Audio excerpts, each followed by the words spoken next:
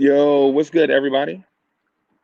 What's good? What's good? Quiet Money, what's good? Juju 92, what's good? Project Nerd HQ, what's good? What's good? I'm gonna do something real quick. Y'all be patient with me, okay? Just gotta do a couple of things here. And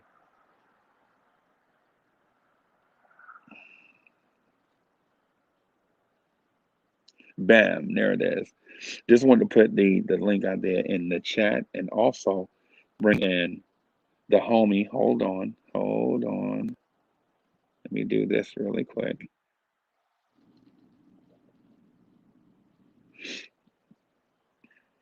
All right.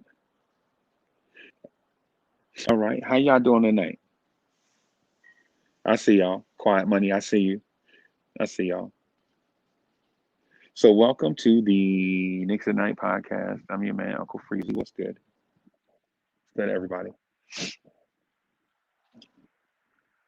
We got a couple people coming on with me, just working on some things um, behind the scenes really quick.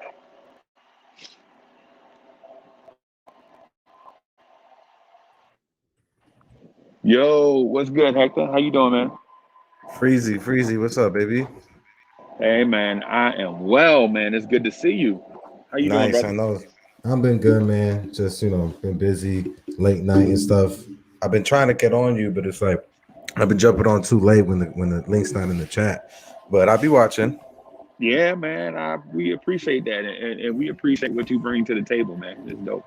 No, I appreciate you and how you curate such a well known community and the work you put in, and I always got to give you acknowledgement for that.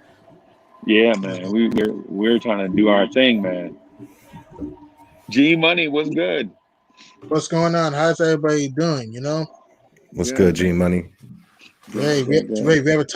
we have a tough game in Texas tomorrow. Well, San Antonio just lost in OT against Brooklyn, and we haven't won a game in San Antonio since 2014. So it's gonna be a tough game. Because remember, the Spurs are the fifth seed, fighting with the Blazers and the Nuggets and the Warriors, while we're the fourth seed, trying to hold off the Hornets, the Bulls, the Pacers, the Heat, the Raptors, yeah, and the Celtics too. Yeah, Mm. there are a lot of teams, but you know what though? But it's not same old Knicks. So Facts, we man. mentioned, yeah. So we're not same old Knicks, and those teams that you mentioned are not the Mhm. same, not the old version of themselves. They are Exactly. struggling. I mean, well, the Heat are starting to come alive. Remember, Miami has won six in a row, so Yeah, Miami's now starting to find themselves. Boston's kind of been up and down all year. Indiana's been inconsistent. They've been ravaged by injuries and stuff. Toronto, but they've kind of been a roll. they have a new coach too, right? Yeah, yeah, they do. Yeah, Nate, they have a new coach. Yeah, and also Toronto on the other end, they've kind of been up and down all year. They're starting to find themselves a little bit, but they've been up and down all year. So Charlotte has been a surprise team themselves, which no one's talking about them because they have a lot of young talent themselves. So yeah, Right, right. Foxy, what's good? Yo, what's good? How so are you, folks. man? Mr. Hey, Fox. hi everyone. A little lamp tonight wasn't supposed to work, but it's not work, and I've been up and I've been talking draft, so I've been a little lamped, and so I'm on to talk to you and the salute to the chat, and looking forward to having a good conversation. Right, Mm-hmm. right. Mm. Yeah, man. I'm excited, man. My energy level is up. Right, I'm excited. Got a bunch of stuff going on, man. I got some good news from Foxy a little while ago. That has me super excited. Man, good to see the brother. Foxy looks like he's glowing tonight. He must have ate some chocolate or whatever, had a beer or something. I don't know. Mm-hmm. Yeah, man. So, Yeah. how you doing, Hector? I'm good, Steve. How you doing, Stevie? Good, good, good. How you doing, Stevie? I'm doing well, G Money. I'm doing well, That's and great. like I said, I'm watching a whole lot of college games and Nice. looking, but at the same time, my head's going a million miles per hour because I'm saying to myself right now, we're selecting 19th and hold on, 14th and 19th. Okay. because we're playing so well, and if we're picking 14th and 19th, then we're not going to be getting the type of player that we need on this team. So why are we holding these draft choices? Or let's think about the strategy. I doubt we're going to get a top 3 player without giving up the farm, but let's get maybe a player in the 6 or 7 range, because if we keep playing good ball with this coach and good defense and everything goes, then our draft choices are, Per, Mavericks won tonight. Personally, for me, I don't want to tank because it's been long. It's been too long. The last time we've been to the playoffs since 2013. So I don't want to tank. I just want to just get to the postseason. It's going to be tough though, because like I said, our second half schedule is brutal.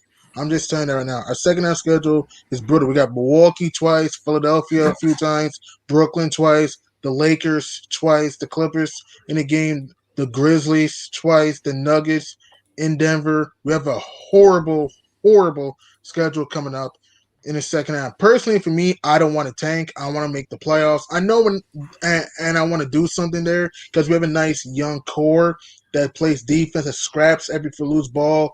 Randall's had a marvelous year. RJ stepped it up. Bullock is now starting to find the range a little bit. Alec Burke has been lining it up the last few games after the slow start.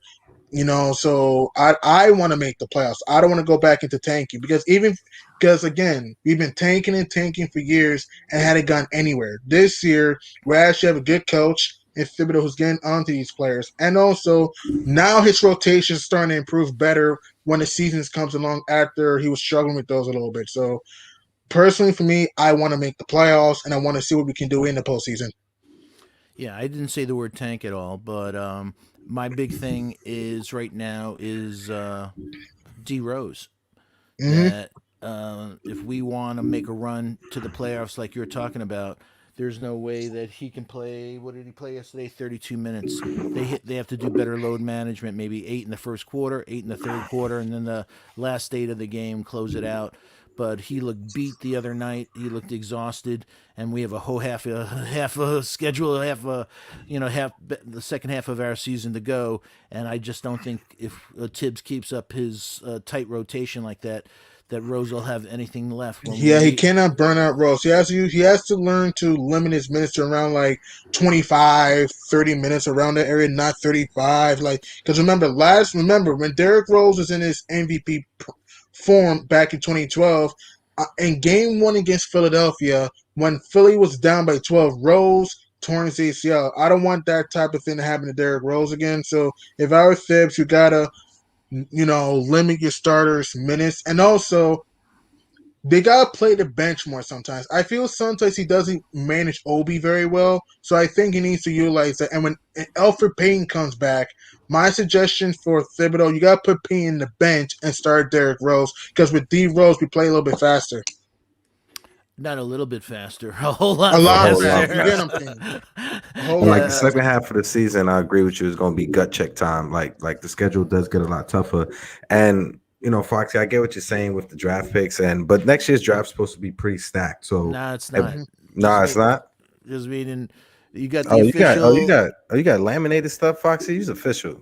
Yeah, I have. I've been it since a little kid. This is my thing: the draft and watching college, and also in football too. I have a separate book for football draft, but I love that. And honest, it is such a giant drop off. That's why I'm saying that if you heard that the Knicks traded these 2 draft picks. It's not a negative thing because. But for what though? Like what would you trade him for? Or an established player. So if you heard about a thing for a Zach or a thing for another player, even if they're not a top tier player, but a young player that can grow with the team. Would you do that in season or during the off season? I think the next 15 games is going to dictate it. Before the 25th trade deadline. Because right now, it's basically from four through 10. 7 teams is basically rounded off like a game. So it's really like a race car right now. All the cars are like congested. Who's going to 4 to 10 is separated by 2 games, actually. That's what I'm saying. Exactly what I'm saying. So we have a whole second season to go, G Money. So we'll see. Everyone is trying to get their position for the would you home like stretch. Would you like to jump onto that fire sale that's going to happen in Houston with PJ Tucker? No, he's too old. Nah, old Tucker's old. His corner three has been terrible this season. Tucker can hit the corner three, but this season he can't buy one. His defense, he's a good defender, but hasn't looked the same this year. He looks kind of old, so I won't go too hard on PJ Tucker if I were New York. I wouldn't do it, and I don't want Oladipo. No way. I love Victor Oladipo's a good player, but he's injury prone. He's inconsistent. Yeah. Yeah, and he turned down an extension with an injured foot after having an injured quad. Yeah, a 2-year, $45.2 million extension. Yeah, whoever your agent is, he must have something down the pipeline or got a text message for somebody, because you don't turn that down, especially coming off injuries. Yeah, so it's lunacy. So the only reason I brought that up is with us, because right now Frank Ntilikina, Frank is a better guard than anyone that's available in the draft from 14 onward right now. So it'd make no sense to get rid of Frank, because you're not going to pick anybody in this draft that's going to be better than Frank, and if they are, it's going to take them 3 or 4 years. So looking strategically at the team that way, and but. I don't see, unless there's injuries, he's going to run that tight thing. If Peyton comes back, I'm sure that he's going to go back to starting. That's the way Tibbs is. Well, if I were Tibbs, I'm not, because look, Payne's played okay the last few games, but here's the thing: he cannot stretch the floor like D Rose. He cannot penetrate to the rack like D Rose. He only really has a floater game. That's all he is. That's what I mean. Payne's a good defender, but I was going to say, what's the most important thing to Tibbs? Defense. And where do we rank? We rank in three. I think we're three major categories. One, and we're number 3 in the league in defensive rating. And Peyton has been his guy to get those numbers. But is Ntilikina so much of a drop off from Peyton defensively? He's not a drop off. He's not a drop off, and he's an improvement on the 3. Yeah, 1-3. His 3 numbers are really deceiving. He doesn't have a lot of attempts, and he's really only good from one corner of the 3. He's not good from the left corner 3. He's really more of a wing type 3-point shooter. He's more of a wing type 3. Or like our Freezy says, he's a Bruce Bowen. He's a defensive specialist. He has that great disruptive length, and that's where you could utilize him. And he didn't do much yesterday. Well, Frank is shooting 47% from downtown this year. Yeah, but how many attempts? That is true. Let me check. Hang on. Well, I'm not a stat person. I'm a guy that just watches. I am. So when you see the attempts, you'll go, oh. Let me see. Frank has attempted only 15 threes. I rest my case, counselor. So it's hard to say he's shooting when you take only 15 shots for the season from 3. It's a misleading stat. They still went in though. He made 7 of them, so it's not like he's breaking them. But these are pro players. You have to statistically extrapolate it and stuff like that. Hey, his shot looks much better. We watched him. His shot looks much better. Nice flow. His mid range, everything. I put more arc in his shot. He's put more arc in his shot. Yeah. But the numbers also don't lie on others. Let me see. I can pull this up. I have a subscription service I use. Oh, I saw a stat earlier that I think you would like, Steven. I'm not sure if you saw it already, but it's the Knicks record is 18-17, right? Yeah, we won 21 games all of last year. We have 18 wins now. And you want to hear this? Last year we won only 11 games. At home we already have 10 home wins right now. I think we're 8-10. On the road, we gotta fix our road record a little bit. We got San Antonio. That'll be a tough game. But the good thing out of it, I thought Hector was gonna say it. No. What I was gonna say. My fault, G Money. I'll let you go off. But what I was gonna say is that the Knicks are 18-17, right? Out of those 18 wins, the Knicks are 18-0 when RJ Barrett plus minus is positive. So out of our 18 wins, we are 18-0 when RJ Barrett plus minus is a positive. Yeah, I know. Haddock and Sharon share that with me. So shout out to Haddock. Yeah, I saw that on Twitter earlier. Yeah, he's awesome, man. But also, like you were saying, that it took us 60 games to win 18 games last year. I'm sorry for the interruption. My fault. They're just trying to. No. We all get excited, G. Don't worry, baby. To give us, I just want to give some fun facts a little bit. And G Money, just a quick fact on Frankie. He's in the 93 percentile shooting corner threes. He's shooting 52% on his limited. but he's in Okay.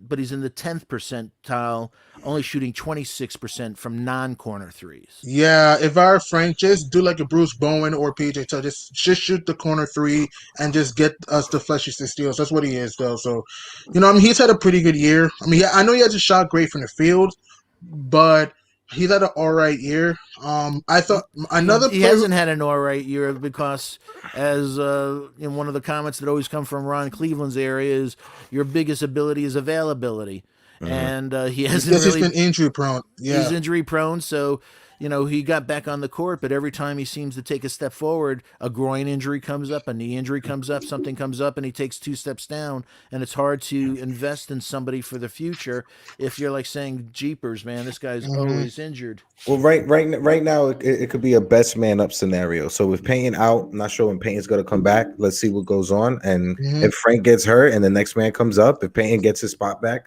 then it just has to be how it has to be. Yeah, like I said, but I like Frank.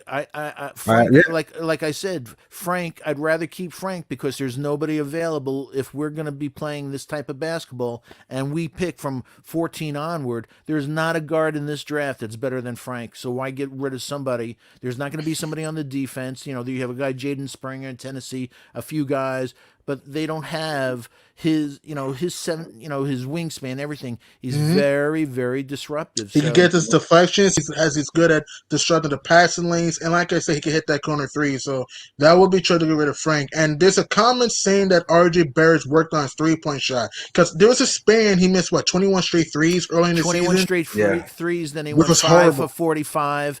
But you got to give the kids kudos. And he's been on He went fire. from 47%. Thank you. He went from 18%, and now he's brought it up to, I'll round it off, almost 35%. 34%, but there was a span in February. He shot a smoking hot 47% from downtown. Wow, he's putting much more fluent in his shot, much more arc in his shot. So that's what I want to see from RJ. He's starting to find the rhythm a little bit after that slow start. Well, it's the whole gym rat mentality. It's Julius Randle said it. It's he's not the only one in the gym that's there. It's everyone's in the gym after the game, even after the game, practicing, getting the shots off. It's sort of a repetition. Julius said he got off over 9,000 3-point attempts during the offseason to get his to work on his game. Yeah, he's shooting 40+% from three. Yeah, but again, that's misleading. He's shooting 41% from corner threes, but he's shooting 28% from all non-corner threes. That is true. Yeah, that you have a point there. I know. I'm not saying he's a great 3-point shooter. That's not what I'm saying. All I'm saying is that he's improved a little bit in the stretch. That's all I'm saying. That's a lot of it compared to last year to now. It's a whole lot of bit. It's a whole lot of it. It's a total. Last year he didn't even get more than 10. He didn't score 20 points a game more than 10 times in the season. He only scored like 13 times. 13. No, not even 13. It wasn't even more than 10 times he scored more than 20 No, points. he scored 13 last year. 13 games of 20 points, yes. 56 games. Well, and he scored cracked 30 and he's cracked 20 points 40 times so far in 35. So, but I think the key thing is RJ played the perfect game yesterday.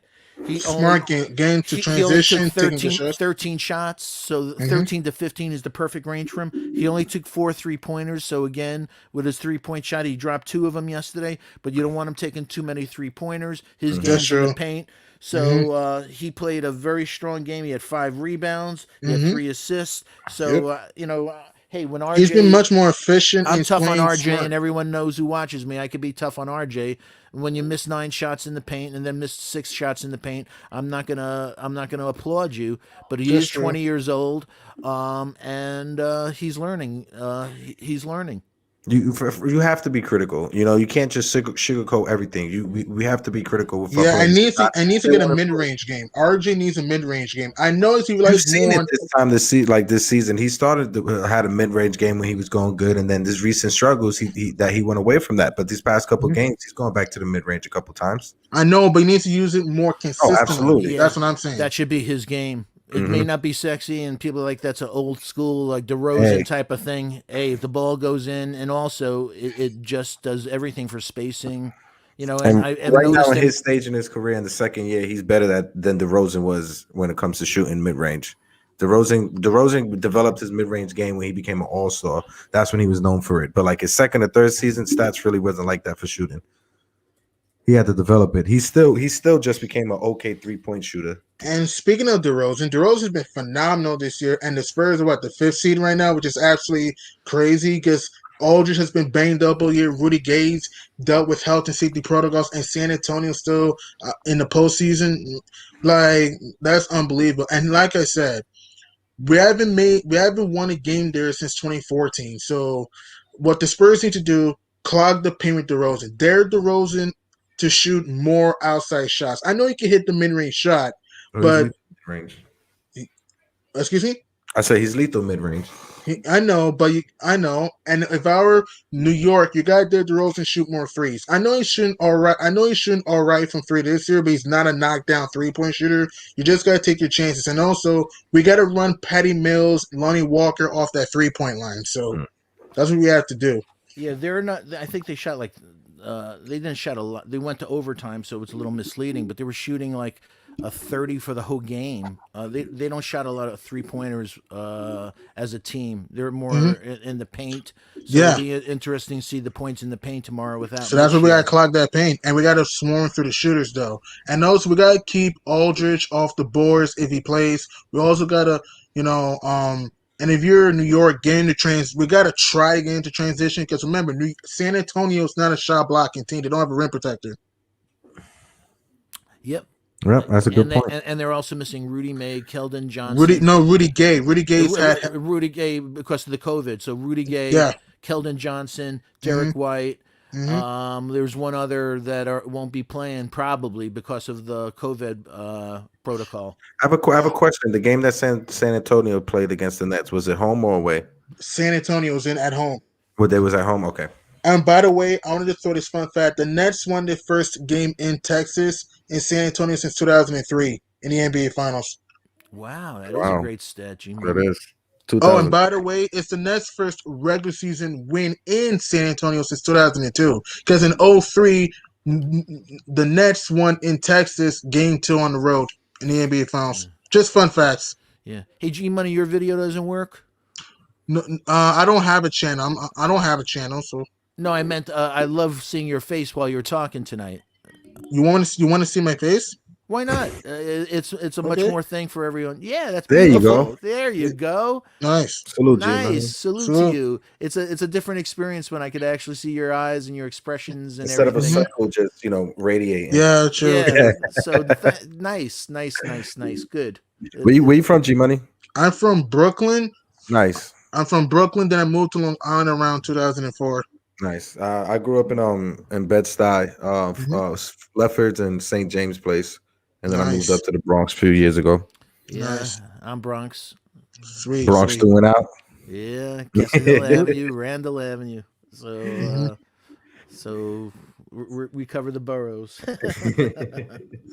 So, but with like I understand like we need to improve like when it comes to like our point guard situation or like our small forward situation, but it's just the PTSD from the bad trades that we've made in years past, and it's just over these past 20 years, and that's the only reason why I'm hesitant. I know we have the draft capital. Anybody that went through the McDyess era, the Antonio McDyess, also Adrian Bagnani. So you're saying to yourself, why would you want an Oladipo that had major catastrophic leg injury? We went through McDyess. Come on. Only, and even Zach LaVine, who I love, had a catastrophic leg injury. And Zach LaVine's had an all-star type year, though. Zach LaVine's I know that, but if you're making an investment in, a max contract, and somebody had a major reconstructive surgery, and even though he jumps through the roof and everything, it's still a reconstructed thing. So I'm glad, with modern science, he's back,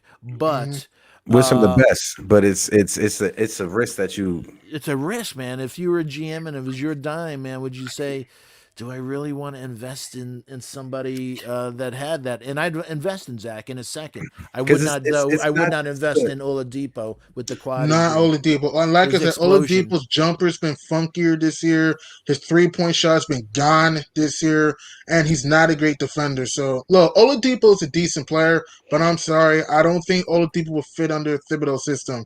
And like I said, he's injury prone. He takes erratic shots. He stalls. He takes a lot of shots. No, he's a shot jacker. Yeah, So he puts up 20 shots to make 20 points, and we don't need that. Mm-hmm. Yeah, we don't want no shot check to slow the offense. We don't need anybody that's going to come in and disrupt the chemistry. We need somebody that's going to come in and just play their role. We need a they used to say it back in the days. How do you say they used to say it, Stephen? A lunch pail type of player. A player that he comes to the stadium with his lunch pail and he knows what he has to do. He plays his role and he's willing to sacrifice for the betterment of the team. Hey fellas, you got a second? I just want to do a shout out to the chat. Hey, Allah Wise, can you hear your brother, the Sly Fox here, and also Uncle Freezy? Hey, did you notice anything? You got a wrench, and it's our way of saying thank you. I'm always calling Allah Wise a field producer, and it's really important to Freezy and I. We want to put on the best entertainment, the best show possible, and the only way we can do that is within the involvement and the interaction with the chat. And I always call Allah Wise a field producer because he's always asking great questions, bringing up good topics for us to segue to.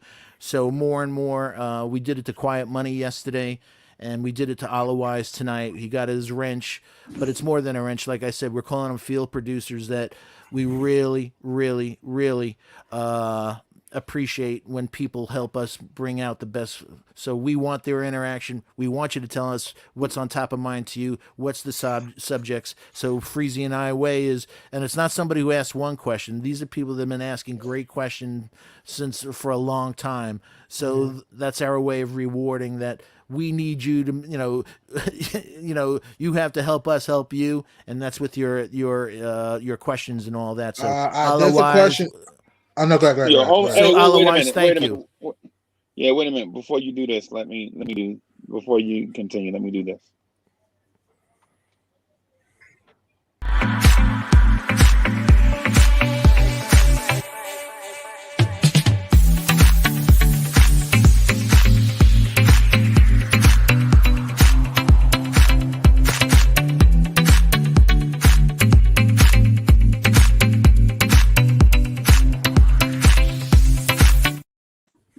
That was me on the funky guitar. That was Freezy on the bass, and Rob used to be on the drums, but I think he drank too much tonight, so he fell off the drums.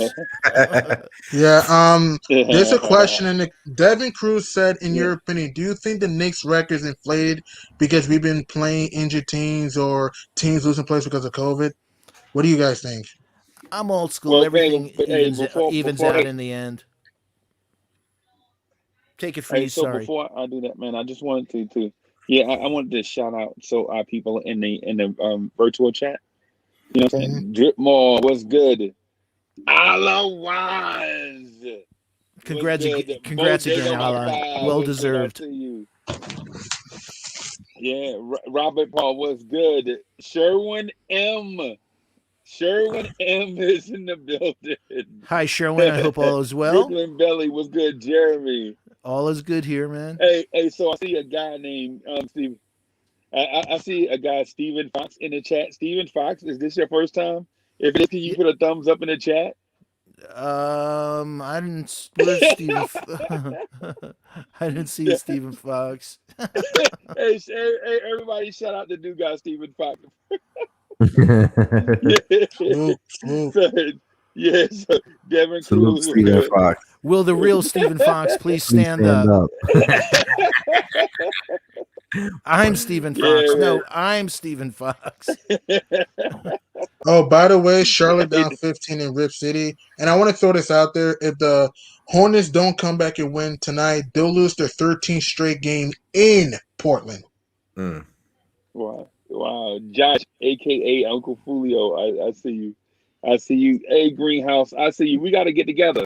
Me, you, and Foxy, we have to get together, Greenhouse, at some point to work on some stuff. Devin Cruz, Ronnie Montero, what's good? There's a Project Nerd in the chat. What's good, Project Nerd? I'm going back and forth. You know that dude is the furthest thing from a nerd I know. He's the coolest guy I know. No nerd. And don't forget Art, man. Give Art a shout out. Yeah, shout out. Udi Mac is in the chat. Yeah, he says he wants a shout out to show some love to the original OG. I didn't see. Oh yeah, there he is. Yeah. Hey, Udi Mac, what's good? What's good? Hey, Art got his new job and just threw us away. Art got his new job on Wall Street, making all that money. He just threw us away. What's good, Art? He moved Yeah, up to man. So I just wanted to jump in. Yeah, man. I need to shout my people out, man. I need to let Nice. them know that we see them in the chat. TBG, what's good? What's good? What's good? Yeah. Hey, shout so out the Sherwin in the RJ chat. Barrett I'm thing, sorry, man. he's from the Bronx. I'm sorry, I got to shout out Sherwin in the Salute, chat everybody. because Yeah, he's from the shout out to Bronx. Sherwin. Everything. We're big guys. I apologize. Salute, white man.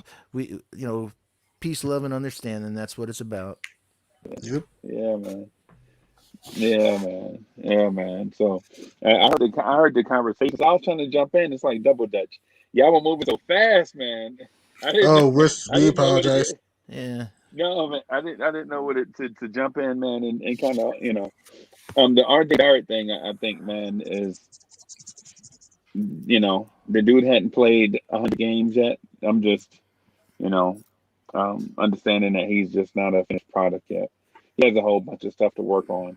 But there are some people in the Knicks fan base that are bashing him like they normally do our rookies.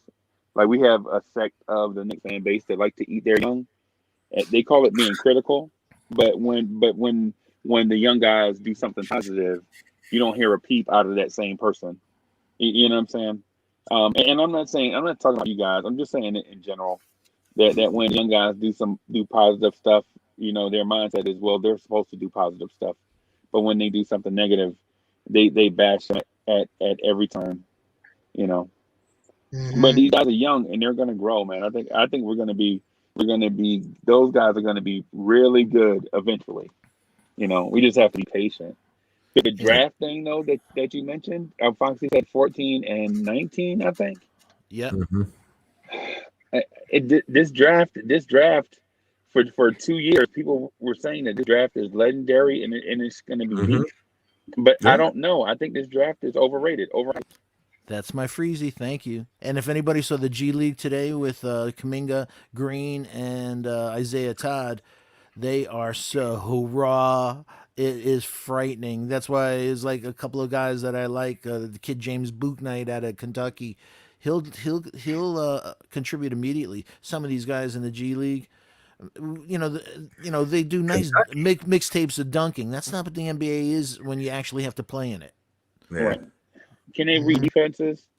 Yeah, They can't do I'm con- anything. They played AAU, and they're still in high school. They never went to college.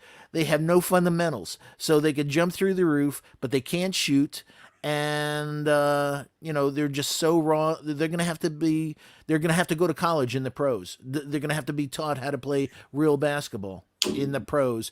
And why would you want to take a third, a fourth or fifth? The first three are going to be Cade Cunningham, Jalen Suggs, and Evan Mobley. But after that, man, it's just a crapshoot this draft, and especially after 10, forget it, man. Guys with average yeah, athleticism. What the hell do we need somebody with average athleticism? yeah, yeah, yeah. Guys with average athleticism, they can't shoot, they can't read defenses, that are going to be NBA contributors in 3 years. We have that in Kevin Knox already. Do we need more Kevin Knoxes? Yeah. We also need So a shot blocker. Look, with Mitchell Robinson being gone ever since that Washington game, we're gonna need a shot blocking big, other than to help out Noel. Yeah, you have to admit Noel's doing his job on the shot Noel's blocking does. side. Noel's played very well this year. Noel Yeah, clogging the paint. He's can't. been very Yeah, productive. for sure. right, Very, very productive this right. year. Well, Yeah. I PBD want in the chat said, I'm sorry, just the top so five are okay. really good. It's really the top three PBD, but yep, I agree with you, man. Book Knight's the thing, man. I love that kid's game. It'd be complimentary for our team. I want to ask you a quick question. Who's your coach of the year so far? uh, Oh, that's such a complicated question. I think Tibbs has to be in the running, but Hmm. and we're Gentlemen winning. from We're Football. technically winning now. Hmm. So, but I don't know. yeah. I don't know, Steve Nash. You know how weird people are. It's Hmm. popularity contest sometimes. You don't know, but I'll tell you though, in my heart, it's Tibbs. Mhm. He's I changed love, changed Right. the Philly. culture. To me, Same. Quinn Snyder. I love Thibs, but I gotta go Quinn Snyder. Because I know Utah lost to New Orleans tonight, but Look at last night. the run they just had, man. It's Yeah, frightening. they were 4-4. Then they went a 23-3 run, even before they lost last night. Since it's at the midnight the next day, so before they lost last night in New Orleans. So I gotta put Quinn Snyder. Because think about this: before the year, nobody had the Jazz better than the Lakers, Clippers, Nuggets, Mavs, Blazers. Nobody thought that before the year. Nobody thought the Knicks were going to be fourth place either. That is true.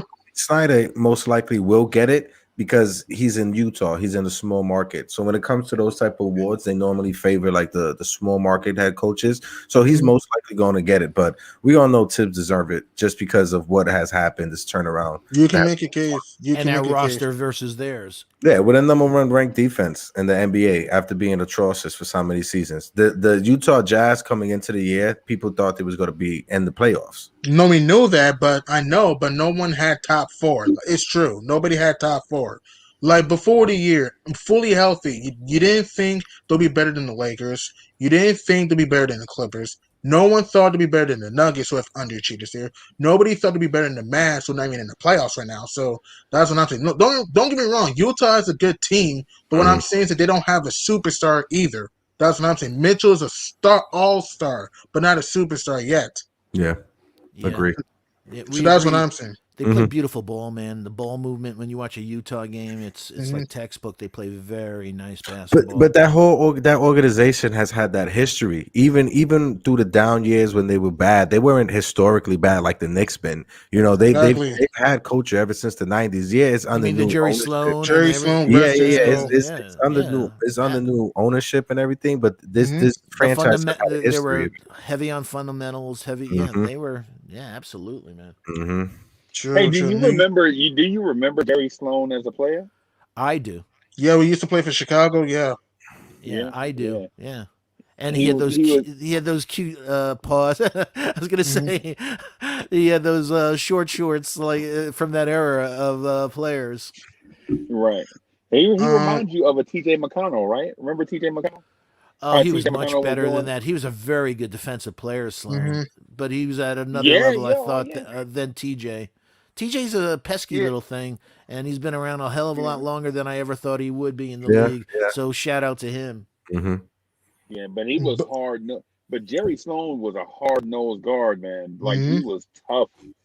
You know what I'm saying? And yeah, Jerry Sloan was that guy, man. So yeah. Well, don't sleep on James Borrego for Charlotte. I know the Hornets are down right now to the Blazers, but Charlotte's overachieved this year. No one thought to be in the postseason right now. James Borrego for the Hornets, because I loved how he's using LaMelo Ball this year. I loved how Terry Rozier has been red hot this year. You know, Malik Monk has bowled out of his mind this year. So Charlotte has also been one of my surprise teams in the NBA, with New York and Utah and Phoenix. The LaMelo Ball effect? Are we going to credit that to the LaMelo Ball effect? A little bit of that, but he also has a pretty decent team around him, so everyone else has done their job too. And Gordon Hayward's been – I know he's been out the past few games, but he's had a resurgent year. Yeah, no doubt. No doubt. He's averaging 21 a game. 21, 5 rebounds, almost 4 assists. Yeah, shooting 42% from 3. Red hot this year. And Phoenix has kind of been a surprise team. I don't think many people thought it would be a top 4 seed. You know, Devin Booker started slow, but he's not starting to come on strong. Chris Paul's had a pretty good year. DeAndre Ayton's come to his own. So that's also one of my surprise teams in the league with New York and other teams. So, yeah. I don't know. They were red hot at the end of last season, too. Remember, they finished 8-0 in the bubble. I know, but make the playoffs. I know, but they didn't make the post. They went 8-0, but that didn't matter because they didn't make the postseason. Nobody thought top 4. Let's be honest. I knew to be a playoff team, but nobody thought top 4 seed. So yeah, I won't say nobody. I would say Lakers, Clippers, Mavs, Nuggets. Right. But Phoenix was just as hot as those teams, and then they added a Hall of Fame point guard. You know what I mean? So they were 8-0 without Chris Paul. I know, but like I said, those teams I just mentioned on paper were deeper than Phoenix. Don't get me wrong, Phoenix is a good team. Don't get me wrong, the Suns have a young talent, but I'm saying that on paper before the year, those teams had more depth, more experienced coaching than what Phoenix had. Don't get me wrong, the Suns were a good team last year. Bubble team, I should say, last year, but they still didn't make the Right. postseason. I knew they'll be a playoff team, but I thought they'll be like a 5 or 6 seed before they. That's what I thought because the Well, West is yeah, I can. improving. Yeah, I can see that. I can see Mm. that. I just feel like the Suns lost a lot of games they shouldn't have early, and True. so that kind of knocked them out of contention as they got red hot late. That's true. Hey, Freezy, do you see the chat? Yeah, I see it. I see it. You wanna do Hey, so the Donald Cannon, thank you for the thank super you. chat. Yeah, so Donald Cannon, thank you for the super chat. Donald Cannon says, "What's up, y'all?" And salute to the real MVPs. Us the Hmm. chat. It's the first of the month. Happy March. Hey, man. Hey. Yeah. Good job there, Donald Cannon. Yes, Donald, sir. he's Yes, awesome. sir. Yes, sir. He's such a Boost generous Mobile, what's dude. good? Thank you, Donald. You're awesome. Yeah, yeah, So yeah, yeah, yeah. Boost Mobile. Yeah, Boost Mobile's family. So talk to me, fellas. Yeah. I want to ask you something. Who has been your disappointing team so far? The Celtics. Yeah, The I think Celtics have Hector, you're right on it, my friend. because other teams could point to like COVID protocols, this, that, and the third. What the Celtics, the only thing they could point to is Kemba. But No, I mean, Kemba has who played better you as of point late, to? though. I think their heart and soul. yeah, Smart being out. Well, Smart. that and I also think he's the. chemistry issues. but when you Yeah, I watch think. them play, they don't even guard the three. Like They they don't don't guard a three. They come don't have a out rim like protector other than Tristan Thompson. They're the late game execution. Sometimes I see Tatum take like a step back fadeaway rather than driving to the hole. It's like Jalen Brown's had a good year, but he's been in and out of the lineup sometimes. So and Brad Stevens, man, he needs to make adjustments. I'm sorry, Brad Stevens, man, he's not he's a good regular season coach, but he will never get it done in the playoffs with this style of play. So that's my problem with Boston. In my opinion, I think it's Denver. I think Denver's been more disappointing because there's I know they've dealt with COVID protocols, but so it's almost every other team in the league mhm. because Jamal Murray's been very inconsistent all year after that great bubble run he had. Yeah. Jokic has done his thing, but Jokic needs to work on his defense. Their bench has been very up and down. And Paul Millsap's not played all that well this year. Gary Harris has struggled mightily this year. So yeah, I think Denver is the most disappointing team in the NBA. Yeah. Hey, Freezy, Mr. McLeod like to join us if Yeah, you're here. yeah. If you could drop the link for Of course. Mr. McLeod. So we love our Mr. McLeod. well, Wow. Mr. McLeod deserves that respect. You gotta put the Yeah, MR. yeah. He's a So, legend. I wanted to touch on the Boston thing real quick, and I'm not really a step slow. I just didn't want to interrupt, but I think the Mhm. Boston thing, I think it maybe changes at the top are needed. You know what I mean? Because how many years has Boston gone without having a shot blocking center, A and long then time. everybody, Not only a yeah, long time, but they have so many freaking assets. Why Mhm. didn't right, they always have like Wasted it. 100 draft choices and everything? Mhm. Use them. I'm always thinking that they're going to give up a whole lot. There's our guy. How are you, Cornerstone? Good Salute. evening, guys. How's yeah, everybody yeah, doing? Yeah, put them up. Put them up. Heck, yeah, put them up. yeah. Put What's them up, up. Jeff? I'm talking to you from Hey, Walt Disney World. I got a wedding to go to, so Nice. Nice, I just congrats. got okay. Well, just be trying safe. to. I figure I had We a few minutes so I could talk to y'all and everything. Tell you what's on my mind. Beautiful. Take it. good. Hey, man. So I wanted Beautiful. to, so I I think just I'm wanted to, I just probably. wanted to finish the thing with Boston real quick, just to go on it. The thing with Salute, so salute, Boston does salute, so salute. I think Boston needs to make a change. I think it's Danny Ainge. I don't think it's Brett Stevens. I think Boston has had numerous assets, so much so that the assets are wasting. They're wasting assets at this point. I think the deal that could have got them Miles Turner, or they held out for, tried to get too much, is backfiring Mhm. on them. because if they had Miles Turner right now, they'd probably be the number 1 seed in the East.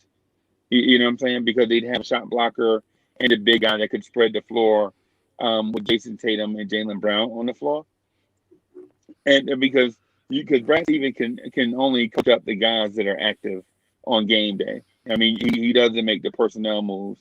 And Tristan Thompson, Mhm. while his name does have some cachet as being a hustle guy, he's not the same Tristan Thompson that we remember from the championship years. Yeah, You know he's what I'm not. saying? He's I been think slower on Tristan. defense. Mm-hmm. I Yeah, agree. the Celtics Yeah, are I 13th. think he's They're washed. 13th in the league in offense, and they're 16th in the league on defense. The Celtics. Sorry, Kev. Yikes. Yeah, let me ask a question. Because it's funny that you bring up the Celtics. Why do you think San Antonio was so successful all those years? Ball movement, player movement. They developed their talent very well, and they got the right personnel. And also, they sacrifice. You have players who are willing to play their role. The problem with Boston, to me, they have the talent, but they don't mesh. The system doesn't mesh Ooh, you said that consistently. Boston got the talent. I don't know about that one. No, Boston has talent though. I mean, ASP, Yeah. how are you, man? What's That going on, talent. Foxy? What's going on, Hey. guys? No, I disagree with that. They don't have no talent because at the end of the day, you got to look at this. You got Kemba Walker at point guard. I love Kemba. Kemba was one of my favorite players since UConn. He's too small at the guard. They take advantage of him. The centers, they don't have no. He's not the same Kemba either. He's not the same Kemba either. Then also you got to deal with Theis. He's not really that skilled. He might hit an open jumper, but he's a hustle man. Tristan Thompson, if he's not rebounding, he's not worth nothing. Yeah. Only real value they got on that team is Right. Marcus Smart, Tatum, and Brown. That's it. Right. And maybe Peyton Pritchard, the rookie. Right. Right. I feel Brad Stevens brought That into team his is built bad. Brad Stevens brought it to his height. like Brad I said, they Stevens don't brought- mesh. That's what I'm saying. They don't mesh. Right. Brad Right. Stevens thought he was Popovich before he even won to play, like he even won a championship. You understand? It's like you can say what you want about Kyrie and how much of a headache is, but when you have him on your team, you're supposed to let him go off. You don't try to I understand you have your coach, like your structure and how you want to coach it, but this is not college. Like you have your superstar, you're supposed to divert, and Brad Stevens never did that. Brad Stevens wanted to play his way, which I understand is which got him his job, which got them the playoff run that they went on the year before. I totally get that, but when you have Kyrie, you're supposed to let Kyrie go off. Right. Well, you Kyrie can't was blame injured, Kyrie and for this Rozier 'cause played for him because he was injured, wasn't he? No, yeah, but the next year coming back when Oh. Kyrie was healthy, that's what I'm talking about. Kyrie and Hayward were healthy and they got destroyed by Milwaukee in the second Mhm. round. They Right. try to play too much of a system like they did before Mhm. the year before. But when you have Kyrie and Gordon Hayward, who's coming back from an injury, who shouldn't have been starting, they should have made him earn his minutes back and come back instead of putting all that on him coming back from a leg injury. Yeah. Yeah. Yeah, it's just y'all are totally on point with that. And the thing about it also is you don't know. I mean, unless you have the system like what we were talking about with San Antonio, you don't know how much longer you can go to the well. In other words, be successful in the playoffs. Even I mean, they did get to the Eastern Conference Finals last year, but they're still not getting over the hump. They remind me of like the Chicago teams, with Rose, always, getting there, but not getting But over never getting, or like the Valanciunas, DeRozan, Lowry Raptors. Good regular right. season team, never get it done. Or like the Dame and CJ Blazers. Good regular season team, never gets it done in the big moments. So those type of teams. Right. And then the only Yeah. difference between the teams that you just named, G Money, and the Celtics had all the assets to trade for that big time superstar, and they didn't pull the trigger. They didn't pull the trigger on Anthony Davis, which I understand they wanted Jason Tatum. But when you have all those top draft picks and you just come out with signing Gordon Hayward and just losing Kyrie Irving in free agency, you fail, you flop. Exactly. They flopped it. And like I said, Hector, honestly, I think he's scared. I think Danny Ainge just scared to pull the plug on things. I don't think he's scared. I think he's just greedy. Yeah, just greedy. Yeah. Yeah, the years of fleecing other teams. Yeah. He is greedy, and there's not that many teams that you can work with anymore because of their own caps. When you burn bridges through the NBA from getting lopsided trades and burning the other team. This is what happens. Right. Yeah. I think Toronto is good. Masai Ujiri is good in Toronto, but not that many teams want to make deals with him for the same reason. Right.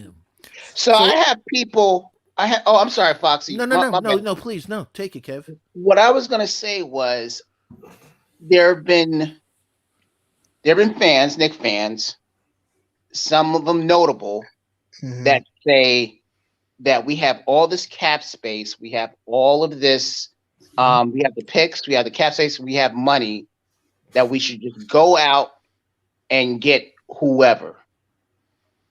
And my argument to that is we just can't spend it on just nothing, nothing. The days of throwing money at free agents, that really don't, deserve it. I mean, you have to have a holistic approach. The game is not making the playoffs. The game is winning a chip. Yep. So putting all the right players together and have Brock Aller, you have the capologist, you have all these guys now. So hopefully we could think long term and put together a team of young guys that are only going to get better through development. And maybe in a couple of years, once those guys develop, it will be an attractive place for maybe that last piece to put us over the edge to become a real competitive team. I think we have a great start. This was a great start this year. Yeah. To get in respectability. I mean, if you would have told me that we would be in the middle of a hunt for a playoff spot, I would have lost the house. Yeah, because I would have said you're crazy. Yeah, because I was just looking forward. I was just looking to be competitive. I knew once we got Tibbs, I knew that we were going to be, somewhat competitive. I did not expect this. And here's the good thing too. I actually checked the second half schedule. We have a lot of ESPN games coming up. Right. Did you see him today? Oh my God. Yeah, I saw him. Oh yeah, he's a tool. He's a tool. Who you talking about? Max Kellerman? Yeah, Max. He's a tool. Yeah. And here's what. And I want to throw this out. Yeah, go ahead. You go. Obviously, y'all got to know he on the show with somebody he know who a Knicks fan, so you got to troll him. That's just for entertainment purposes. Yeah. No, it's not the fact of I get that part, but it's the whole wanting to congratulate and fake wanting to jump on board. Nah, my guy. SB Sports, I just gotta shout you out, bro. I see the Yankee thing in the back, bro. I just gotta, you know what I mean? I get and here's what's sad. TNT won't even give us a game. That's just ridiculous. Even TNT, the Hornets get a TNT game coming up soon, but we don't have a TNT game. It's crazy. I don't like that kind I can explain that perfectly. Exactly. I can explain that perfectly. They have. Okay, look, I'm gonna explain the purpose why the Hornets got one, because they just got one of the most popular players to ever come in the league since LeBron James on his own. LaMelo got like 5 million followers on his own, and nobody knew the Knicks was gonna be this good, because only thing good about New York, I'll give y'all this: the Knicks fan base, they rally y'all really get behind y'all team, but nobody expect the Knicks to be this good. And then it's who was y'all star player where we can push for the media? We didn't know Julius Randle was going to be this good, because I know I heard a lot of y'all complaining about Randle last year. Absolutely. Now what you want to do with a young team coming up, especially with a place like New York with the Knicks, because I always tell everybody, New York, the Lakers and Chicago is a place you gotta have the right mindset to play. That's why I heard people saying trade for Cat. Cat won't last a week in New York. He can't handle that slander. So you gotta get guys.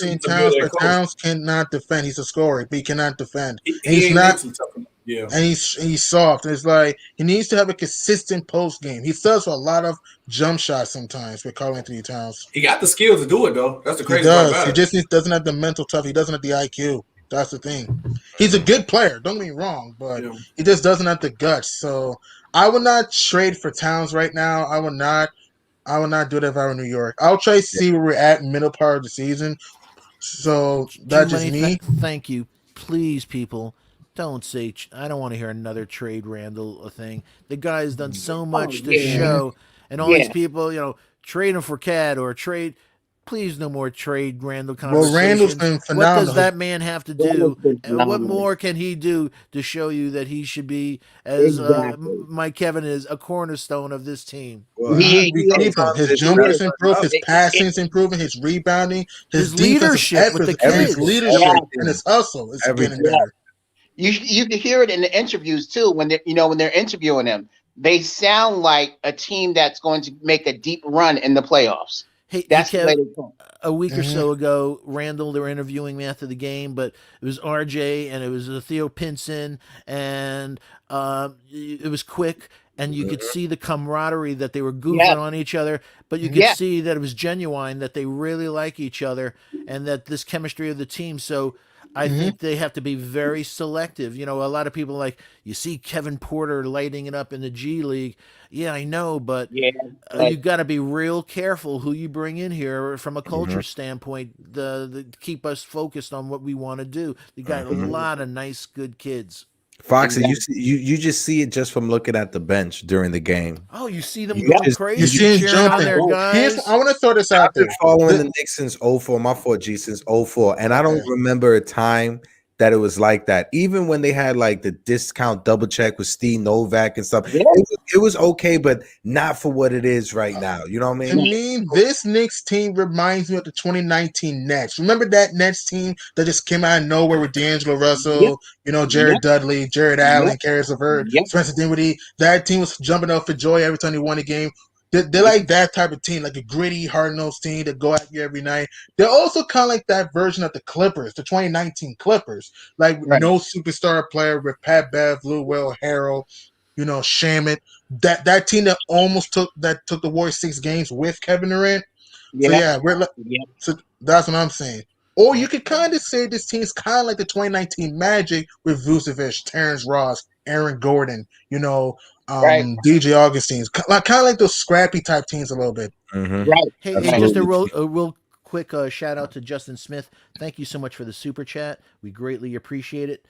Justin wrote, "Randle is Lamar Odom in a Zach Randolph body," and that's a quote by Kobe Bryant. May he rest in peace. But yeah, Randle is Lamar Odom in a Zach Randolph body. Yeah.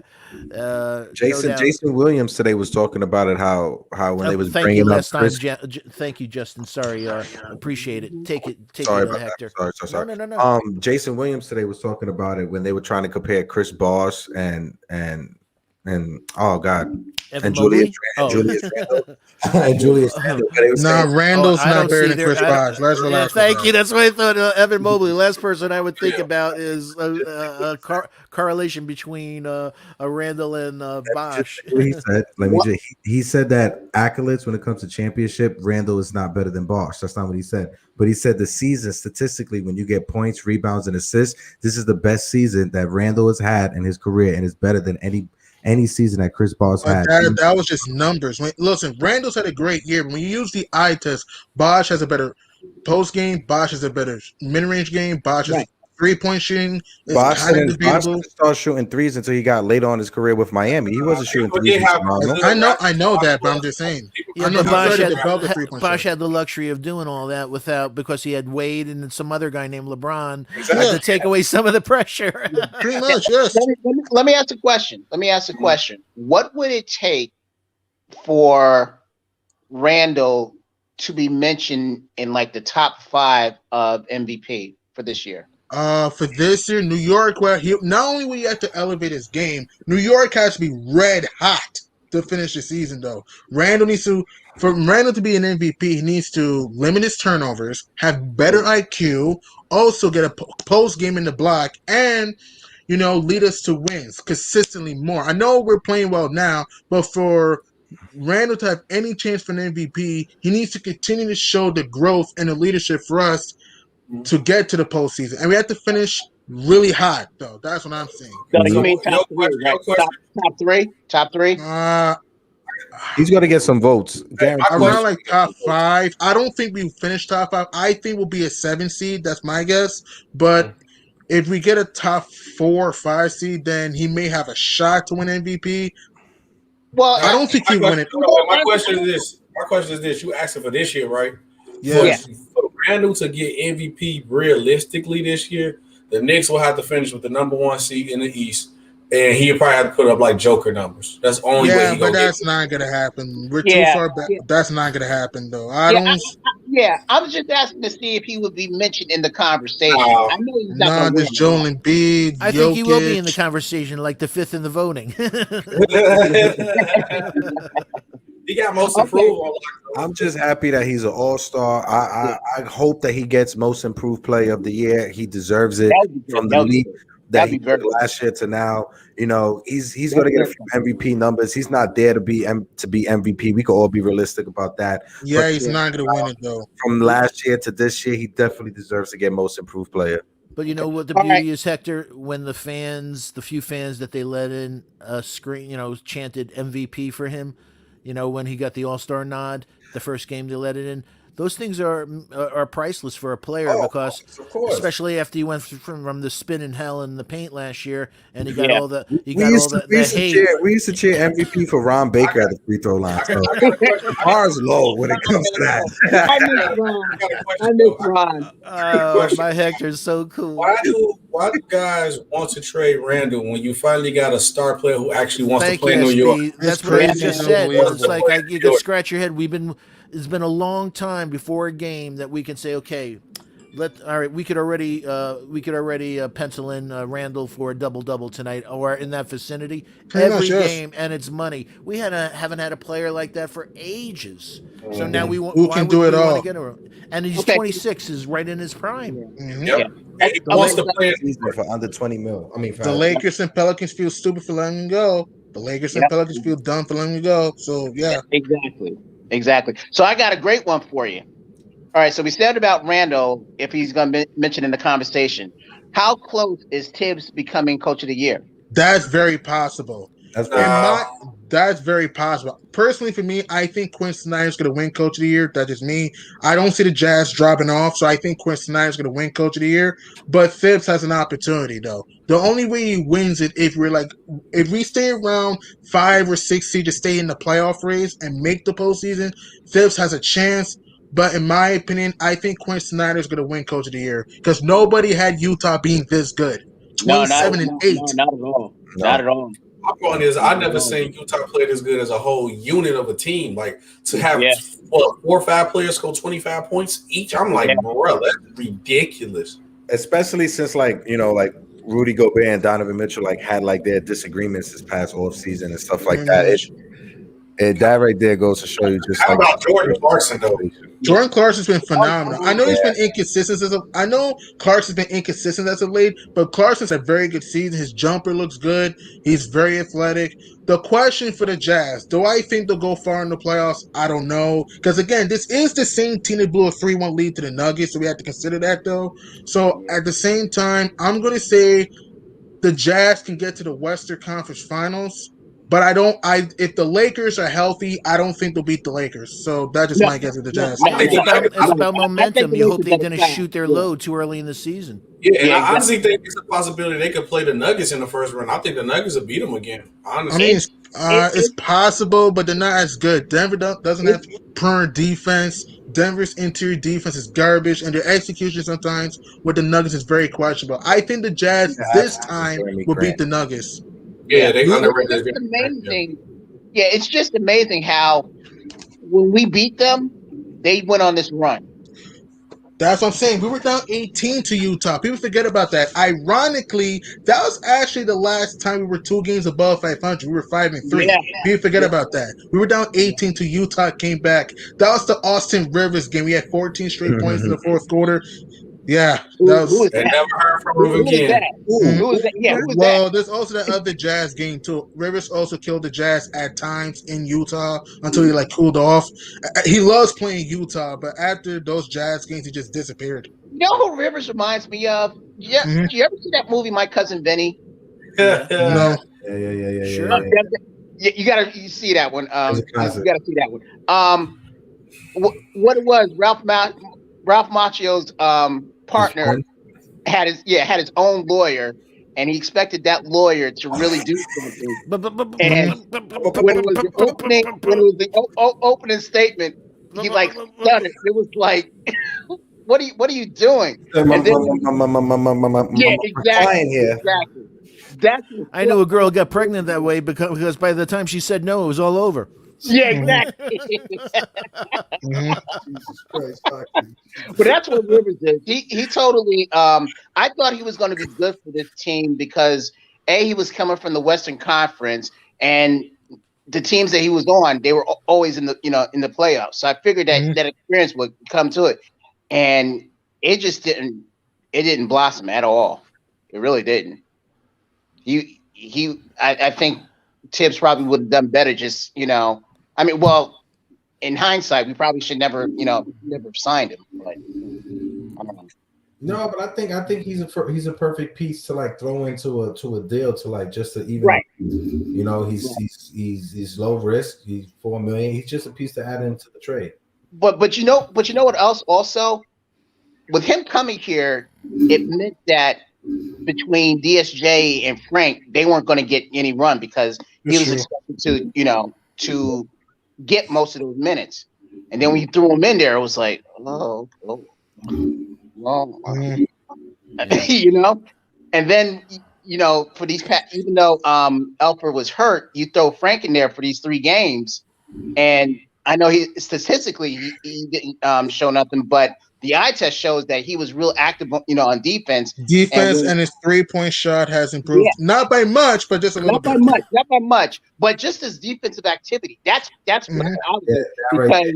Spinning around, guarding 2-3 players, one. Yeah. And then like seeing him and IQ, because IQ speed is ridiculous. So like him and IQ switching off of players and IQ trusting that he could sag off and cover his man. And IQ lets join those fouls sometimes. Sometimes we watch him play, let's join those savvy fouls. Kind of like a Lou Will a little bit when it comes to fouling. You get what I'm saying? And then like the past 2 games, like when Frank has gotten those foul calls, like we commit like 75% of them was bogus foul calls. Like that was just tough the defense. The whole season has been bad reffing. Yeah, it's terrible officiating. But Frank's we foul too much. Different. It really is just different. How many fouls have you seen? And when they did the replay, you're like, oh my god, he's not even like a foot away. That's a phantom foul. Hey, Fox, like the one that last night with Well, today's Tuesdays after midnight. You meant 2 nights ago. Today's Tuesdays after midnight. And Wednesday and Sunday at participating Carvel. Pretty much. Okay, the game with the Pistons when Reggie Bullock, I forget who he was sticking, and they said that that he had pushed the player out of bounds, and it's clearly he didn't. Yeah, it was true. Well, Detroit took 32 free throws. We only took 10. So yeah, that is true though. I know we foul too much sometimes, but sometimes there is some weird officiating that gets involved. The Miami game, Bam had 16 foul shots, and the whole Knicks team had 16 foul shots in that game. Well, same thing with Jimmy Butler, I think. Yeah. Hey, fellas, hold on one second. I just want to do a quick shout out to our family. And again, it's your show. Please let us know the topics and questions you want us to talk about. Pseudonym Shite, no love, Rose Love. Absolutely Rose Love. In fact, we love him so much, we're saying protect him. We got to nurture him. We don't want that rose to wilt by the time the playoffs come. Right. So we want him there. So, Elvis and Tenza, hope all is well. Winston Ellis, Bodega Wi-Fi. We love our Bodega Wi-Fi. Zakaria Anwar. Let's see. Iverson Vlogs. PBD. Juju92. Juju was a man who thought Juju's awesome, man. Stop It Videos. So all of the Block 53. So all of you, show some love for our Freezy and the old Sly Fox. Please remember to hit those like, subscribe, and remind the bells so you don't miss out on any Knicks at Night and Knicks Morning Drive broadcasts. Please share the link on your favorite social media platforms so we can grow the Blawrence Tears family. And thanks again for getting us over the 1,370 subscriber milestone. 1,500, here we come. We greatly appreciate it. Shout out to the best mods on the planet, Sima Singh, Bodega Wi-Fi, and the new Knicks. We appreciate all you do. Thank you, gentlemen. Just wanted to do that. And again, chat, let us know what you want us to talk about. It's your show. I'm phoning them. Two things, and then I'm going to get off. 2 things. Do you think Randle will make all NBA second team? It's tough. It's going to be tough. It's possible, but it's going to be tough. Okay, then the second half, if his numbers increase, if he starts averaging like close to 28 to 29 a game, maybe. But if he stays at 24, 25, if he cracks a couple more 40-point games, maybe. He just Okay. needs to get that scoring up more. And the thing that Okay. kills all of us, if we had a 3, that guy could be meaning Randall could be averaging a triple-double if he had somebody to be Yeah, knocking down yeah. shots. That's Hey, true. just real quick. Bullock comes and goes. Burst comes and goes. Yeah. Yeah. Hey, Yeah. everyone, just remember what you're about to say. Just a quick shout out, Yo Elvis Antenza for the super chat. We greatly appreciate it. Yo Elvis says, imagine Zion and Randall playing together. Try guarding that. Yeah, Randall is Zion without the hops. So, Yeah. Yeah. Exactly. but exactly. thank you, Yo Elvis. Fellas, go back to you. Just wanted to do Okay. that Well, shout out. speaking. And- Yeah, what I was gonna say, the last Sorry. one I wanted to bring up. No, it's okay. The last one I want to bring up is how good of a chance does Quickly have making the first team All Rookie? I think absolutely. Oh, great chance. Great chance. He's had a Fantastic chance. phenomenal. He's had a phenomenal year with. Well, I think LaMelo Ball's going to win Rookie of the Year. That's just me. It's going to But be this- between him and Halliburton. True, and it's also Anthony Edwards has had an all right but not great year. James Wiseman's just been banged up for most of the season. So Tyrese Halliburton's had a good year with Sacramento. So I think Quigley's going to be in an all rookie team, first team, because he can shoot the 3. He has that nice floater. He likes drawing those fouls, and he also likes to penetrate to the rim. He likes to like make our offense much more fluent. So I think Quigley's had a very underrated season, and I think it's going to be in the all rookie team. I think next year, And I'll be able to say to RJ, I did something you didn't. I did something you didn't. Yes. I know. I think next year, I think you'll see him try to assist a little more instead of going all, having tunnel vision. Yeah, I think actually next think year- he's much better in the off ball. I think that's Mm-hmm. much more. Let somebody like D Rose and stuff, and let him penetrate, and then have him standing all alone in that 3 where he's fine. Let him catch and shoot and put up that 3. Don't Right. make him think so much. What do you think of him? What do you think of him if let's say Tibbs says, you know what, I want to keep Rose as a starter and I'll have Elfrid come off the bench. Do you see them working together? Quickly and Peyton? No, because I think it's a math problem. You add Payton to anything, you kill pace. Yeah, honestly, I like. He's a But if you pace trade- vampire. He absolutely sucks the pace out of a team. He's just only a defender that has a floater. That's all he does. A defender that has a floater. That's all he is. Well, he has elite talent. Last year he was second in the league, getting to the rim only behind Zion, and actually Crazy. RJ was third. But getting to the rim and finishing are 2 different conversations. And obviously, we know about Peyton. He's played well, and obviously He's played relatively, yeah. What we said earlier, when you're number 1 in 3 categories and you're number 2 now, I think, in the league in defensive rating, you have to say Peyton had a lot to do with that. And all the haters, you got to be cool and just say he did. And people don't realize his father was a famous Canadian football player, defensive end, Elfrid Payton. So people don't realize he's 6'4". He is like a big NFL linebacker playing point guard in the NBA. So that's why his physicality, why Randall Tibbs loves Peyton. He is a big guy, and that physicality wears on people that it doesn't show up in the box score, but playing him by the 4th quarter, they're like, damn, man, I'm tired tonight. Yeah, exactly. You know how like you hear old players commenting like on contracts that players get nowadays, and they're like, "Oh, I was born in the wrong era. I wish I was born today." Elfrid Payton he was born too late. He was a point guard that should be playing in the 2000 era and the 90s era when True. 3-point really wasn't a thing. He was born too late. He missed this right now has how the way the league has developed into a 3-point oriented league. He's missed his shot. He's Yeah, backup you're right. point guard. Yeah, you're right. You're right. Because But we give him his kudos. He plays defense. He knows how to run a point. He knows how to run point guard. We can't True. say that he doesn't. He knows how to run point guard. James Mhm. Dolan has had a fascination with Elfrid Payton ever since he was in college. He wanted the Knicks to draft him. Like he's Well, always Scott Perry drafted him with Orlando. same thing. Mhm. But James Dolan has always had infatuated with the way that Payton. I didn't know that. Okay, all right, that's interesting. But Payton is a product of a bygone era. He knows how to. But he's also Can't shoot. he's a real enigma because he's one of 5 people: Peyton, Oscar Robinson, Will Chamberlain, Michael Jordan, and if I said Westbrook, let's say to have 5 triple doubles in a row. So how could a guy have that within his repertoire that he can do 5 triple doubles in a row and then be so Mr. Inconsistent after that? Why was Yeah. Rajon Rondo so good early on with Boston? Because he had the Hall of Famers and the scorers around him. Alfred Payton never had that. That's true. If you put Alfred Payne in the perfect situation with the right scorers, he's going to be phenomenal. And if he just hit 2 more floaters, 2 or 3 more a game, we wouldn't be having this conversation. Exactly. True. Exactly. All right, guys. Hey, Cornerstone, as always, man, it's a pleasure. I know you're on the morning drive, but I really love when you get on your schedule allows you to jump on at night, man. I don't get a chance to talk to you much, but I'm a huge fan of yours. Oh, absolutely, absolutely. Who gets my blood boiling? Chuck gets my blood boiling, and the guy I was talking about before about making moves.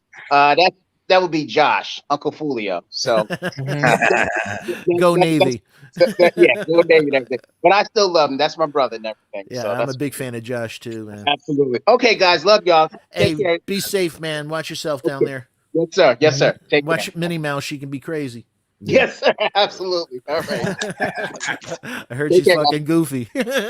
Well, speaking of Chuck, I guess that's another reason why we don't have a TNT game this year, because who knows what Chuck will be saying about us if we were on TNT, Yeah. He's just upset because he wanted to be a Knick back in the days. He's upset that he never got that spotlight. Yeah. Done with Charles Barkley. So SB, what's on top of mind to you tonight, man?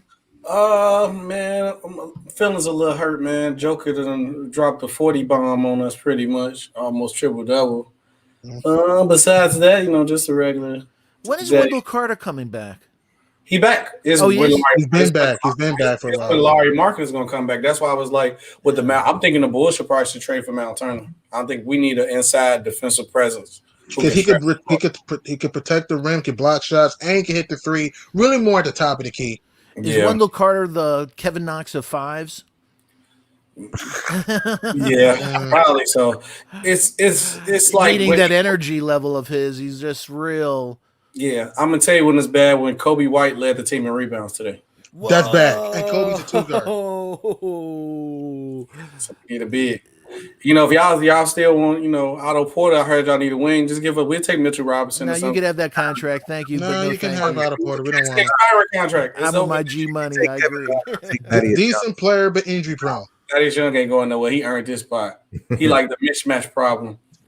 Yeah, but hey, what do you guys feel like this should have been an All-Star game weekend? I think it's pointless to me, in my opinion. I think it's too much a risk, low risk, high reward. I don't mind it too much. I think they should have maybe had a Zoom thing to give everybody that, congratulations on doing it. But there's, guys will be guys, and especially young guys will be guys. And what Lou Williams did last time. You put wings, them sweet lemon pepper Lou wings. Yeah, Gold Club, Cheetah Club, and every other club down there. And you seen James Harden was granted virtual access to a strip club as one of his conditions for going down to Atlanta for All-Star. What? Yeah. Wow. But it's that whole thing. It's like, man, you could jeopardize a whole second half of a season. It's not worth it. And also the guys that are not going to the All-Star game. So are they going to be quarantined, or are they going to be going out and saying, I want to get my freak on? Nobody's doing anything for a week. Yeah, that's a good question. Well, not only for a week. The NBA will come back Wednesday, March 10th. So half a week, I can say. And this is my problem. This is my problem with everything. I got family. I got a cousin who live in Atlanta. They said they act like COVID don't exist at all. So that's one problem right there. Then two, you scheduling everything on one day. Everything's gonna be which is stupid. That was gonna be terrible. The dunk contest is usually like 30, 40 minutes. Because they made the decision not to have the Rising Stars game, and I was hoping, just again from whether it was Quick and or RJ, because it includes Southmore. Exactly, quickly RJ, Edwards, Melo. give them at least again give them the Wiseman. props so it meshes in their head that they're being Hmm. appreciated and they're being that people are saying yeah you got great potential. So yeah, but it's all about Look, it's all about the Benjamins. So the as decisions they're rendering is not about the fans saying we want you to do everything you can so we could have a season, because the last thing we want to hear is we're pulling out or there's going to be a 3 week hiatus, and it's like you'll ruin the whole momentum of the season. Don't be stupid. I'm shocked that we got half a season in the thing with we had a couple scares on a few teams, but pretty much we got in half a season so far. But I'm like, man, don't throw the dice, because sooner or later Snake Eyes is going to come up. Mm-hmm. it's And not here's what's stupid. Why have the slam dunk competition, the 3-point competition, the skills competition on one day? That makes the All-Star game too long. And also, why not just put it on a Saturday? That is me. If you're going to do the All-Star thing, why not just do it on a Why not? I can understand the game on a Sunday, but why not do the other events on a Saturday? You get what I'm saying? That's if you're going to do the All-Star thing. Yeah. money.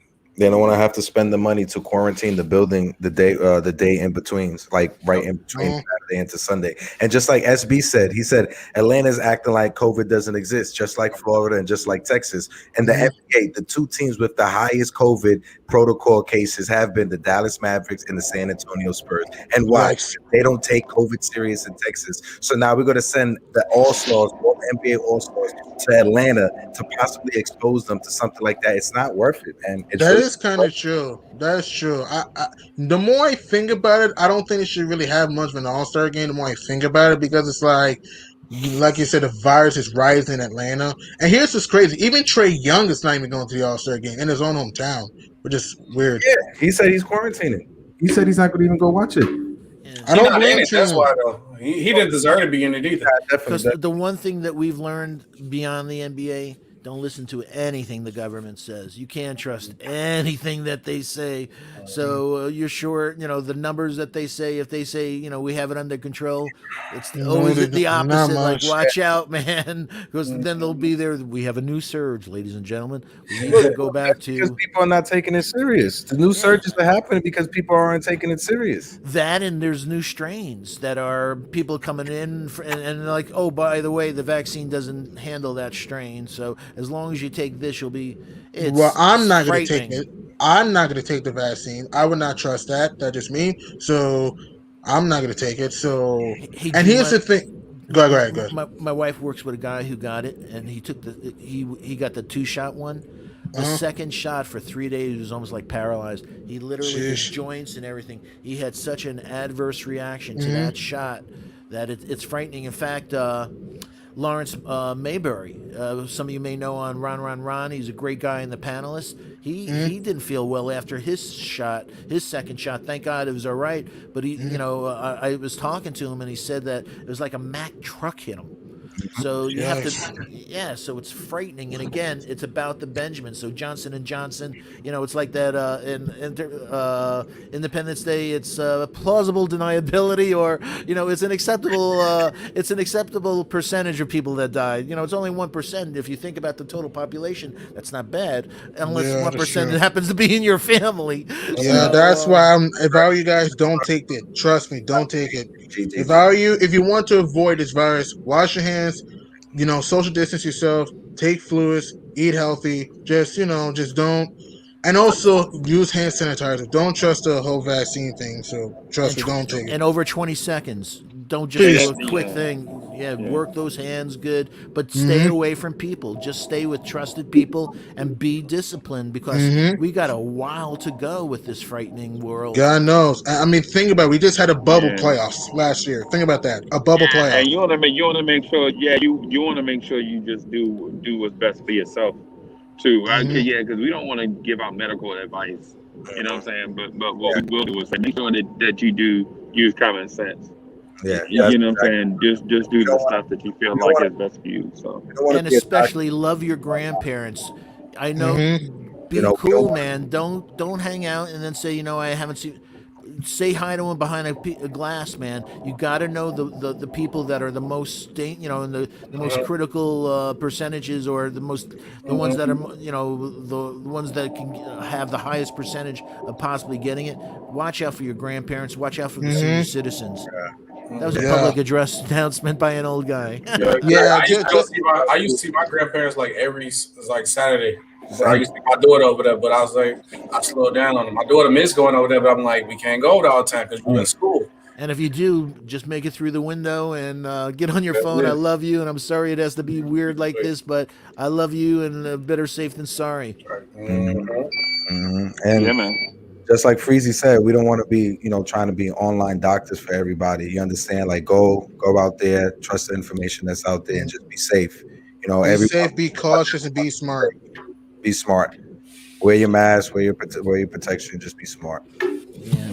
Hey, got a question from Michael Peterson. What do you all think about trading for De'Aaron Fox? I like Michael De'Aaron. Peterson. Thank you for the question, but it's just not going to happen. Not gonna happen. Sacramento's not gonna do it though. De'Aaron Fox has had a good year. Fox can fly. He's athletic. He can hit the three. He's a little inefficient, penetrate. but he's a nightmare to cover. That is true though, and look, I love Fox, but sometimes he lacks IQ a little bit though. Were you talking about De'Aaron or me? De'Aaron Fox, you're a smart person. I love you. You're a smart person. I'm talking about De'Aaron Fox. De'Aaron Fox is a good player, but he lacks IQ. Yeah, his shooting has gotten much better, and that's a weird franchise, man. I don't know, because the Kings are a joke, and you're like, but they do have some talent. They have talent. Fox, Hield, Bagley, Halliburton, Barnes. Joseph, you have all this talent, and this team doesn't mesh. The talent just doesn't mesh. Luke Walton's not a good coach. I'm sorry. His rotations are garbage. I thought he was gonna get fired when we beat him, because I said, we got. I thought it was gonna be 2 games. We got Ryan Saunders we got fired, and then I was like, whoa, is this gonna happen now to Walton? True. And didn't Sacramento blow a 9-point lead with 2 minutes to go against Charlotte? They also blew an 8-point lead with under a minute to go. They lost that game because turnovers and one by Malik Monk, and they missed 6 straight free throws for a span. The Kings, man, I'm sorry. The Kings, they just don't, they have the right talent, but they don't develop well, and their front office is garbage. That's why the Kings right now have underachieved. They started off 12-11. But since they're 1-10 the last 11 games, so if you're a Kings fan, you gotta be pissed off because you have not made. Who are we talking about now? Are we talking about Sacramento? Yes. Yeah, Sacramento. They are who they've always been. This is not a 2021 thing. This is a year 2000 thing. It's a 1985 thing. It's a 1977 they're not a good franchise. They're not a good franchise. Talented guys that never realized their potential. Pretty much. They've not made the playoffs since 2006. Vladdy's Divac's excuse for not drafting Luka was he didn't like his father. That's not a boy. But I'm sure he liked his mother, though. I don't respect that. I don't respect that argument by Vlad Divac. He was a good player back in the day with the Lakers and the Kings, but as a GM, he was garbage as a GM. He was okay, man. He was okay, but you get what I'm saying, though. No. He was European mediocrity gets celebrated crazily. Mm-hmm. Hey, he'll go down in his history as the guy got traded for Kobe. Mm. That's the only Snapple fact about that man's career. Oh, I like that. Oh, man, that's funny. Yo, I'm reading the cap right now. So, yeah, but also when you think about it, that when your players play on that type of team, and you're like, because people are like, man, the Knicks would love Buddy Hield. We need a shooter like that. Well, inconsistent, and if you look at his numbers, the intelligence of Knicks crowds. If you see a guy that's coming down the court and just pulls up with nobody there for rebounds or nothing, and just pulls up, and the crowd was like, "Oh my god!" But also coming from a bad culture, he's kind of like a Terrence Ross. He quit on his team last year, man. And one thing is having disagreements with the front office. It's another thing with your brothers that you're in the foxhole with. That you don't quit on your players, man. So Hector, you wanted to say something? No. I was gonna just like G Money said, like he's only had one breakout season. He's on par with, like he said, Terrence Ross. Terrence Ross had that one season with Toronto and then never did the same thing. Pretty Just much, streaky yes. dudes, man. You see one game light, oh my God, that dude lighted up like Terrence did for us, and then the next game 6 points. No, Terrence never played for. He played for Toronto and Orlando. No, I just meant the Terrence played against us a couple of weeks ago and lit it up. He dropped 30. Yeah, he dropped 30 and then a game later, you see, it's like he scored 6. It's like, man, they're a roller coaster, him and Heel, that you don't know what the hell you're gonna get day in, day out. And that was like J.R. Smith. Remember J.R. Smith? One game he could be on fire, hit 10 threes. I'm like, wow, 6 man of the year. Another game, or 15 from the field, 0 points, disappeared. That's JR. That's Earl right there. That's all Earl good for. Yeah. But that good coaching is what made him a 6-man. Pretty much. But the after-hour clubs in New York made him the bed, made him a lousy shooter, man. So Well, 2014 on, actually. 2013 was good. 2014 on, actually. JR. more worried about One Oak and going to the clubs and stuff like that, and untying shoes. Being an idiot. And just times on the close-ups, you're like, man, he has some good weed tonight. He is stoned. Look at JR's eyes tonight. They're almost as good as Malik Monk's eyes. Sometimes what killed me with JR, he had an attitude. Remember in Game 3 against Boston, he elbowed Jason Terry, then he got suspended for a playoff game in Game 4. We lost that game, and he never looked the same since. You get what I'm saying? Back in 2013? Yeah, that's his whole career, though. Incident after incident after incident that you just shake your head like, man, because he went from high school. He was really gifted. He went from high school to the pros and... Yeah, he went straight to the pros. Yeah, I remember that. And so he had a couple good years, but again, never realized his potential. And his iconic moment is LeBron looking at him during the game, like, "What the hell did you just do?" Oh yeah, the Game 1 thing. But here's the thing: back to that play, and I want to throw this out there. To be honest, LeBron had a great game, but he had Steph Curry on him. LeBron should have drove to the basket. So yes, JR screwed up with that play, but if LeBron just drives to the basket with Steph Curry on him, that doesn't happen. So I look at both sides. Say JR was one of the reasons why they lost Game 1, but he wasn't the only reason. Yeah, I think that he didn't know how much time was left on the clock. He had no game. That's true, but like I said, LeBron has Steph Curry on. LeBron should have drove to the basket with Steph Curry on him. Didn't J.R. Smith play rookie season in Chicago? No. He only played with New Orleans, Denver, New York, Cleveland, and Los Angeles. Yeah, and those are the only teams that he played for. Yeah. Yeah. I thought he was going to be a lot better than he was, or go to the next level, because he had a couple of years, or whether 6-man or whatever, he was happening. But he was always his biggest enemy, where, like you said, he'd do things in critical games. Like, why are you... Or you just knew that it would happen, and then we'd lose our momentum, and it was over. Mm-hmm. Pretty much. And I meant to ask, because I know y'all just played Detroit recently. Did Mr. Because I see somebody just commented his name. Did Mr. DSJ get his revenge on the Knicks, man? What happened, man? 7 points, 4 assists, and pretty much a yawn. And 1 of 4 from downtown. He was not good in that game. His jumper was off. He didn't show any athleticism. Dennis Smith, he's an average player. All right, he's played well in Detroit, but in New York, he stunk.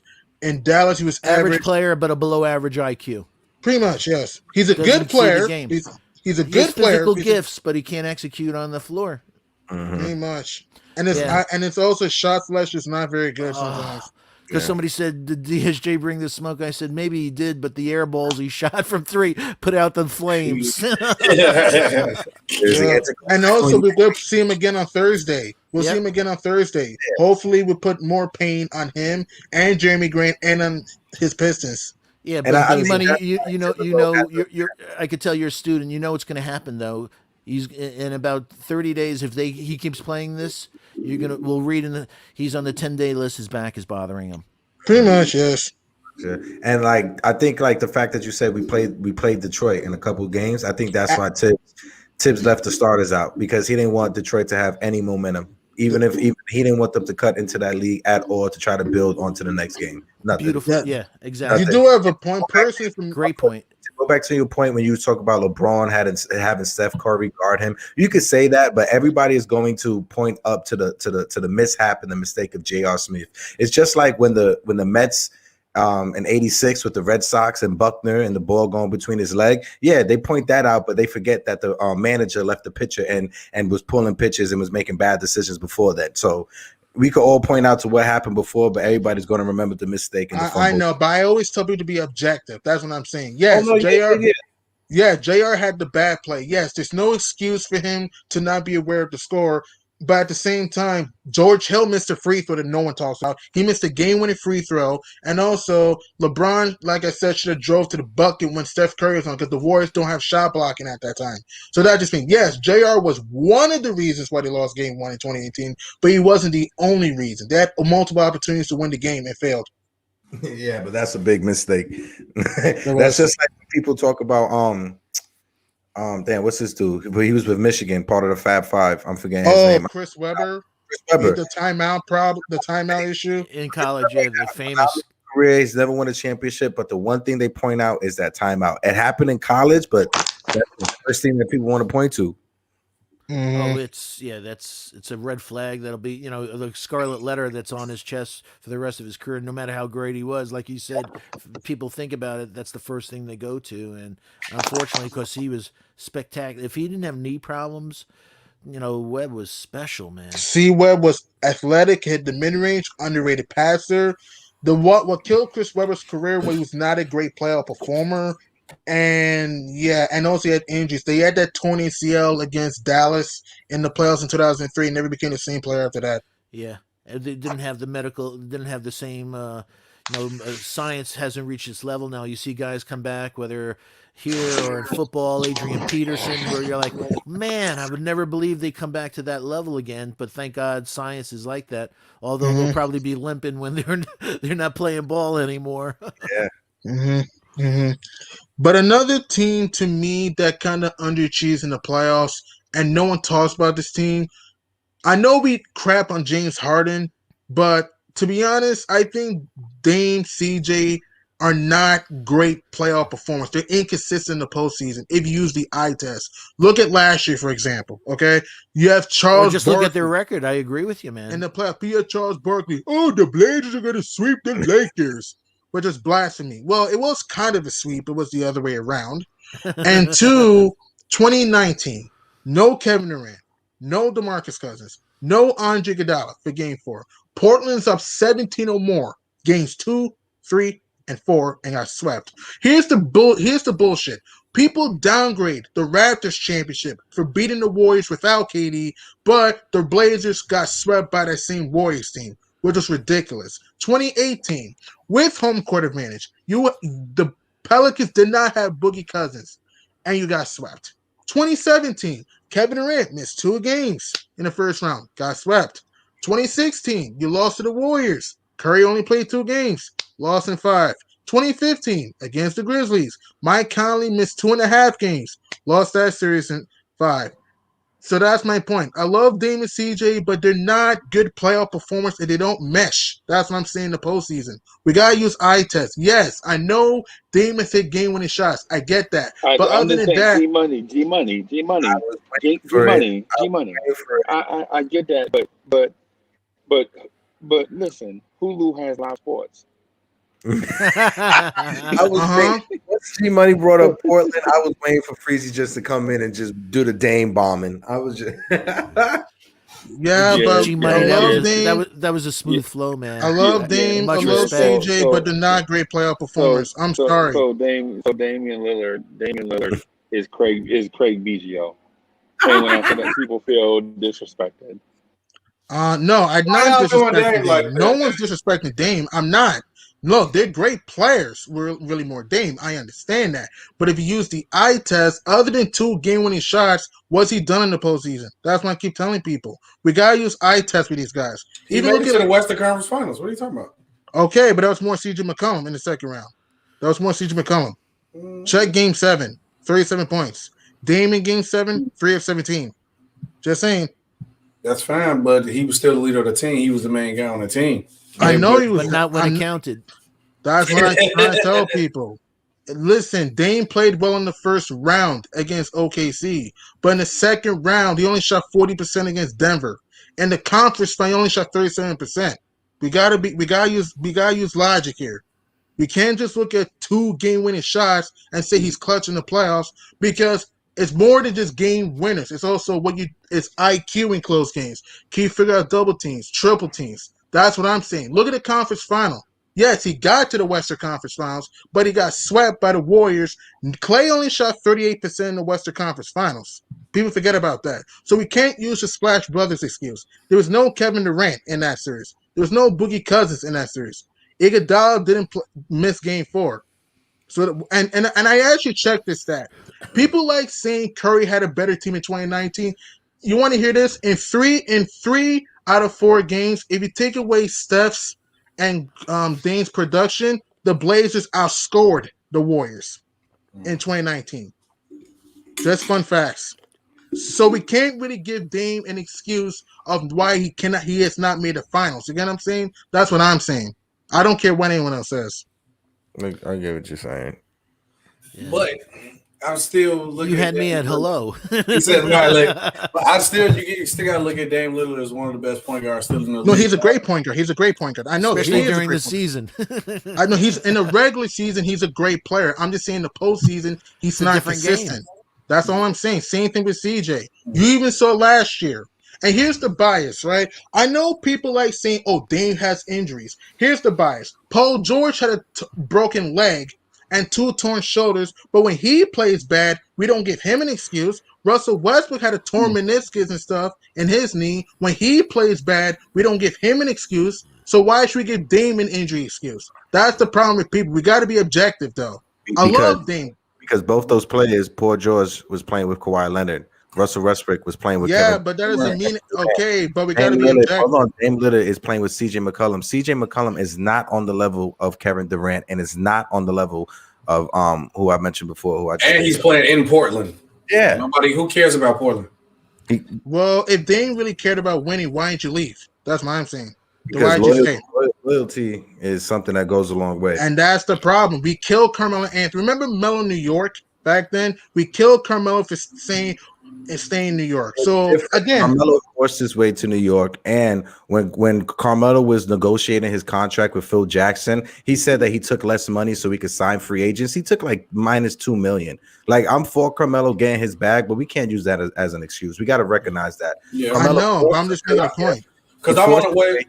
Instead of waiting to the offseason when he would have had a better team around him, where the team would have had better assets to trade to bring in that superstar to pair with him. That's true. Yeah. But he any of you guys have ever been to Portland? Who, me? No, I never been to Rip City, no. What a shithole. I had to go there a lot for business in my career, and it's like a city, especially like Portland's like a city that wants Woodstock to come back. You got all, I went there, I'm seeing all these people in person, said, Portland is the black tar heroin capital of the United States. So, I don't know, I had this vision that it was going to be the Northwest, and, it's beautiful, but the town and the people, it's like, oh man, it's like the town that wants the 1960s back. It's like, they haven't won a title since '77. That was get with me Bo the Walton. hell out of here, man. Yeah, that's a long time. And Maurice Lucas, now that's a power forward. I love Portland. I mean, listen, I love. You didn't say anything good. Portland is a all right city. Again, I love Dame, I love CJ, but I got to be honest. They're not that good in the playoffs. Like, if they don't go far, I assume CJ's going to come back. If they don't go far this year, what's the excuse going to be now? That's what I'm saying. Every year is an excuse. That's what I'm saying. Every year is an excuse for these guys. To me, Dame other than LeBron fans, Dame gets the most excuses for losing. That's just my opinion. In the NBA. I don't believe that. You don't have. Look at all the excuses people are making for Luka this year. Exactly. They're going. But that's 1 year. That's 1 year. I'm talking about Dame's career. That's 1 year. I haven't heard nobody make excuse. What they saying? I heard people cook Dame. That's not always true. Like, that's not. Some people could name, not every person. Man, did the Mavs make a mistake with KP? Meaning, Luca has game, but a lot of the things that we see is him trying to do too much because he doesn't have, that great of a cast around him, especially with the KP, especially the second half of the season. They have a lot of game on, game out. I don't know how they're going to be able to play KP for crunch time for them to make up. He's With been the injury prone. injury prone and just back to And back. soft. KP is a good player. He can hit the three. He's athletic, and he can protect the rim sometimes. But he's injury prone. He needs to have a post up game, and also the fact that About European mediocrity. excuse me. Fragile. What did I say about European mediocrity? It gets celebrated. It gets hyped. Pretty much. He was a beast in New York until he had that torn ACL when he posterized Giannis back in 2018. That's when he tore his ACL. His career has never been the same after that. So, yeah. Yeah, you mean Giannis posterized him, right? No. KP came for a vicious jam, torn his ACL, and that was it. My memory, 2018. For some reason, I thought he was trying to block Giannis when he hurt his knee. No, No, but he that wasn't. season as well, G Money. Like you even saw KP wasn't built to be the number one player on the team. You can see that, yes. After the first 2 weeks, he's I'm tired. I need help. I need somebody. It was I need the office to get somebody. It was disgusting and disrespectful. Oh, I'm hurt. I want to go to bed. I want to sleep. Hey, I'm busy. Like, come on, man. Really? Yeah. Like, Hey, Craig Mack says KP brother is a straight up punk. Yep. That's really what is. happens when you put your brothers as your spokesperson. Yep. Man, New York, just the endorsement side of the business. If he was well liked here. Man, what are you doing? You know the money you can make in New York if you're loved. Hey, shout out to Yoelvis Intenza. Thank you so much for the super chat. Can you blame Luca? KP can't stay healthy. No one's blaming Luca, but people are going out of their way to try and come up with an excuse on why the Mavericks are bad. People had them as the team coming out of the West. People had which Luca, is totally blasphemy. which is crazy. Come on, man. To me, here's Luka what don't play defense. Exactly. I was just the about to say Mavs that. don't play. I know Dallas is playing better now as of late compared to where they were earlier in the season, but Dallas is kind of underachieved. In my opinion, I think Dame gets more excuses. That's just me. Because let's look at excuse number one. 2016. Oh, the Warriors won 73 games. Listen, they were a great team. I'm not denying that. But remember, Curry only played in 2 games in that series. It wasn't like they were fully healthy in that series. 2017. It's not the fact he lost to Golden State in 2017, but remember, Durant only played in games 1 and 4, and he still got swept. 2018. I know Drew Holiday is a great defender. I get all that. But let's not act if he's Gary Payne. He's not. He's a decent player. And remember, the Blazers had home court in 2018 and still got swept. And remember, Boogie did not play in that series. 2019. People like saying, oh, Curry had a better team in 2019. Okay, the Warriors bench was weak that season. Durant did not play in that series. Iguodala didn't play in Game 4. Clay only shot 38% in the series, and Boogie was injured. And like I said, for 3 games of the series, the Blazers outscored the Warriors if you take away Steph and Dame's scoring production. Like, let's be honest. He had a decent team that was going to make the finals. And then last year, See, it's true. I was with you to the point where you said there was a team good enough to make the finals. Without Kevin Durant and DeMarcus Cousins, you can't beat them. Or at least, that's my opinion. Without Kevin Durant, DeMarcus Cousins, and Clay only shooting 38%, I can't just give Dame an excuse. You can do. They lost. It was there for the taking. They were up 17 or more for 3 games in a row. Think about that. Was Dame's team really better than the Warriors, or did Dame's team overachieve and get hot at the right time? That's what it was, because they shouldn't even made it that far. But Denver blew that series. Denver blew games 3 and 7. What I'm saying is this: that gave Portland the momentum coming into that series, and they went up 3-1, and they couldn't capitalize on the momentum. Momentum is key. Like everyone. That's key when you coming into a playoff series. And also last year, I know people like saying, "Oh, the Blazers." Talk that talk, G Money. G Money talk that talk. Somebody they making Okay, I'm just. talk that talk, G Money. He don't like I that. got to be honest, man. And also last year, but the Blazers had injuries. Look at the Miami Heat, for example. Jimmy Butler, ankle injury. Goran Dragic had a plantar fasciitis, missed 4 games of this series. Bam Plus a bad Adebayo had knee. Bam Adebayo head injury, neck injury, strain, and the Heat won 2 games. So I'm not you can say what you want about Dame being injured this or his team not being good as that, but at the same time, the Lakers lost Bradley and Rondo in the first round. In the conference final, like I said, no Durant, no Boogie, no Iggy. In the first round, 2018, no Boogie. 2017, KD missed 2 games. 2016, Curry missed 3 games. 2015, Mike Conley missed 2.5 games. So I can't just give Dame and CJ a pass for why they've not made a finals yet. That's what I'm saying. In my opinion, 2019 was their best chance. That's what I'm saying. We cannot That's what I'm saying. We cannot downgrade Kawhi's championship, saying he only won because the Warriors were hurt, but the Rockets and Blazers lost to that same team. That's what I'm saying. No. I'm not denying the fact, but I just said that Portland team wasn't not good enough. And I'm looking back on the series that I see Steph Curry was killing. Steph Curry averaged 36 during that series when they swept. 37, 36, 37, 36, yes. Yeah. So he was killing. But the whole point with Dame Dollar, that team was not looking at this team. This team was not good enough. This team shouldn't have made it that far. You got Dame Lillard, CJ McCollum, Miles Leonard, Rodney Hood, Enes Kanter, Steph Curry, Zach Collins. But that was not a garbage team. That was a good team. No, it's not. This is not a good team. It was a good team. What are you talking about? Look at the Miami Heat. The Miami Heat shouldn't have gone to the finals last year. Somebody hear a baby crying? Somebody hear a baby crying somewhere? Is that a baby we hear crying? I'm not crying. I'm giving you facts. I hear a baby crying. Yeah. How am I crying? I'm giving you facts. This is not opinion. Not you, G Money. G Money. I'm saying talk that talk, G Money. I'm talking about you can't be a bad team make the Western Conference Finals. You can't get back. You can't be a bad team make the Western Conference Finals. They just got hot at the right time. Okay, you can believe what you want, SB. If you want to give Dame an excuse, that's your choice. My opinion. No, I don't. He lost. No, I ain't giving no excuse at all. He lost. What I'm saying is this: the Miami Heat, you can argue, had less talent. Well, arguably, had less talent than the Blazers in 2019. You can argue this, and went to the finals. Okay. No, that's what I'm saying. And the Heat won 2 games in the finals when they had injuries, and almost took the Lakers to 7. So what? And Jimmy Butler had no, dynamite all-star on his team. Mm-hmm. He had a good team, but not a dynamite all-star on his team. That's what I'm saying. Bam not an all-star? No, Bam is an all-star, but not. I said dynamite superstar. I can say.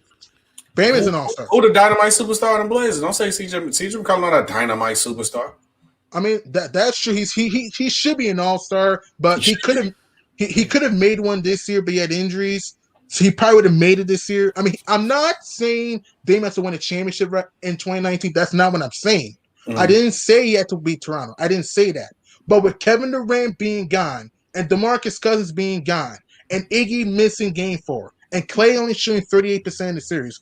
And don't forget, before Game 1, Dame said out of his own mouth, hey, the Warriors match better with us than the Nuggets. Meaning that you're saying you can beat these guys, right? Yep. You're great. Listen, Dame is a great player. He can shoot. He can penetrate. He's a great player.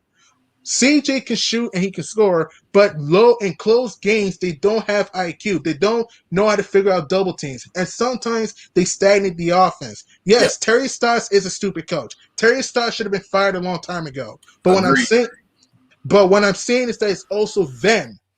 That's what I'm saying. And that is also them. And that's the reason why I keep telling people the Blazers are. Here's how I can describe the Blazers, right? The Portland Trail Blazers are like the Western Conference version of the Valanciunas, DeRozan, Lowry Raptors. They're a good regular season team. They're a good regular season team, but they fail in the playoffs every year. That's what I'm saying. If you put it that way, Foxy, I don't know if you want to do the super chat before we keep going. Yeah, thank you. Just a shout out to our brother Brad Johnson. Hey, Brad is our friend from Australia that calls in. legend for the Melbourne Tigers. Unfortunately, he's been hospitalized Man. with COVID, and he's, as he said, thanks for keeping my spirits up with his great content. Cheers, guys. Brad, I have a favor to ask everybody in the chat. Could you please just send a note over to Brad, say hi to him, wish him well, and say some prayers for our guy. Brad, I hope all's well with you. And as always, man, you're in our thoughts and prayers, and we greatly appreciate your support on a nightly basis, man. And thanks again for the super chat. We greatly appreciate it. And also, and there's a comment again. One, I'm a Knicks fan, so Yovis, I'm a Knicks fan. I'm not a Blazers fan. I'm a Knicks fan. I was gonna say, you see, you're a basketball fan. For you to know the knowledge you do, G Money, you're number one in my book, man. If my hard drive ever breaks, I'll just invite you over to the house. I don't need no more encyclopedias, G. Like, just let me get your number in the private chat, bro. I'll do that someday. Not right now. No, G Money, man. Much respect, man. You're killing it. Yeah, you really are, bro. You're man, normally the speed of like the conversations I normally have like this is normally when I'm on Twitch debating like people on politics. So you really keep me on my toes, G Money. Yeah, man. When I have a basketball GOAT debate on my channel, man, I might need you on that, man, to get you on get on the GOAT debate. Thanks, man. Thanks. And I just hate narrative. Careful what you ask for. This is a ringer, man. No, that's why I want it. This is a killer. I just hate narratives like the media tries to tell me. Like, you had the media saying that, like that LeBron had no help, which is ridiculous. You have people saying that Dame is the best, clutchest player in the NBA, which is even more blasphemous. Another thing too is, Nick, I'm not trying to make this into a media, situation, but Nick Rice, sometimes his knowledge of basketball is very questionable. Same thing with Max Kellerman. I remember one time Max Kellerman said that KD was not a top 5 player, fully healthy. Like, what the heck? Yeah. And see what the problem is with the media narrative, because that's what the side I work on with the media. They just say any and everything that they know that's gonna get people to react and everything. It gets annoying sometimes. You know the beauty of it though? That's why they tune in to watch us. Exactly. It's all reactionary politics nowadays. That's all it is. We got the facts like G Money just spouted, man. We got the facts, we got the experience, we got the knowledge. We're not doing all this stupid shit for clicks and all the, or just trying to be an antagonist and bring up things where you're like, that was a terrible take, man. Don't waste my time. And then I remember our chats. I remember one time Skip Bayless said that Manu Ginobili is a Hall of Famer, but he said he was buried in Hakeem Olajuwon. Like, what the hell? What the hell? What? No, he was wild. Hey, look, I got a question because I had a debate on this, and I'm glad I got like some intelligent guys with me for this conversation. Is Robert Horry a Hall of Famer? No. I love Robert Horry. No, he's a winner. He's a winner, but he's not a Hall of Famer. Thank you. He's not a Hall of Famer. Argue that. I'm like, no, he's not a Hall of Famer. Somebody literally tried to argue, and I said, no, but he haven't done anything, and he was a high draft pick, so he really was. I'm gonna call him a bust. He didn't live up to his potential. You can absolutely say that. Exactly. He was a good player. He could hit big clutch shots. Put him on any other team. Put him on any other team, and he's the Don Mattingly of that team. Pretty much, but he was not an all-star. He was not an all-star. He was just a catch-and-shoot three-point shooter that went back in the old day. He was athletic a little bit back in the old day, but he became more of a catch-and-shoot player with really more with Los Angeles and San Antonio. Like the beginning of the prototype stretch 4. And, towards the end of his career, he was known as a dirty defender. Let's be honest. He would do some plays that were questionable. Well, Bruce Bowen was a dirty defender. Remember Bruce Bowen? Oh my God, yeah. You should put feet under people's ankles. Check Vince Carter. And that's why people. I think you learned that from Tony Allen, though. Yeah, that's why everybody said Popovich can't complain about Kawhi Leonard because he used to have Bruce Bowen doing the same thing. And then Kawhi got hurt off what Bruce Bowen used to do. Zaza. The more I look back at that play, look, the Warriors were going to win the series anyway. I doubt the Spurs would have beat them. I don't think they would have. The Spurs were going to win game 1. Let's be honest. They were up 25 in that game. They're up 23 in the third quarter. If Zaza doesn't put his foot on the Kawhi's ankle, the Warriors would have won the series, but the Spurs were going to at least push them to 6 games, in my opinion, and they would have won game 1. But that looked intentional. At first, I thought it was by accident. But the more I watched that replay, why would you slide your feet under Kawhi's bad ankle?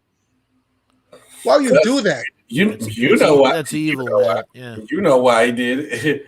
But I like same with like you. I feel like they didn't even need to do that. Kawhi would just made the series tough, but the Warriors still was gonna come out and win. Yeah, the Warriors just had too much depth for San Antonio. Yeah, the Spurs. I don't think that Tony Parker did not play in that series because he had a quad injury against Houston in Game 2, and David Lee got hurt in Game 3. The Spurs would have lost the series anyway because I just felt that if the Cavs cannot beat the Warriors, how the Spurs going to do it? So I'm just saying that the Warriors would have won in 6 games because of their speed, their quickness. So that's just me.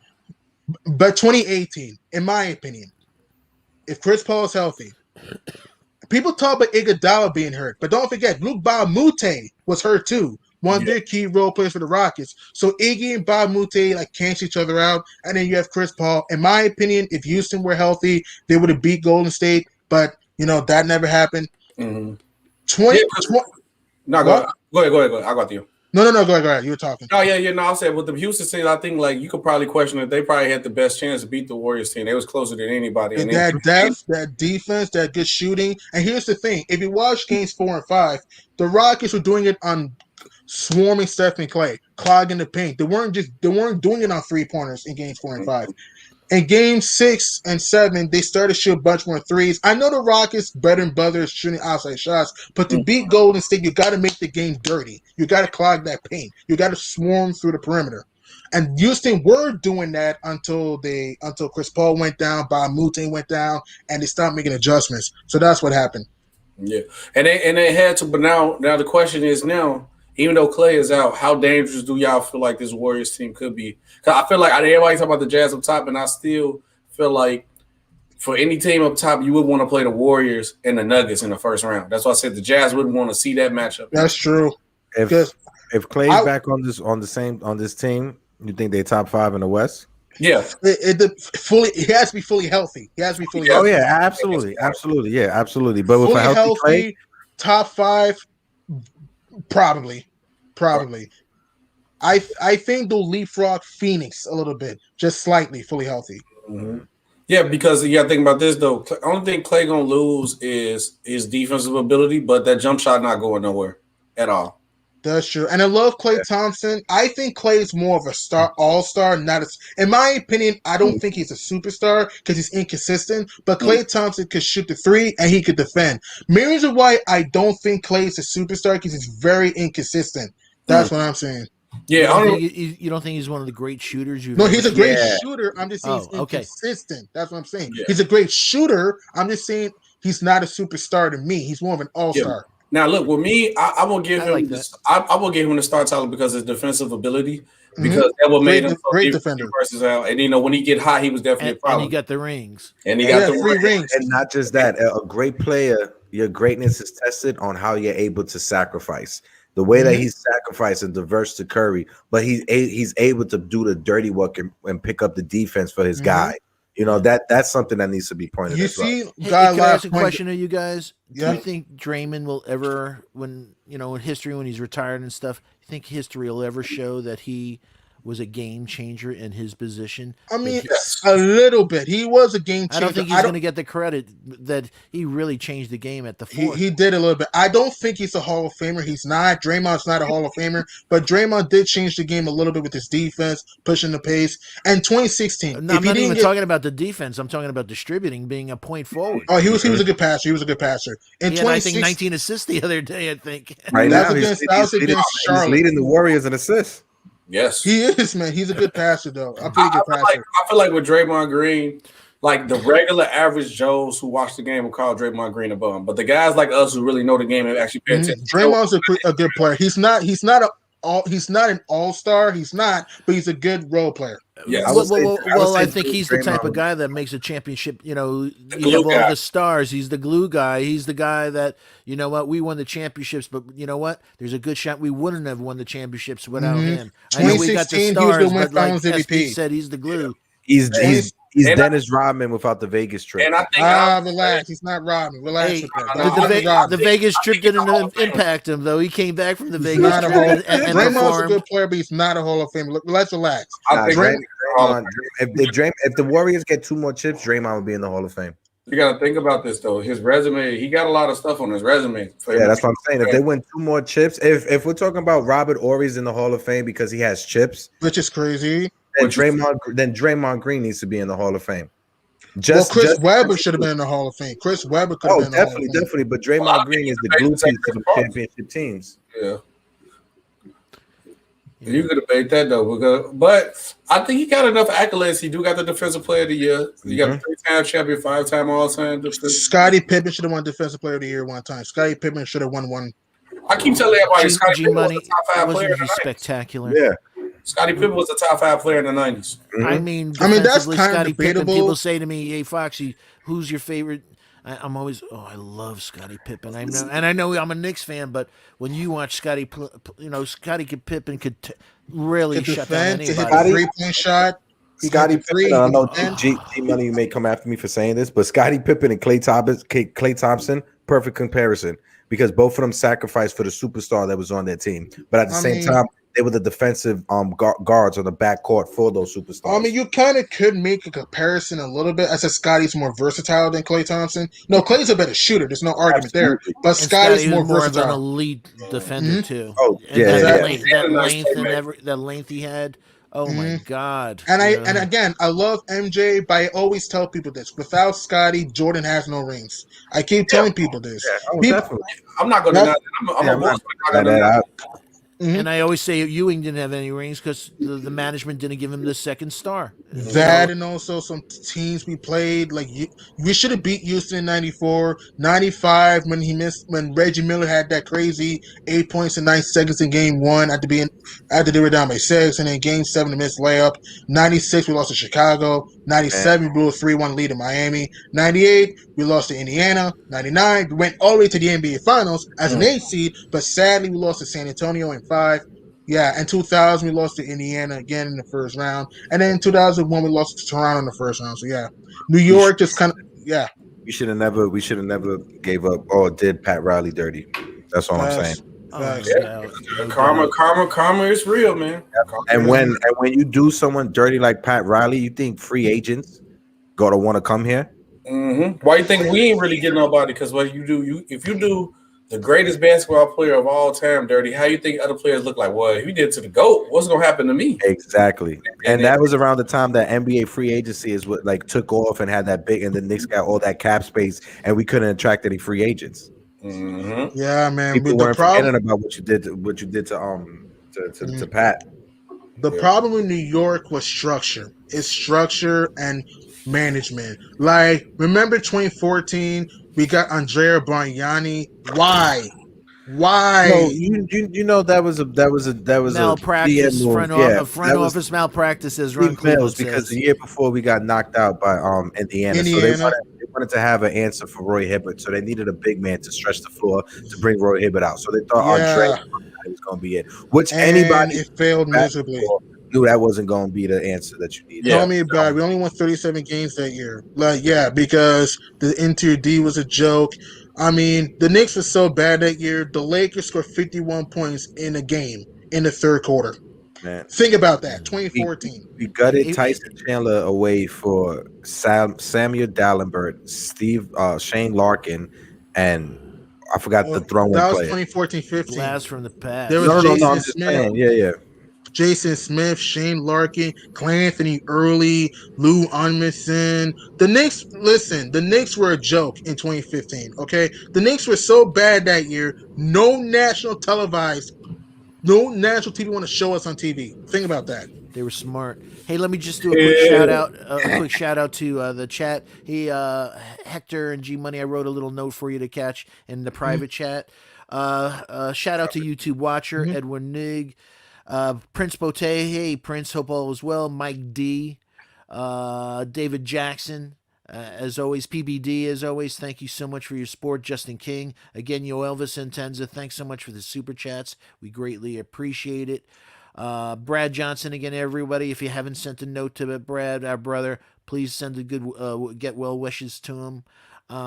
Craig Mack, let's see, I didn't see my C-Mac tonight. Sima Singh, I call him my conscience. He's always making sure from the chat that we're asking the right questions or going to the next topic. So everyone, do me a favor. We have a little under 90 people in the chat right now, and going on 2:00 in the morning. We have 51 likes. Please do me a favor. Please hit those like. Thank you. Subscribe and remind the bell so you don't miss out on any Knicks at Night and Knicks Morning Drive broadcast. And please share this link on your favorite social media platforms so we could grow the Blarence Tears family. Thanks again for getting us over the 1,370 subscriber mark. 1,500, here we come. We greatly appreciate it. And again, shout out to the best mods on the planet, Bodega Wi-Fi, Sima Singh, the new Knicks. We appreciate all you do. Well, my prediction for since today's is after midnight, it's 2 p.m., 2 a.m. My prediction for tonight. Look, I think the Knicks will win Thursday with ease over the Pistons, but I think we're gonna lose a tough game in San Antonio. Because remember, the Spurs just lost in overtime to the Nets, so I think they come out with more hunger. I'm going with the Spurs in a thriller over the Knicks tonight, but I think the Knicks win Thursday against the Pistons. What's your predictions? I can definitely see why you say that because they definitely just come out their loss, and we all know how Popovich bounced back after losses. He's a different type of animal. Mm-hmm. Yeah, it's tough. It's tough. This is gonna be tough. I actually give the Knicks a lot more credit because they come into play defensively, but yeah, the Spurs might come through. But I wouldn't doubt if the Knicks will win. I'm not doubting. The Knicks could the win. players out because of COVID may help us. Yeah, that is true. Knicks no more. I did that enough. I'm not down the Knicks. Well, we've been overachieving, and the Knicks could very well win. But the problem I have with the Knicks, sometimes when we play injured teams, we tend to get lackadaisical, like that Magic game when they didn't have Gordon, Cole Anthony. We look like garbage. Again, the Knicks are a good team, and we're extending the right direction. I'm just saying that we struggle in San Antonio all time in our history. And in fact, remember, the Spurs just dropped in the standings because the Blazers just won against the Hornets. So I think the Spurs are going to understand that, and I think that it's going to be a close game, but I'm going with San Antonio. I think this will be a game for DeRozan to step up. This may be a game for Lonnie Walker to have a big game because he hit 5 threes tonight. Last night, I'm sorry. So that's just my guess. The Knicks could very well win this game because we are a very scrappy bunch, but I'm going with the Spurs. Because I just think that ladies and gentlemen, here's a G Money stat that would probably be better from G Money, but the Knicks are now 10-4 this year against teams not in the top 10 of their conference. So another way to say it is Knicks this year are beating teams we're supposed to beat. We're now starting to beat the teams we're supposed to. That's what I'm saying with Tibbs, 10-4, and our record's 10-4 under Tibbs against those teams. So it's a big difference than our past. But like G Money said, we have a history of not playing well in San Antonio. So let's see if Tibbs breaks that curse and see the players taking it. But again, please load manage D Rose. Tibbs, if you're listening to us by any chance, please against bad teams. Let me explain to you. So I'm a big Bulls fan, and around this time it was my birthday, April 28th. I remember this day like it's yesterday.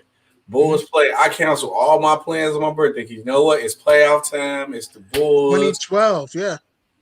I canceled my plans. That's the day D Rose got hurt on my birthday, and that's my favorite player of all time. D Rose underrated. He was athletic. He can hit the three. Can penetrate. His jumpers improved now. Sadly, Thibodeau overused D Rose, and his career kind of. There was no reason why Rose should have been in that game. They were up by 12. Chicago was up by 12 with a minute to go. Philadelphia was not going to come back. I agree. There was no reason for Rose to be still playing. I thought it was more than 12. It was 12. No, it was 99-87. Check. It was. It was 99-87. Rose torn his ACL, and Philly somehow pulled off the series though. And don't forget, Joe Quinoa got hurt too in that series. By the way, we was beat up. Yeah. Hey, I got a question though too, and how do you feel about the guys that say the Eastern Conference is not really competitive? In my opinion, because they try to call it Eastern Conference, I feel like it is because from 4 through 10, if you lose 1 or 2 games in a row, you can find yourself at the bottom of the top. I feel like it's more competitive because every game counts. Absolutely, every game does count. People can say they could try to point to that and try to point out weakness, but that's the same argument people try to use against LeBron for when he was going to the finals with the Cavs before he went to Miami. Competition is still competition. You still got to come to the state. You still got to come to the arena, lace up your shoes and hit that floor. Just like when we say that we can't sleep on the Pistons because it's an NBA team. Competition is. They just beat the Pistons, beat the Celtics twice, Lakers, Suns had to be down 23. I mean, there be a lot of good teams. The Pistons are a bad team, but thank God we took care of business, not Like letting up. I understand what you saying about the load management completely, because I was having flashbacks to that whole Bulls series, seeing Randle still on the floor of such a big league. But I get it. I get why Tom Thibodeau did it, because we played the Pistons, like I said before, and right after the Spurs, You don't he want to didn't give want him any moment. You no don't want to give him any momentum, hope. no To hope. make it a game at the end, Step or on their neck and Or put them even- out of their misery. Or even if you brought it down to like single digits, don't want to give them no type of anything, because you don't want them trying to game plan into the next game. Like, oh, maybe we could do this or maybe we could do that. No, put your foot on their neck and step on it. which we did just that. But Well, we I like did when you just talk that. that way. Which we did just that. So, Yo, but SBS gave you a follow but too. On Detroit, look, I think we're gonna blow out Detroit on Thursday at the Garden at home, the last home game before the All-Star break. I think we're gonna send a message to Detroit that hey, you cannot compete with us. Remember, then if you're the Knicks, you want to go above 500, obviously going to the All-Star break. Because look at that, because our schedule is tough. Let me bring up our schedule in March. Let me bring up a schedule in March. Hang on, because after San Antonio, Detroit, we got Milwaukee on the road, OKC on the road. We should win that game. At Brooklyn, at Philadelphia, home against Orlando. We should win that game. Home against Philadelphia, home against Washington twice. At Milwaukee, home against Miami, and at Minnesota. We should win that game in Minnesota. So that's our schedule in March. What? We can easily go 6-4 or 5-5. Project, I just subbed to you too. G Money, I don't know if you got a channel. I'm gonna sub to your channel. No, too. I don't have a channel. I'll have a channel someday though. I have a channel someday. So You should, man. You You are should, my guy. You dropped the spectacular. bomb, bro. Thanks. I want you, please. Freezy will be coming on here in a second because 2 o'clock's my time. It's from 11:45 to 2 is Knicks at night, and from 11:45 from 2:01 onward, it's Knicks at night after hours. Nice. But you're spectacular, man. Please, I ask a favor to please come on again. You add so much to the discussion. Your knowledge, you're a student of the game. So many people talk shit, and it's an honor when you have somebody that knows the game, really knows the game. So please, I hope you're a regular from this point on, that you come on when your schedule allows, because you have an open invitation from the Fox. You are great. Yeah. Thank you guys. You guys know the game too. You guys give me more knowledge. You guys give me great analysis That's too. the point. That's how it's supposed to be here. That's what I'm saying. Because the Family. point of being here is to give people the right amount of knowledge and the right amount of objectivity. I always say this, okay? We can all have different opinions. I respect people's right to have an opinion, but the opinion, if you want your opinion to be respected and to be taken seriously, you got to talk with logic. You got to talk with reason. You got to talk with facts. You got to With be able facts. to take criticism. Like if you say something, you got to be able, like if I say something, I can't be scared that G Money is going to point me out. I can't get offended because I That's don't what I'm saying. agree I'm not with what disrespecting you're saying. you because No. again, we're all friends. It's all sports. It's Open all love. dialogue, baby. Yeah. It's all sports. It's all love. I'm just saying is this. I always tell people you do not have to respect the opinion, but you have to respect the person's right to have the opinion and respect the person. Yep. Hey, Freezy, you there? Yep, I'm here. Hey, Freezy, we have a special night. A star was born tonight. Really? Yeah, G Money, man. Yeah. Walking encyclopedia. We I know them. I like them. I love that, man. like- You know I like me. I G love Money. my stats. I love my analysis. I love people that when they're talking, they're talking and they not only know the past, but allows them to know the future because they know the past. Well, let me ask this. Hey, G Money, have you ever been on anybody else's joint? Anyone else's channel a few times, speaking some basketball talking about what's going on with life, sports.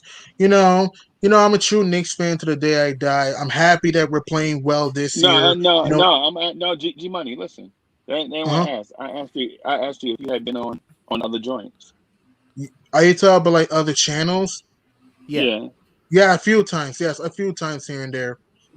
Okay, yeah, because you sound. I wasn't lucky enough to catch you on those other channels, but man, I love that we having a great basketball conversation, bro. I haven't had one of these in a while. Yeah. And I'll just give you some flavor from the chat from Sima Singh. I can listen to this show all night long. You guys are great. G Money, you made up for it.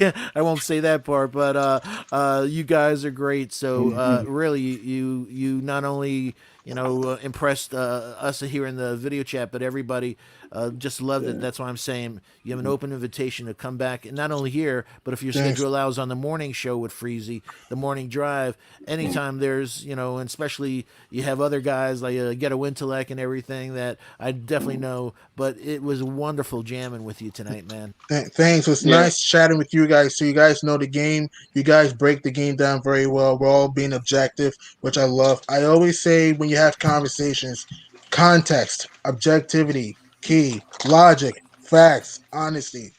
That's Yeah, what I'm man. saying. I Yeah, always man. say that's what I keep telling people. When you talk with reason, then we can have healthy conversations.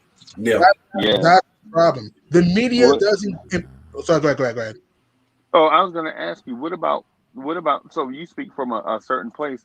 What about people that don't necessarily have positive outlooks on stuff? What do you say to people that may look at it in a different lens? I mean, Say for instance.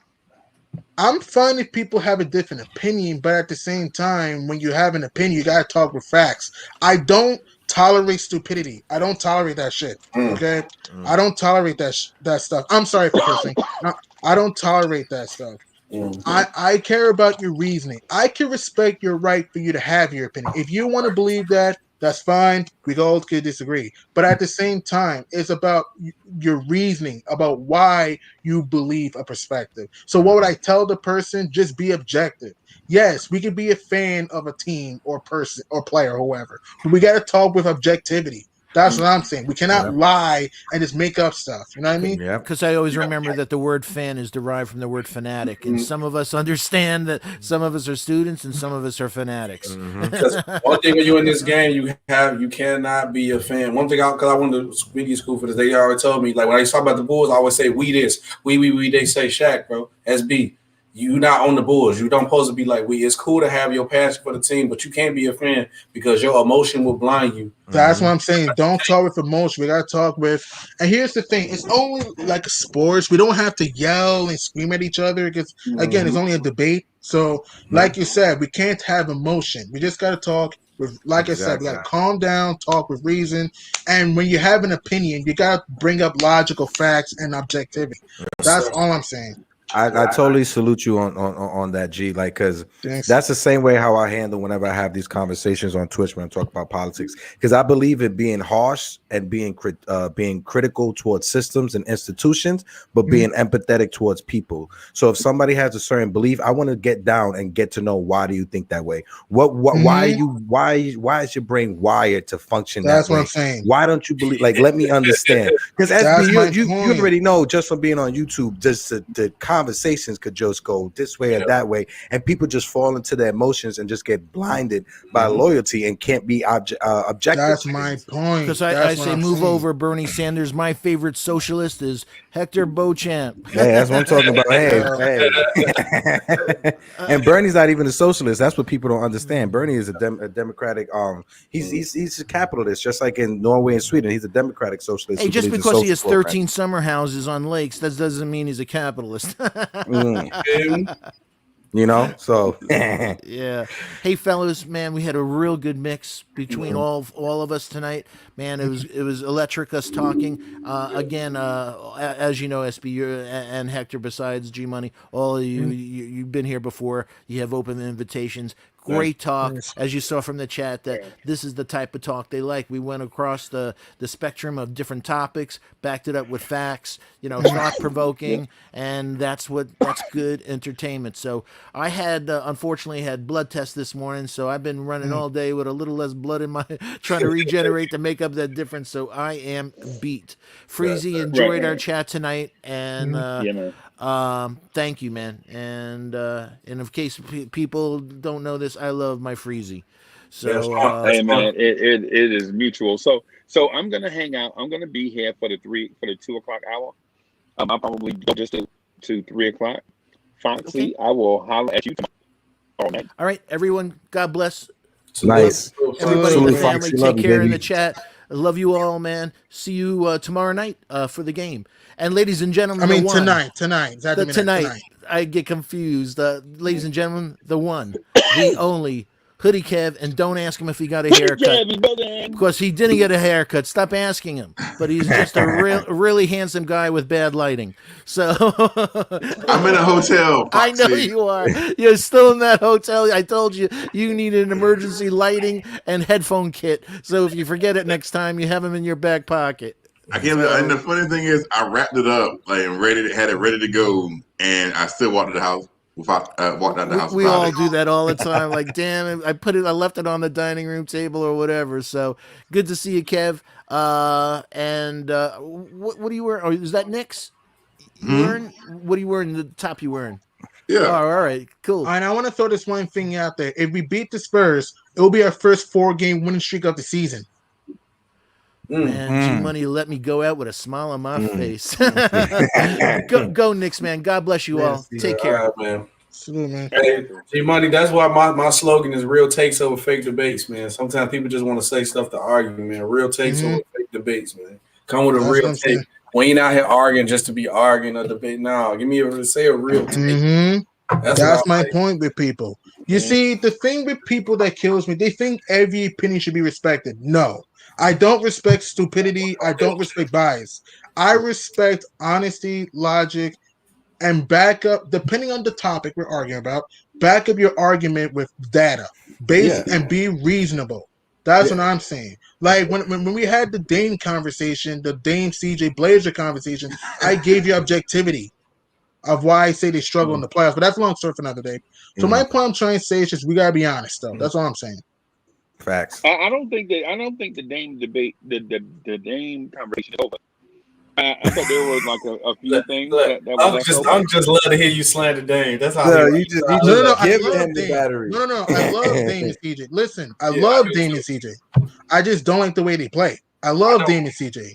Hey, it's honest to me at a point. I feel like it's time to trade one of them. And that's what I've been saying. Fire Terry Stotts. If you're Neil Oshley, who's the owner of the Blazers, fire Terry Stotts now. Should have been done. 2, you may have to trade Yusuf Nurkic. He's a good player, but he's injury prone and he's soft. Sir. 3, trade CJ or Dame. They're not going to trade both. They're not.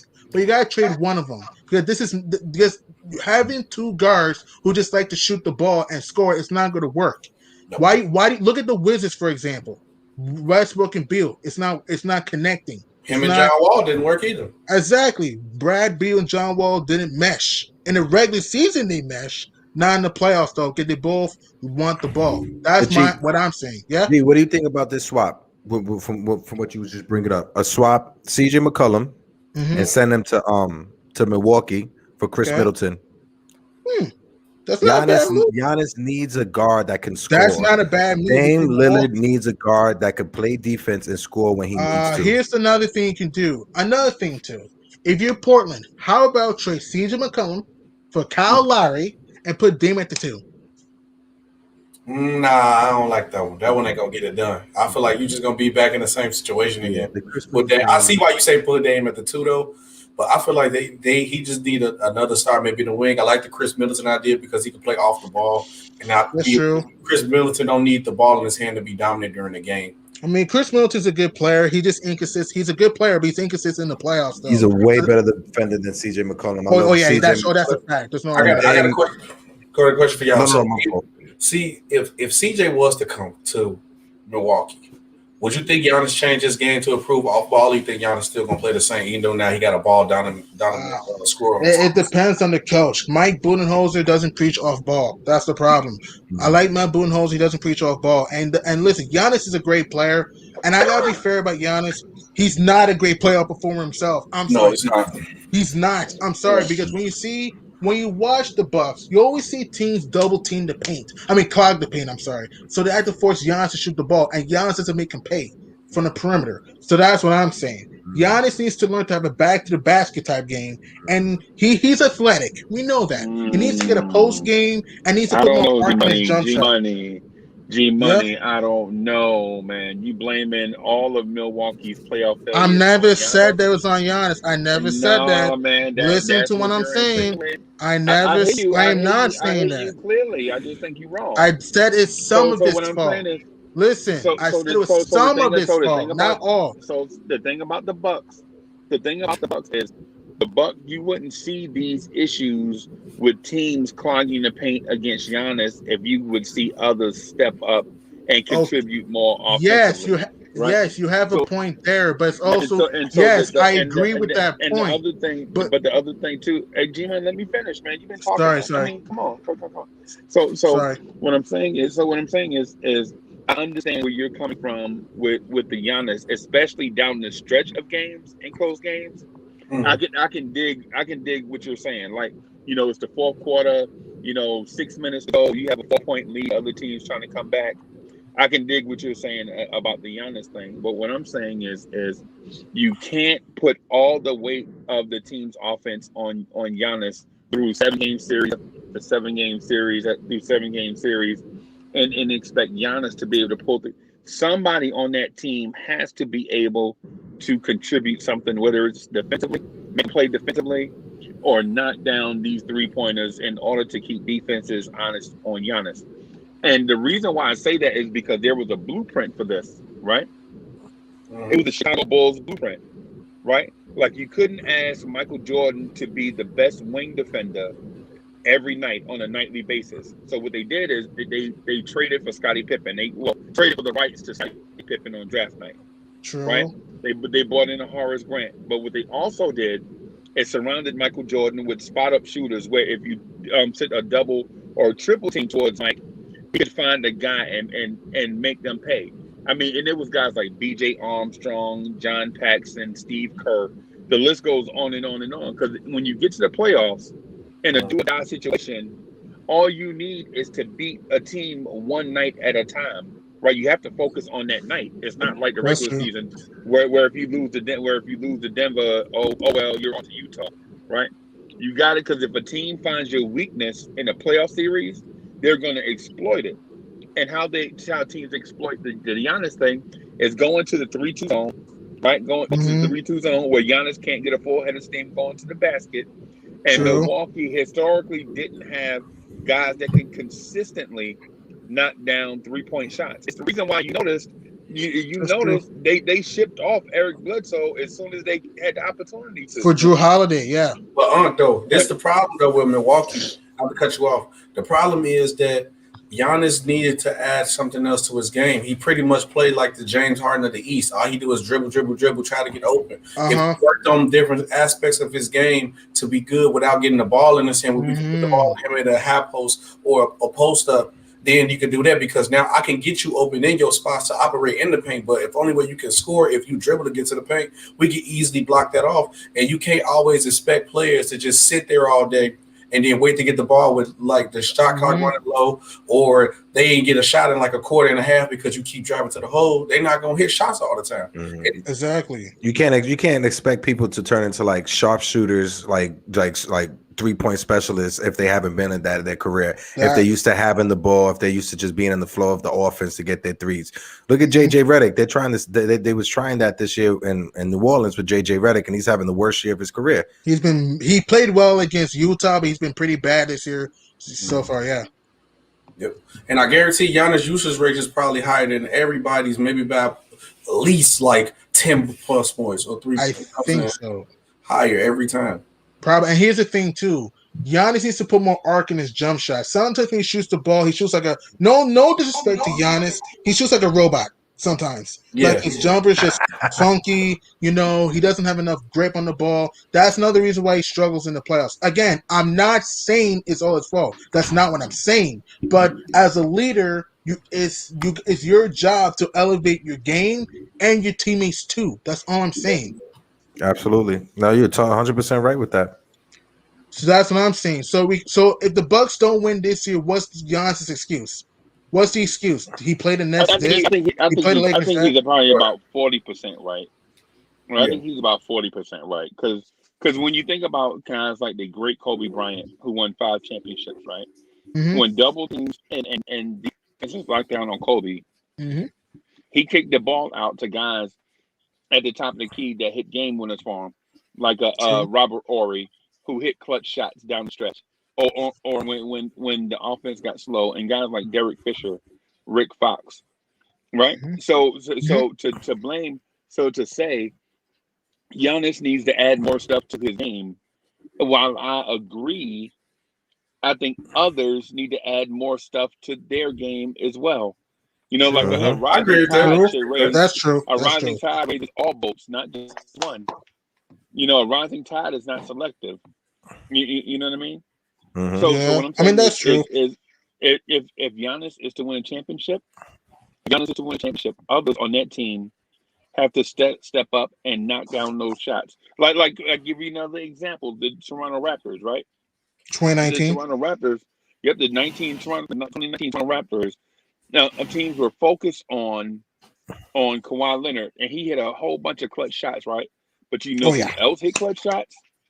The dude, Fred VanVleet. Fred It was his, VanVleet, Kyle yeah, Lowry, Marcus it, All, Danny Green. right, Yeah. yep, Fred Fred Van, VanVleet Cole. Fred VanVleet almost, I think he shot like 54% or something like that in the playoffs, and a whole bunch. He stepped his game up, and it's the reason why Toronto won, even though teams were focused on Kawhi Leonard. Mm-hmm. You know what I mean? So So But and you that's might. true. here my question is: so who will be the guy then? Do it got to be Middleton? Do it got to be Holiday? I think it has to be You Chris know, Middleton. It has to be Chris Middleton. Chris Middleton has to. He's a good player, but he has to be more consistent. Because when you notice against teams like Toronto, Miami, he tends to do too much, tends to take erratic shots. Chris Middleton can shoot, but he needs to allow the game to come to him. That's the thing. So Middleton has to step up. Same thing with Holiday. Same thing with Lopez. Same thing with DiVincenzo. Everybody has to do their job. And Mike Budenholzer has to make adjustments. He has. Yeah, I don't like it. I don't like So, it. so that's how Milwaukee can be successful. We have given. I love Giannis. He's a beast. He's athletic. He can pass. He can rebound. But we have given him excuses every time. Well, some people, I should say, have given him excuses for losing. What's his excuse this year? The Nets are a good team, but the Nets are not unbeatable. The Lakers are a good team, but the Lakers are not unbeatable. The Clippers are a good team, but they're not unbeatable. There's no unbeatable super team. You know what I mean? Yeah. The NBA is wide open. So if you're Dame, Giannis, Mitchell, Harden, KD, Kyrie, LeBron, AD, Kawhi, PG, why can't you get it done this year? Why can't you? Yeah. It's all about getting hot at the right time. Mm-hmm. Yeah. And like you're saying, other people need to step up. Because Mm-hmm. as much as we want to blame Giannis, he's trying to do it all on his own. You got to give That's him that true. credit. That's He's true. down there battling. Like he's not dribble, shoot, dribble, shoot. No, he's True. gonna play in that pain. He's gonna throw some elbows. and he's a two-way player. He is a Yeah, two-way. and he's gonna destroy you on his defense is crazy as well. And Great defender. he's literally he's a track star on a basketball court running back and forth. Yep, and you know, I have the answer. I have the answer to your question about how the Bucks can win a championship, and I think G Money just said it. Right. So what I would do is trade Chris Middleton to Portland for CJ McCollum. Yeah. Right. And that unlocks both teams, in my opinion. Right. Because if you trade CJ, you still have two guards behind CJ that can come off the bench in Anthony Simons and Gary Trent, who you like. Right. True. And then you get Chris Middleton, who is a floor spacer for Damian Lillard. Like CJ is, Middleton is not coming up clamoring for the ball from Dame. It's not a let's take turn scoring situation like it is in Portland right now. Now you have more of a flow to an offense. You stretch the floor from the top of the key to the wing area, as opposed to everything being at the top of the key. And then what CJ does for Milwaukee is take some of the scoring load off of Giannis, so that Giannis can do other stuff. Take eyes off Giannis, right? Like the defense won't have 10. So Giannis won't have 10 eyes on him when their offense is when it's their offense. Now you may have 6 eyes on you, which creates a situation where Giannis can eat. And so it's the same thing with CJ. Now instead of having excuse me, instead of having 8 eyes on you like in Portland, because everybody knows Portland is CJ score, Dame score, CJ score, Dame score. It's Yes, not the like they offense have is too predictable. Too It never predictable. works in the playoffs. right, and it never works exactly that exactly. So And now that you is why put they struggle in the postseason. CJ and Dame. Again, they're great players, but I'm saying that they struggle in the postseason because sometimes it's also they take too many erratic shots. So that's what I'm saying. So that's another thing Portland needs to do. Okay? Look, CJ and Dame is a great backcourt. We know that. But in the playoffs, the way they play, especially against a high IQ basketball team like the Lakers or the Clippers, or if they're lucky, if they make the finals, the Nets, it's not going to work because teams are going to double team Dame. Teams are going to force CJ and Dame to take tough shots, and that's the reason why I always say they don't get it done in the postseason. Again, I love CJ and Dame, but we got to be honest. Even last year told you why they won't work in the playoffs.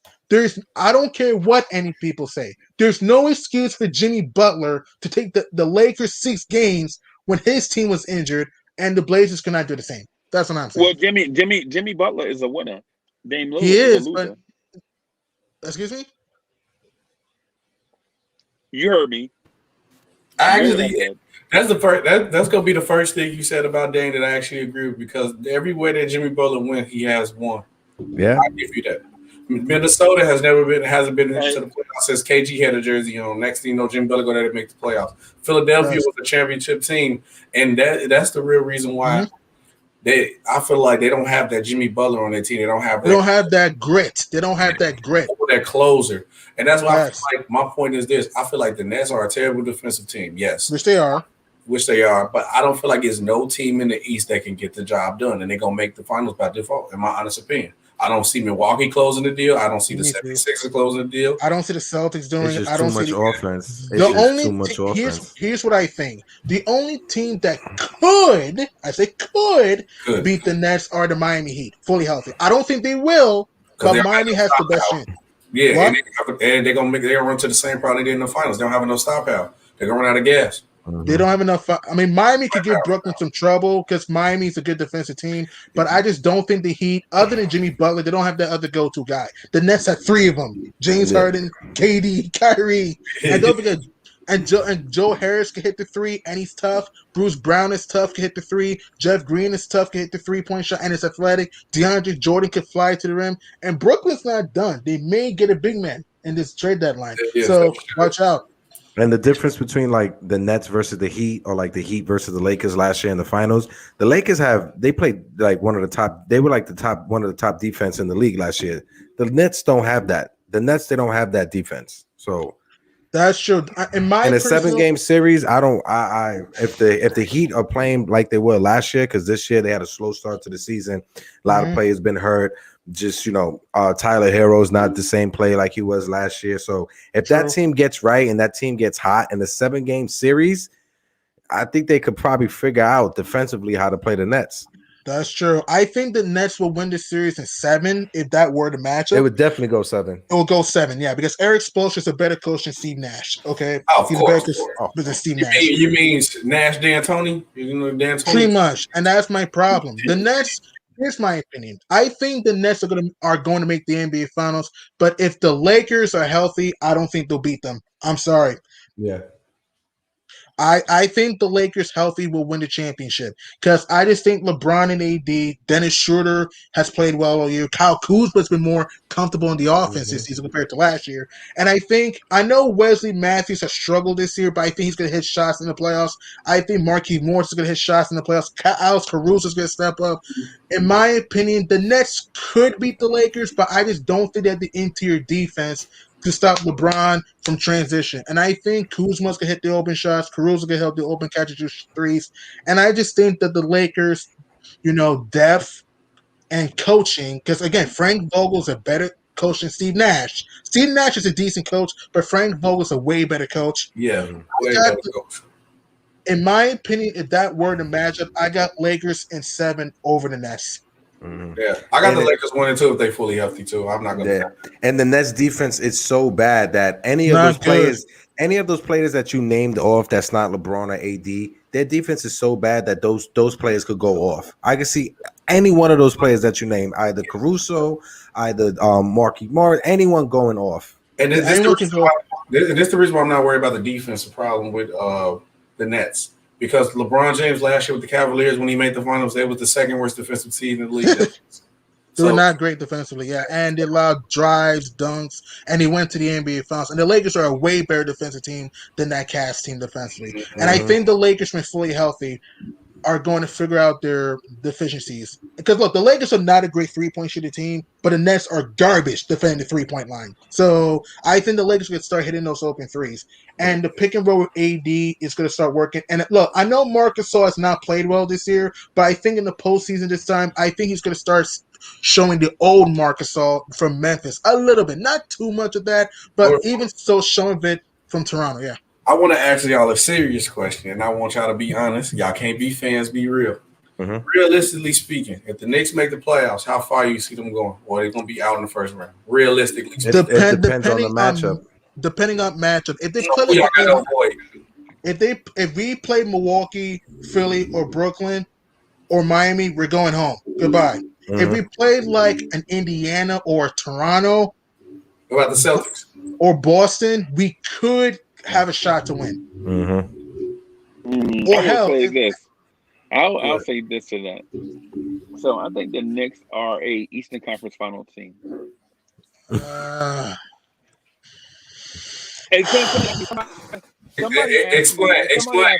Explain, please. Explain. Okay, so I'm gonna say it in the most basic term, right? So when I play golf, people say you drive for show, but you putt for dough, right? Or here's another cliche: defense wins championships. Mm-hmm. Right. Right. I think once we get into a situation where things settle in, when we know who our opponent is for the next 4 games, I like our coaching staff devising game plans to stop any player in the NBA. Right. The only reason why I'm shooting this high and not higher is because even though our offense is improving, has been improving since Derrick Rose arrived, I don't think we're a finals team. But I'll tell you this though. A defensive minded head coach, right, with time to strategize against any offense in the NBA, in my opinion, has the upper hand, even if the other team has more offensive talent.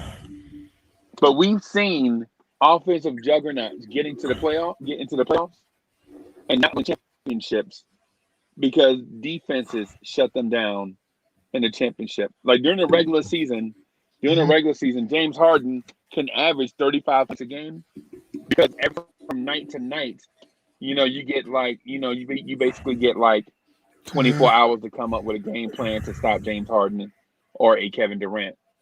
But when you get to tweak a defense on a nightly basis, like, hey, we tried this against Harden, we slowed them down, they beat us by 7.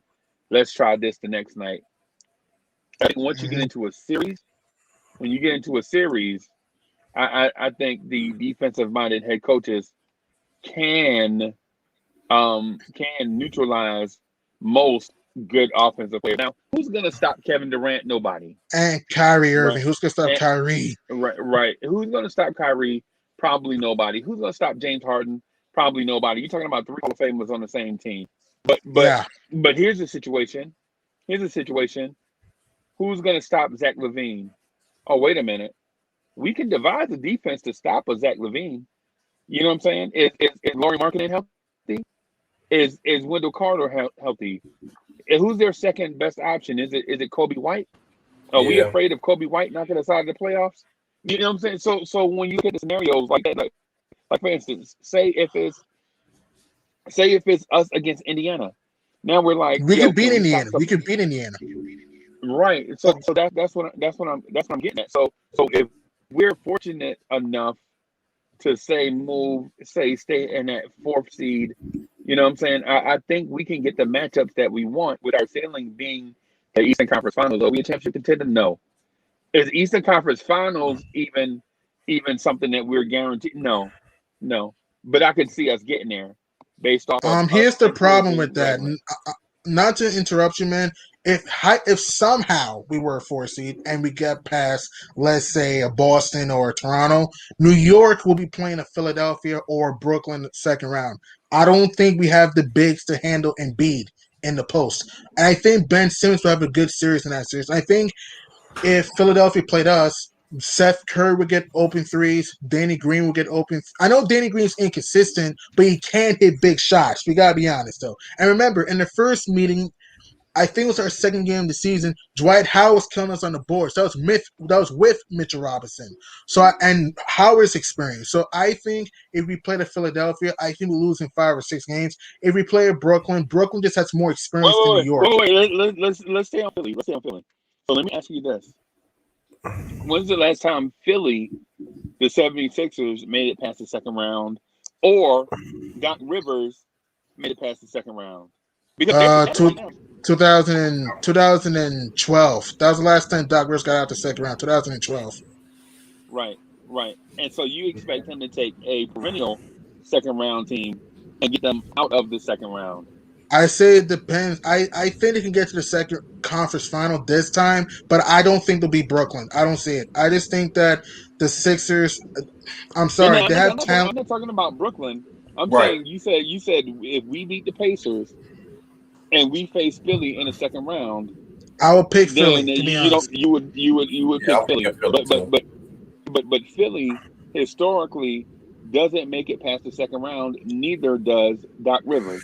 But Okay, but that doesn't matter because we don't have enough experience. And like I said, we don't have the big man to guard and beat. Again, I know Dwight Howard is older. I get that. But Dwight can still produce. Even the Sixers, you have Thibault who can give you some defense, who can hit a three.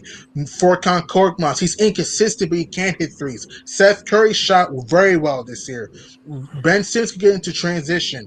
And also, the Sixers are a hard-nosed defense. So Tobias Harris has played phenomenal this year. Again, I'm not saying the Sixers are going to win the East. That's not what I'm saying. But what I'm saying is that Philadelphia, to me, has more experience, has more of a complete team than New York, which I think they'll beat us in 5 or 6 games. Because remember, Philly's a great home team. Don't forget, Philadelphia's a very good home team too. So you gotta consider that though. We're a good team, but we're not great on the road. That's what you need to understand. and then my problem I see with you guys coming in because I get you with the defensive thing. The defensive team usually always win, but I literally just said the Cavaliers made the championship with being one of the worst defensive teams in the league. So the defense only gonna get you so far because the playoffs about definitely good game planning, but the stars usually shine. And y'all really Yes. got on star in this roster. Y'all we got Randall. Randall will have to play like a James Harden, put up them type of numbers for y'all to carry y'all this far. And you And just look that's at the the thing. roster. It's not talented enough to make it this far in the playoffs. It's That's not what I'm saying, man. I mean, I love our Knicks team, but we just don't have enough experience. We don't have enough talent. talent to go far in the postseason. Look, depending on matchup, can we get out the first round? Sure. But if we play like a Brooklyn, a Milwaukee, or Philly in the second round, we lost already. We lost because we don't have enough experience to go far in the postseason. We also need that go-to guy. That's the thing. We don't have that go-to guy in close games. If at least for Philly, you have probably Joel Embiid. If we pub up Brooklyn, you have 3 of them: Kyrie, KD, and James Harden. So Yeah, y'all that's what got I'm to play saying. Giannis if y'all run against Milwaukee. But the whole point is this: Exactly. if the playoffs started today, y'all playing the Miami Heat in the first round. Can y'all I beat think Miami? to be honest with you, I'm gonna say Realistically, we fully healthy. No, I say Heat winning 6 or 7 games. anybody else? Unc, Project, Hoodie, Kev. I Realistically speaking, realistically speaking, I'll be happy for a first round win, but I don't my expectations is low. Like as long as we make to the playoff and just build on that, I'm happy on that. But Yeah, true. being a team in the second round, being Philadelphia in the second round after they destroyed us at the beginning of the season. I know In New York, but I know we're a totally different team than we were when we faced Philadelphia at that time. But hey, that right now, this next schedule, we play Philadelphia twice, so this is gut check time. So let's see what goes on between these next 10 games. In fact, we got Milwaukee twice on the road in Wisconsin. But like I said, we could go 6-4 in the next 10 games. It's possible. We got Minnesota, Washington twice, Orlando. We should win those games in a heartbeat. Milwaukee, I think we'll win one of these games in Milwaukee. That's my guess. I think one of them will get a win there. Philly, this is just a guess. I think we'll lose in Philly, but I think we'll win at home against Philly. Because New York is a team that when they play against a tough competition, they do play hard, though. So that's what I'm saying. If I had to pick either Philly, Milwaukee, or Brooklyn out of the three of them, I think we could take Milwaukee in a series. Just because the defense that we play, we could definitely lock down on Giannis. I mean, I don't think we'll beat Milwaukee. I don't think we'll beat them. That's what I'm saying. Out of those three teams, Milwaukee is one that we could probably is the one that I would say that we'll win the series against. I mean, I say challenge. I don't know about winning, but I think we can challenge. No, I'm not saying that we'll go to beat them, but I'm saying out of those three teams, Milwaukee is the one that I can see. Yeah, that's true. I would believe that you got y'all. The Knicks will definitely bring the defense they needed, but I feel like their offense won't carry them enough because that's another thing too. Our execution sometimes is questionable. Sometimes. Yeah, and it's a lot of young players too, so you want to young players to step up. Like I said, this is how you test, and this is how you figure out how do you build from this. You get this season under your belt, you see what was your weaknesses, and going into next season, you build on it, and this is how you do it. That's facts because we have good young talent. We just need the chemistry is working so far, but to me, March is going to tell us if this team's making the playoffs or not. Okay. Yep. There's no way we should lose to Washington. No way. We should not lose to Minnesota. We shouldn't lose to Orlando. We got to beat these type of teams. Milwaukee, I think we can get a game in Milwaukee. Philadelphia, I think we'll lose in Philly, but I think we can get a game at home against Philadelphia. Because remember, the Sixers are not a great road team, so that's what I'm saying. And remember, the Sixers just lost to the Cavs just games ago. So, so I think we can get a few upset wins here and there. But what New York needs is a go-to guy, another shot blocker since Mitchell Robinson's been out for a while. And we're going to need a shooter, a consistent shooter. I love Reggie. Reggie Bullock is a decent player, but he's inconsistent. Same thing with Alec Burks. So that's what the Knicks need if we want to go far. Well, Alec Burks has finally, these past 3 games, has finally returned to the form he had before he got injured to start off the season. And coming back from an ankle injury, he tried to force his way back too fast during the interview yesterday. He said it during the post game. He forced his way back too fast. So I'm not saying he's the second option or the third option, but for a bench that we have, the depth that we have, I do like it. Yes, we need that second scorer.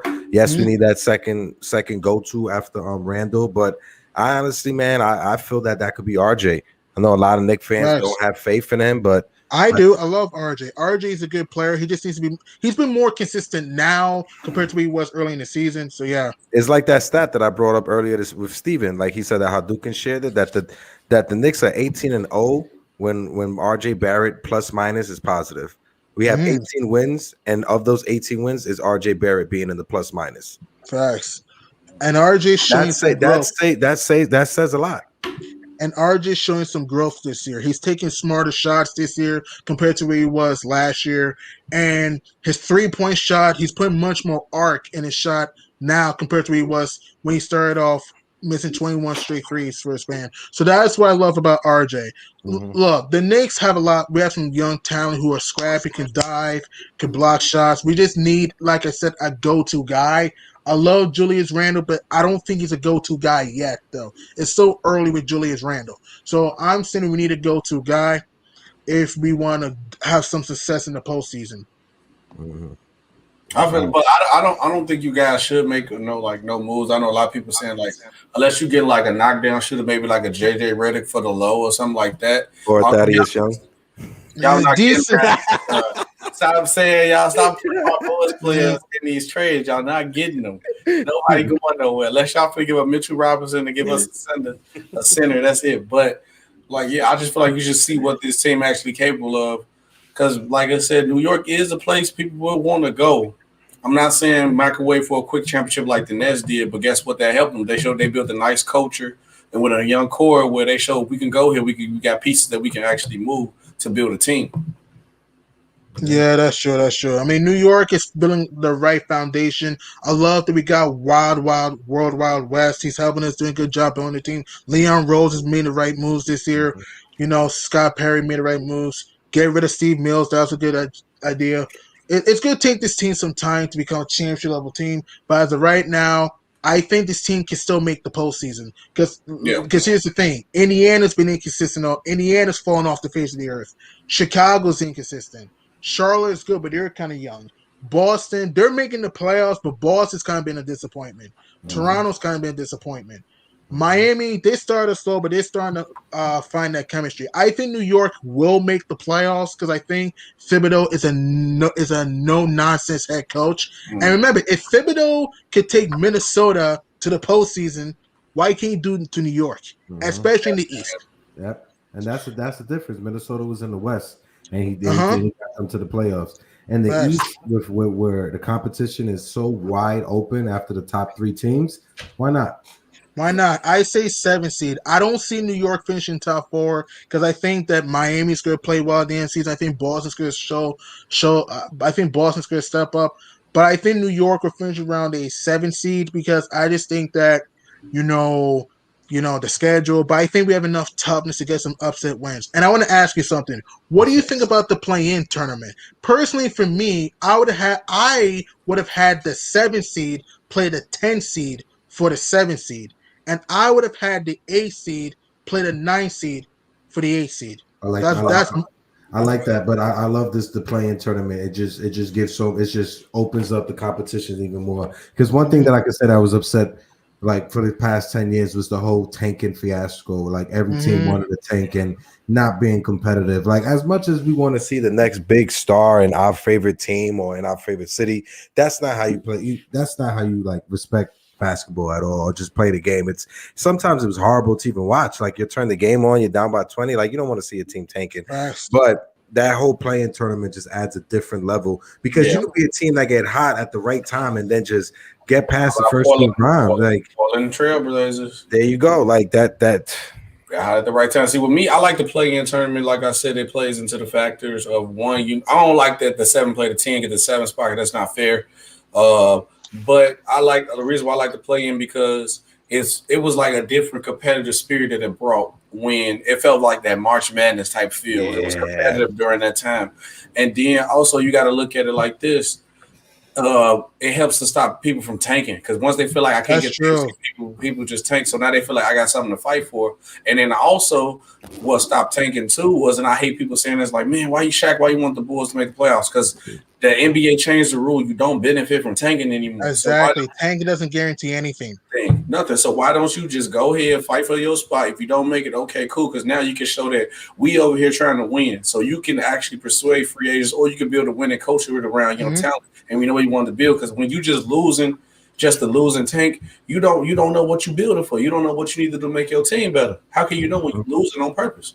And true, but here's the play-in tournament format. The format is the loser of the 7th and 8th plays the winner of the 9th and 10th. I don't agree with that. I really don't because it's like it takes too long. It costs more travel. Personally, for me, I would have had the 7th seed play the 10th seed for. Here's what I would have do. I would have the lower seed had to win twice to get into the playoffs, and the higher seed only had to win once. That's what I would have done. That's good.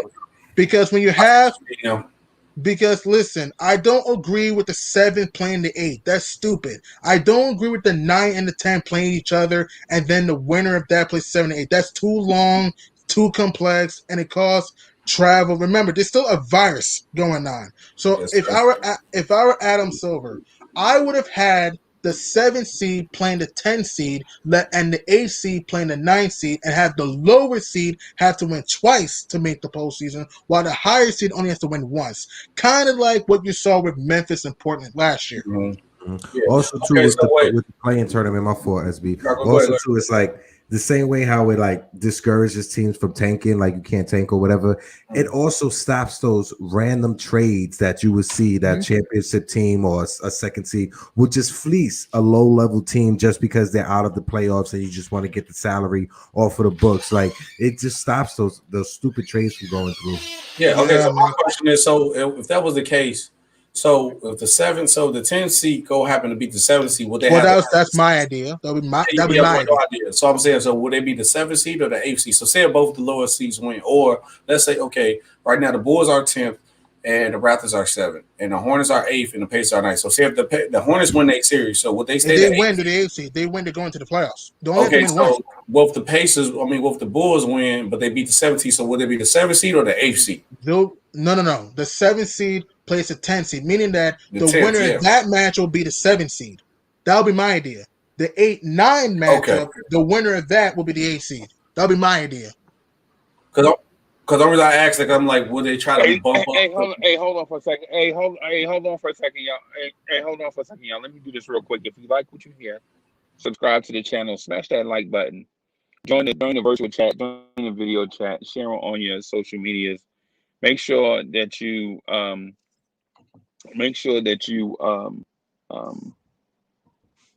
in and participate. And I just got a text from Foxy. It blocked out the screen. I couldn't see. anyways. So yeah, so y'all participate with the channel. Make sure y'all smash the like button, turn the notifications on. Make sure it's the dark bell. If you want to contribute to the show, it's Lawrence Tears on Cash App. So I just wanted to jump in and say that because we went a while without, we were chopping it up so much, we didn't get a chance to engage with the chat and all of that. So what's up, Hoodie Cab? I'm good. I'm actually conversing with the chat. That's pretty much what I'm doing and letting our panelists have the discussion tonight. Everyone's asking so why am I so quiet? I'm thinking I'm good. Huh? Nah, the conversation is dope. Even just hanging out listening. So, hey, does Karl Anthony Towns get us to the Eastern Conference Finals if we get him? No. No. I love Karl Anthony Towns. Absolutely. It depends. As of right now, no. Hold on. Right now, no. I want to hear this. Explain how. Well, first, let me ask you this: what are we giving up for Karl Anthony Towns? Let me ask that question. I know RJ gonna be gone. I can tell you that. Mitch, Unc, you said it. Go ahead, tell us who y'all giving up. No, I was waiting for Freezy because it all depends on what you give up for Karl Anthony Towns. And I understand that. That's gonna be a lot of pieces. Maybe RJ, maybe OB, maybe Now, Frank. I have been on record of saying I would give up during the offseason Julius and Mitch and some draft picks. In the offseason, they get Karl Anthony Towns, but I wouldn't do anything during the season for Karl Anthony Towns. It depends if the only way I would make a move for Cat is if I felt another team was making a strong push for him. But if I don't feel like another team is making a strong push for him, then I wouldn't engage it in season. Like one reason why I know it's going to be heavy, it's going to be more than just Mitch and Art. It's going to be a lot more than that because it's like if you're Minnesota, what's the urgency of trading him? You have him on the contract for the next 4 years. It's not like him in the front office or him in management as arguing or fighting. So it's like there's no urgency if you're Minnesota to trade him.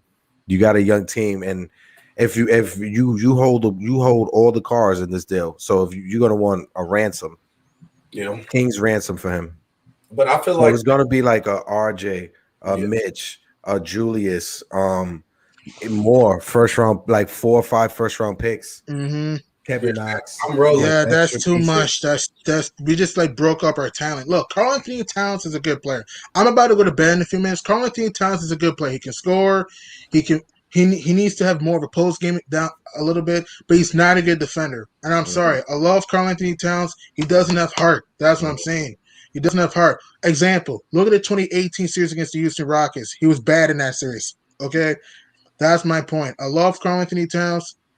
He's not a GOAT. He's not a leader. And okay? if we do a swap like a Julius Randle for Karl Anthony Towns, automatically Karl Anthony Towns is going to cost you $12 to $15 million more than Julius Randle Exactly. over the next 2 seasons. That's what I'm saying. That's what I'm saying. So if I were New York, I'm not going to trade for Towns. I'll keep this team right now. If I were New York, just keep this team right now, see where we're going in the future, because I don't want to break up this young core right now. I don't want to do that. I know sometimes in life we got to do some things we don't want to do, but in a situation like this, if I were Leon Rose, James Dolan, Scott Perry, Worldwide West, don't blow this team up. Now, this team, 2 years from now, and it's coming up when Julius is going to get extended, and maybe there's some rumbles in Minnesota that there's some friction. Maybe then is when you talk about it. But right now, or this offseason, I don't know.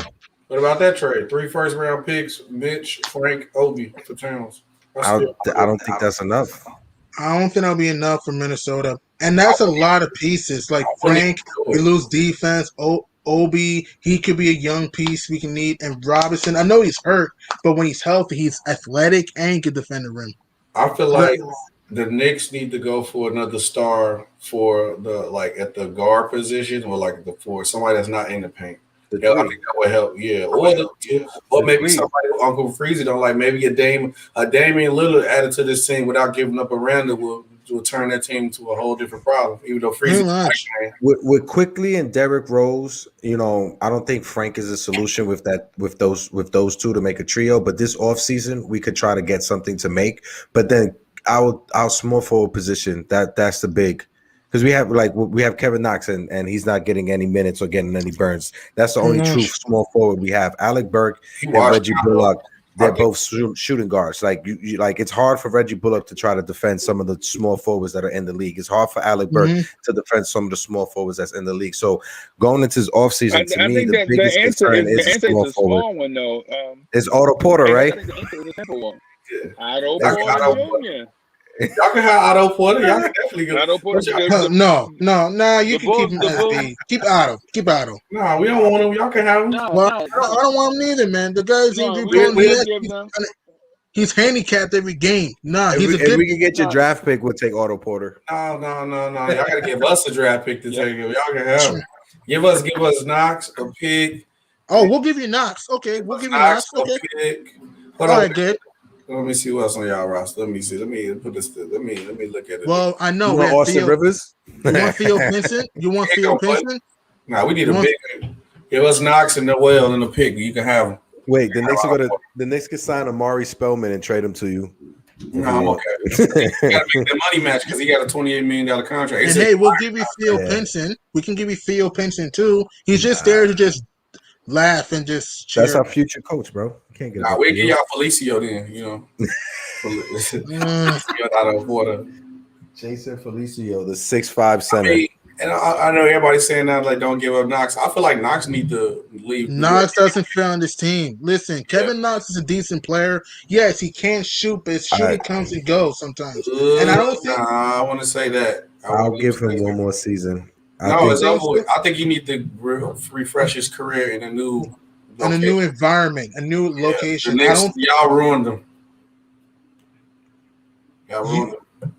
You could say that though, because I admit we didn't develop him very well. The hoodie's coming on. I don't think, to be honest, I don't think Kevin Knox is going to be on. You got to play the synth music in the background now. In my opinion, after March 25th, I don't think Knox is going to be in New York after March 25th. I think he should leave now, and I feel like he will flourish in another location. New York is just not the answer at all.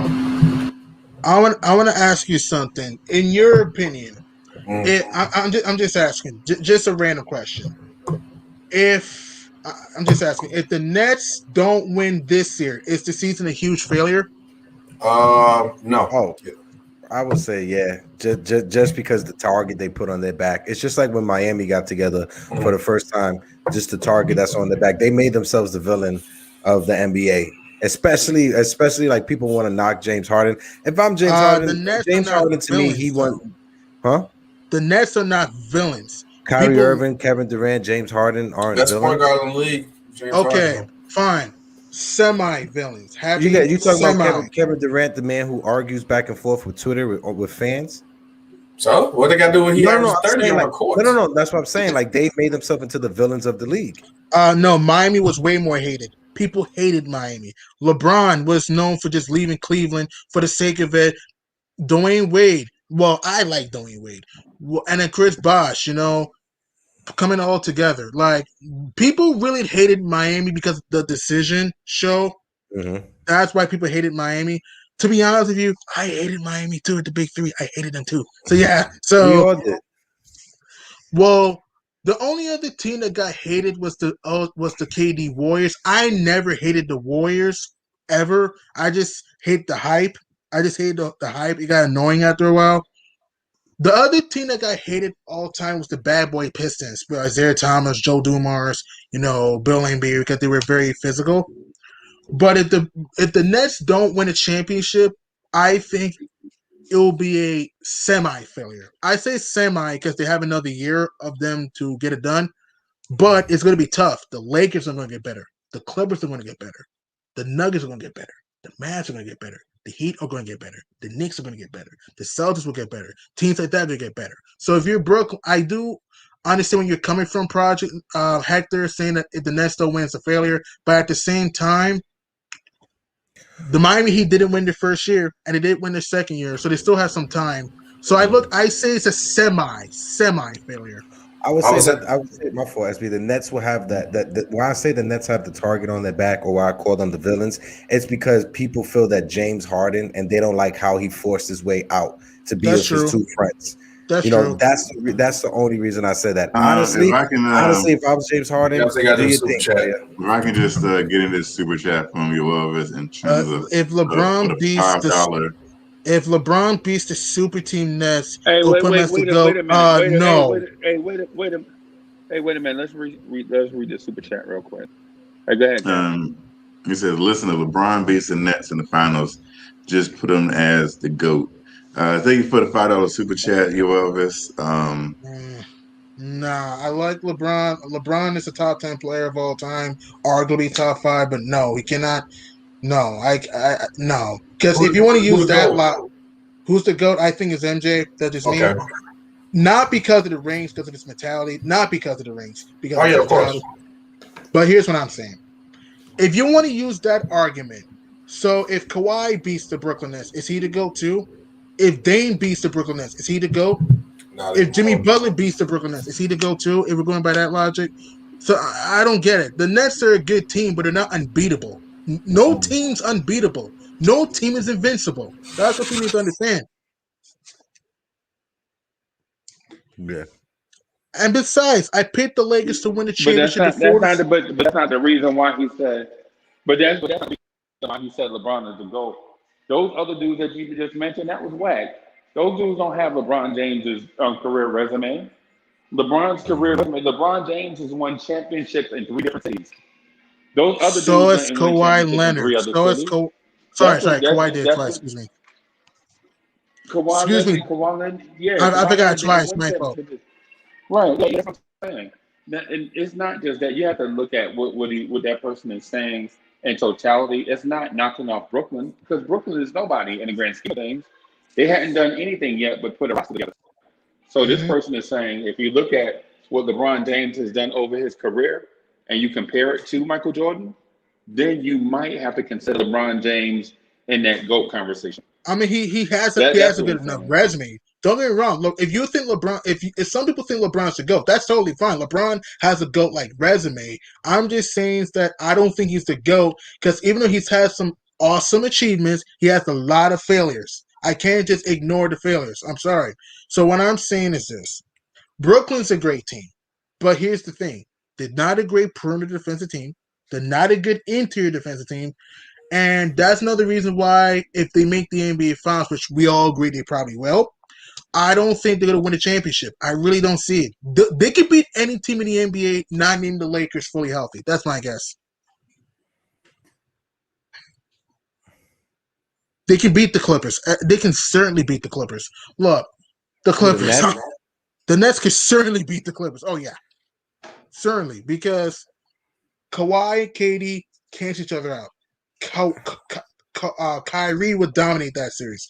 Paul George or playoff PP, I should say. I don't know if he can be consistent in the postseason. I don't know.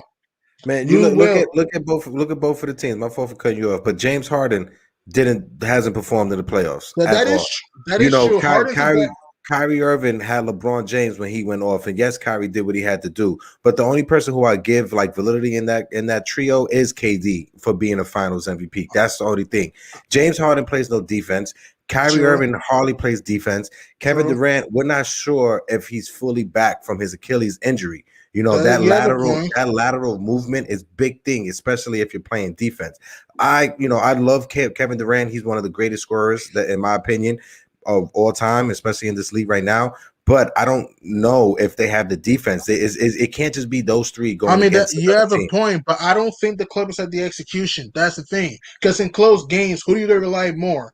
Kevin Durant? I mean, Kawhi can close. Don't get me wrong. But I trust KD more. I trust the Clippers defense. The Clippers defense I trust more than Brooklyn. Because you can have Kyrie and James Harden not going off. Hold on real quick, man.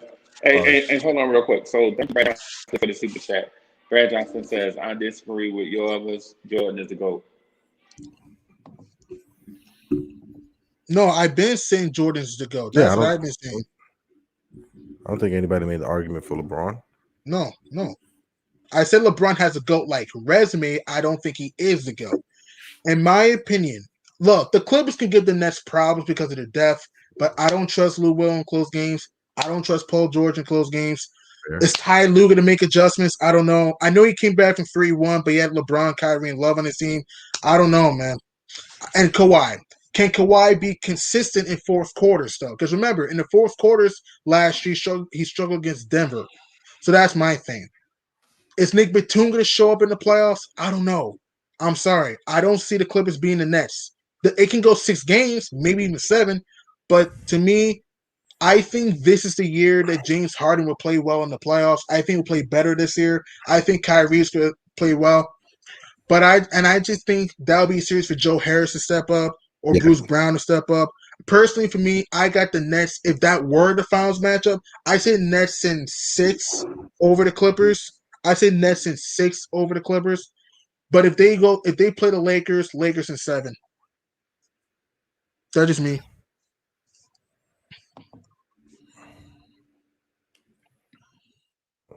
In this chat, someone in the chat said, yes, sir. I don't trust the Clippers. 3XD, I don't trust the Clippers. So I think the Clippers, because the Clippers went into last season with the cocky, big-headed attitude. I think what happened to the playoffs last year for them was they needed that. So I haven't seen that much of improvement this year for them. They haven't been performing up to par what they should be. They should be better. They should be better. They're 3 seed. Especially their point guard play has been horrible. But hey, they can take Alfred Payton. Yeah. Oh, they take Alfred Payton. They might not even get past the second round. And I want to throw this out there. If the Clippers play the Lakers, which that'll be a second round preview, I got Lakers in 6 or 7 over the Clippers. You guys, if that were the matchup, both teams fully healthy. What about you, SB? This is tough because the Clippers were built to beat the Lakers, and they actually kind of helped themselves more with the Batum and the Serge Ibaka move, because Serge Ibaka can play defense and stretch the floor now, and Nick Batum can guard the. I'm gonna say because he's older, I'm gonna say the 2 through 4, not the 1. I don't know because they so thirsty to play them, but it's just like you said, fully healthy. I can't doubt the Lakers with Anthony Davis, but I don't know. I'm gonna say the Lakers in 7. Me too, and also home court advantage. I don't think there'll be a bubble. I don't see it, and home court's going to mean something. And I just think they played in the stadium. Like I know, I said I don't think there'll be a bubble. That's what I'm saying. I don't think there's going to be a bubble. So, and remember, if there's Game 7 in Lakerland, the fans will get the Lakers through. Again, I don't care who. Again, I think it'll be a great series. But I trust LeBron and AD in the big moments more than Kawhi and PG. Somebody asked in the the super chat while we avoid Kevin Knox. What is that much? How much What more? he's Yeah, they're talking about. He's an average player. He's a decent player. He shoot a free. They're just trolling in the chat. I don't listen to that. I'm saying he ain't that much to be like dwelling on about. I just feel like he bad with the Knicks. If he go somewhere else, he might flourish. But right now, he a bum. Hey, I ain't gonna say a bum, but average. He's not a bum. He's average. Him and Wendell Carter, they play Fortnite very well together. Facts, man. I'm sorry, and for the youth.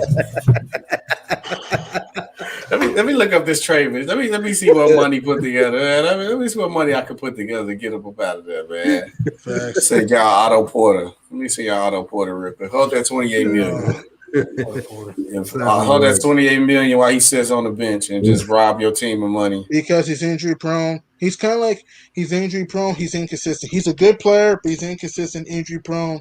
He did this in Washington too. So yeah, I don't want no Otto Porter. No offense, SB. Don't give us no damn Otto Porter. But knowing James Dolan, you may make that move. I mean, look, man, he has what y'all need, man. You know, a wing on the 3 and D, shoot threes, stretch to 4. You just really want that $28 million going. You're not even own. Bro, he's a decent player, but he's injury prone. Nah, man, nah. And what's your? He's a good player. I'm not saying he's trash. I'm just saying he's just inconsistent. That's all I'm saying. Why do we have to make more moves to get inconsistent players? Andrea Bogliani, really? I mean, that's what the Knicks usually do. So, I'm just trying to add on to the religion. I mean, I'm just trying to add on. You guys killed us every time in the playoffs other than 94. Why add more stress to us? I mean, look, we both stretching, man. I'll take Bus. I'll take Kevin Knox off your hands. At least you guys had D Rose for a little bit. Who we had? Stoudemire? I mean, y'all got D Rose now. He hooping with y'all now. Nah, but you had the real D Rose. D Rose is playing very well. I love D Rose. He's playing very legend out here. Y'all took him from us because we were trying to get D Rose, and y'all snuck and got him. He's supposed to be on the Bulls back then. Yeah, but we traded Dennis Smith and a pick, I think, for D Rose. So yeah, and this is also D Rose's second stint in New York because he spent his first year in 2017 with us. Yeah, but it's a different coaching staff, and he's admitted he has people around him that's known him since he was a teenager. And D Rose, you have to give him credit for what he'd been through, injuries, battling, the mental gymnastics that he had to go through. So even when he was here in New York, like people try to get on him, but come on, man, you had a death in the family. Like you got to understand that these athletes are people just like all of us. Like if one of our family members passed, like, do you really expect to go to work the next day? And because I'll be taking because it sucks losing a family. Exactly. It's like you lost a friend. You lost a motivator. You're not gonna go to school the next day. You're not exactly. Come on. If God forbid I lost a family member or something, I'm not. Sports will not be in my mind. I'll be thinking about other things. It's like, wow, I just lost a mentor. I just lost a motivator. But it's like that's just crazy. And here's the thing, too. I want to ask you something. Who do you think? What championship team is the most disrespected team of all time? I think it's the 2019 Raptors. That is me. Oh, well, everyone says it's because of Kawhi and stuff like that. And KD because Clay and KD. No. Yeah. KD was injured and all this. Man, garbage. I get irritated when I hear that. Listen, I know they didn't have Kevin Durant. Injury's part of the game. Thank you. And people forget about this. Didn't the Clippers take the Warriors 6 games with KD and Clay? People forget about that without an all-star. Then the Warriors' first championship, they won. Kevin Love and Kyrie Irving and Barry Zhao get hurt. Nobody said nothing. Nobody said anything. 99 Spurs championship. We didn't have Patrick Ewing. Like, what irritates me, the media buy into this narrative. Oh, Toronto had the luckiest run ever. Are you kidding me? Dude, Toronto beat an underrated Orlando team that had the best defensive rating in the NBA that season and had an all-star center Nikola Vucevic and a 6-year candidate in T. Ross and a coach of the year candidate in Steve Clifford and a high-flying Aaron Gordon. In the second round, Toronto beat a very talented Philadelphia team who had the best starting five in the Eastern Conference. Ben Simmons should have went to the championship. Should have arguably could have went to the championship. Joel Embiid, best center in the NBA at the time. Tobias Harris, 20 points per game scorer. Jimmy Butler, top 5 small forward, who just led his Miami Heat team to the NBA Finals last year. And JJ Redick, one of the best shooters of all time. Then the conference final, Toronto beat a very deep and dominant Milwaukee team who had the MVP, Giannis, Chris Middleton, All-Star, Brook Lopez, All-Star, shooters around, a lot of shooters, and a coach of the year, and Mike Budenholzer. And in the NBA Finals, before the finals, nobody picked Toronto. Everybody picked Golden State. Everybody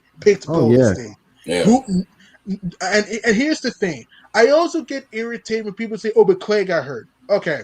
Do people forget in Game 2, Clay got hurt and the Warriors still won that game? Yep. In Game 3, and I actually checked this, in Game 3, the Warriors were the favorites going into that game without Clay and KD. People forget about that. Yep. The narrative for Game 3 was, oh, he didn't have Klay Thompson. Well, he played in Game 4 and they lost. What's the excuse now? In Game 5, I know KD was going off, but when he was doing that, it was a 5-point game in the second quarter. They were still 3-1 in the series. And then in Game 6, I know Clay had 30, but even if they win that game, they still had to play a Game 7 on the road. We don't know what would have happened. So, and here's the thing: the Raptors had injuries too. OG Anunoby, he's an underrated player to have on your team. He could defend, he could hit a three. He didn't play in that series because he had a quad injury. Kawhi Leonard had he had a appendix issue. I'm sorry. Kawhi Leonard had a quad injury. Kyle Lowry had a thumb ligament. Marcus Gasol had a back issue. Spicy P had a calf injury. So let's not act if the Warriors were the only team hurt. Both teams were injured, but the Warriors were the favorites going into the series. For 5 games of the series, you had Klay Thompson. So what is the excuse? The Rockets had an opportunity beating Houston had an opportunity beating Golden State without Kevin Durant. They failed. Portland should have beaten Golden State without Kevin Durant. They failed. So why should we downgrade Toronto's championship when nobody thought they'd win the championship? Because it's just a narrative that's easy to be painted. The same people that talk about that for Toronto are not going to have the same energy when they talk about like the finals that we just had with the Lakers in Miami. The Lakers The Lakers outclassed the Miami Heat. And we all root for the little engine that could, but let's not, as basketball fans, we could notice like who was the better team. But no one's going to try to delegitimize the Lakers winning a championship. And he still won 2 games. Bro, Goran Dragic banged up. Jimmy Butler banged up. Bam Adebayo banged up. And the Heat won 2 games. They almost won 7. Yeah, come on, man. So we're going to downgrade Kawhi's championship for beating a team he wasn't supposed to beat, but we're going to uplift other championships? I don't get it. No, it's just people just love looking for excuses. That's all. And the points like this, that's the reason why they do that, because see how you is about it right now. That's what they want. That's what they want to build a narrative. And narratives, and that's the issue. And people listen to this garbage. Listen, Kevin Durant is a great player. We know that KD was the best player on the Warriors. But do people forget during that season they had a lot of chemistry issues? Draymond Green and KD were yelling at each other during that season. People forget about that. Dude, there's a reason why the Clippers took these guys 6 games. There's a reason. They didn't have the depth. They had a lot of talent. They didn't have the depth. There's a reason why they won 6 games with the Clippers. Okay? People just – and here's what I think. You're probably going to disagree with what I'm going to say, but hear me out. In my personal opinion, if the Raptors and the Warriors were fully healthy, you're going to disagree with me, and that's fine. I honestly think Toronto would still be in them. That's my opinion.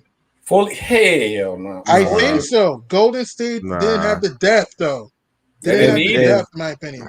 They didn't need it. The games was close. The games was close without KD. And when KD played for that how long he played? Like 5 minutes and scored like 11 points that 5.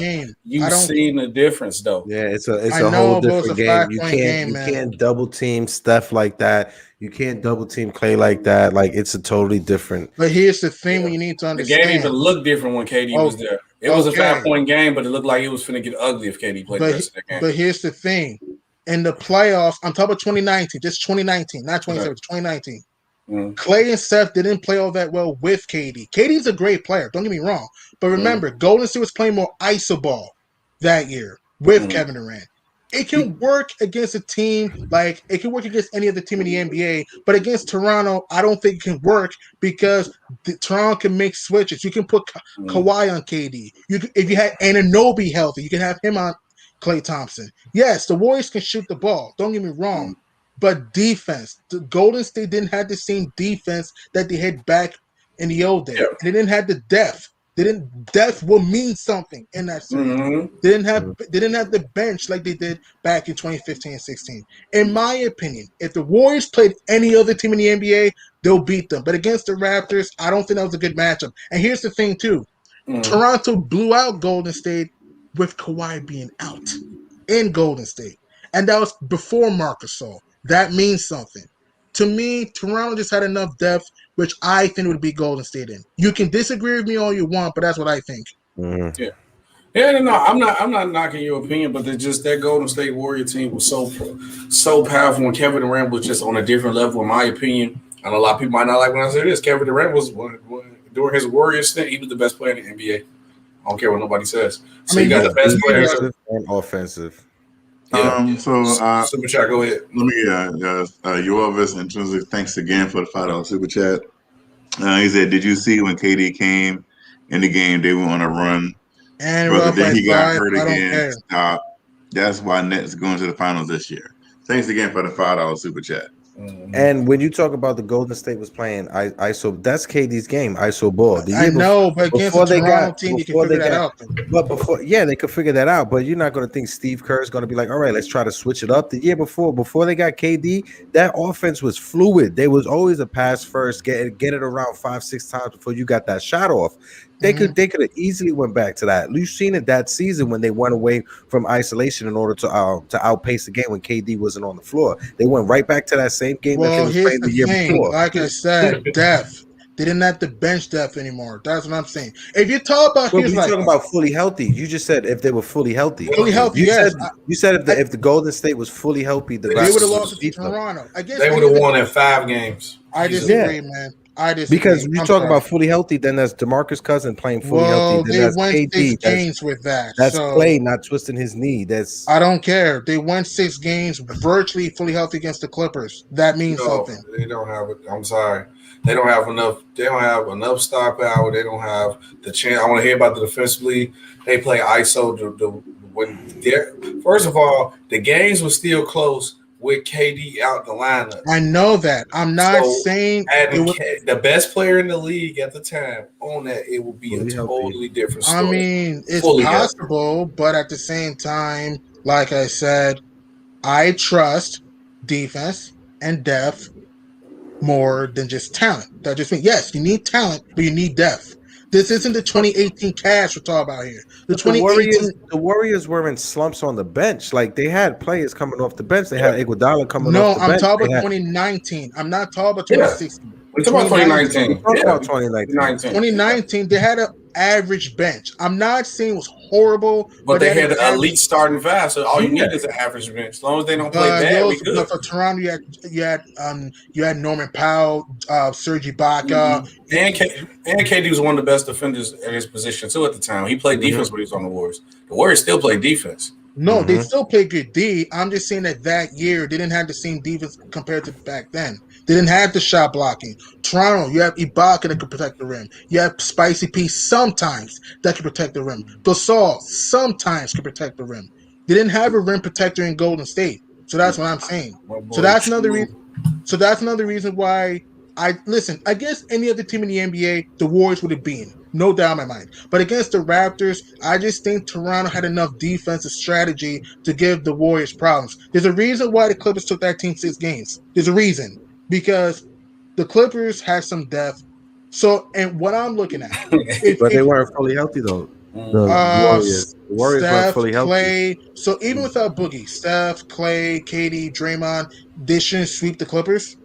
Well, I get what you're saying, but we're comparing the Raptors versus a fully healthy Golden State. But I know 5 that games easily. I disagree with you, man. I'm sorry. I don't see it. No, I'm not. I'm not saying you're wrong for having your opinion, but I'm just saying, in real life, the Raptors didn't stand a chance.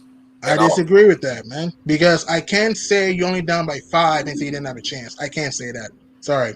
I can't base 11 minutes of a game saying it would happen the whole series. I don't know. I can't just assume that. Because maybe Klay Thompson doesn't play the same with Kevin Durant. Because remember, Klay and Steph were actually struggling in the playoffs with KD. People forget about that. That's what I'm saying. Hold on, wait. I got to go back to that playoff run. I mean, 2019. I didn't say 2019. If you actually, you can't just look at stats. You gotta use eye test sometimes. The eye test really showed me that they should have swept them. If we going off the eye test, that the Warriors should have swept the Clippers. I've been telling people this. The Clippers were a good team, but even without Boogie Cousins, you're telling me you can't sweep the Clippers with the Fantastic Four? That series showed to me they would have a lot of trouble with Toronto. That's just me. I guess any other team in the NBA, Golden State would have beaten, no doubt in my mind. But against Toronto, I disagree. I don't care what anyone else says. Wait, question. When my fault. I'm sorry. When that 2019, who they play in the first round? Did they play the Clippers or Portland? Clippers. One or two. That's when that Lou Williams led and Patrick Beverly led team. They won twice in Golden State. People forget about that.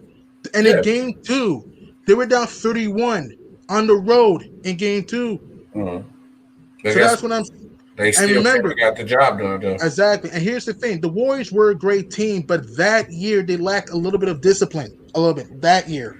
Because they were arguing back and like you said, Draymond and KD got into that argument. Like, this is why I'm out of here. That is my point. That's why I think Toronto would have gotten into their heads a little bit. I guess any other team without KD, it was still close, and even without I don't Clay, care. They lost. That means a lot, though. That means a lot, though. Like, all right, then why are we giving Dame a pass? Why didn't Dame beat him? Why didn't Harden beat him? Who's giving Dame a pass? What I'm saying is that we're giving Dame a pass. We're giving Curry an excuse. He had an opportunity. Clay was there most of the series, right? Let's not act if he was out the whole series. In game 6, Iggy gave him 22. Boogie gave you a double-double. Draymond gave you a triple-double. We can't say he didn't have any help in game 6. Curry, I'm not saying it's all his fault. That's not what I'm saying. But Curry did go 6 for 17 in game 6 at home. We got to be honest. Because that's what without Clay, they had no offense. He had to do everything on his own. Iggy had 22. Boogie had a double-double. Game 6, when he got hurt. He had a chance. Okay? They only lost by 4 points. Let's not act that they got blown out. They only lost by 4 points. You're right. They didn't get blown out. So that's why if they had a healthy Klay Thompson and a healthy KD for the series, they would have won. I disagree. You just said they didn't get blown out. It was close. So adding a healthy Kevin Durant and adding a Klay Thompson for a 7-game series. I'll give them game 6. They would have won game 6. I give him that. And this is what you're not saying, though. Like you thinking about, like you said, the eye test. Adding Kevin Durant opens up the floor way more, so you can't run them traps, or you can't blitz a Steph Curry, or you can't, block off Klay like that, or just leave a Draymond. That Kevin Durant on the floor changed the whole dynamic of their offense, bro. It's not even close. That is true. And not having KD on the floor, the Raptors didn't have. So I'm not gonna listen. You're acting like the Warriors were unbeatable. You're acting like that. I'm not. You're acting like this team was unbeatable. Yes, they had a great offense, but like I said, their defense was inconsistent. Also, the fact they didn't do a good job guarding the pick and roll, and also, like I said, this. And here's another good point. Kawhi, the whole narrative with Kawhi Leonard that year that he was a diva in San Antonio because of what happened this last year. I just think Kawhi Leonard, in my opinion, would have shown people that he was the man. I'm sorry. In my opinion, I think Toronto to be in Golden State.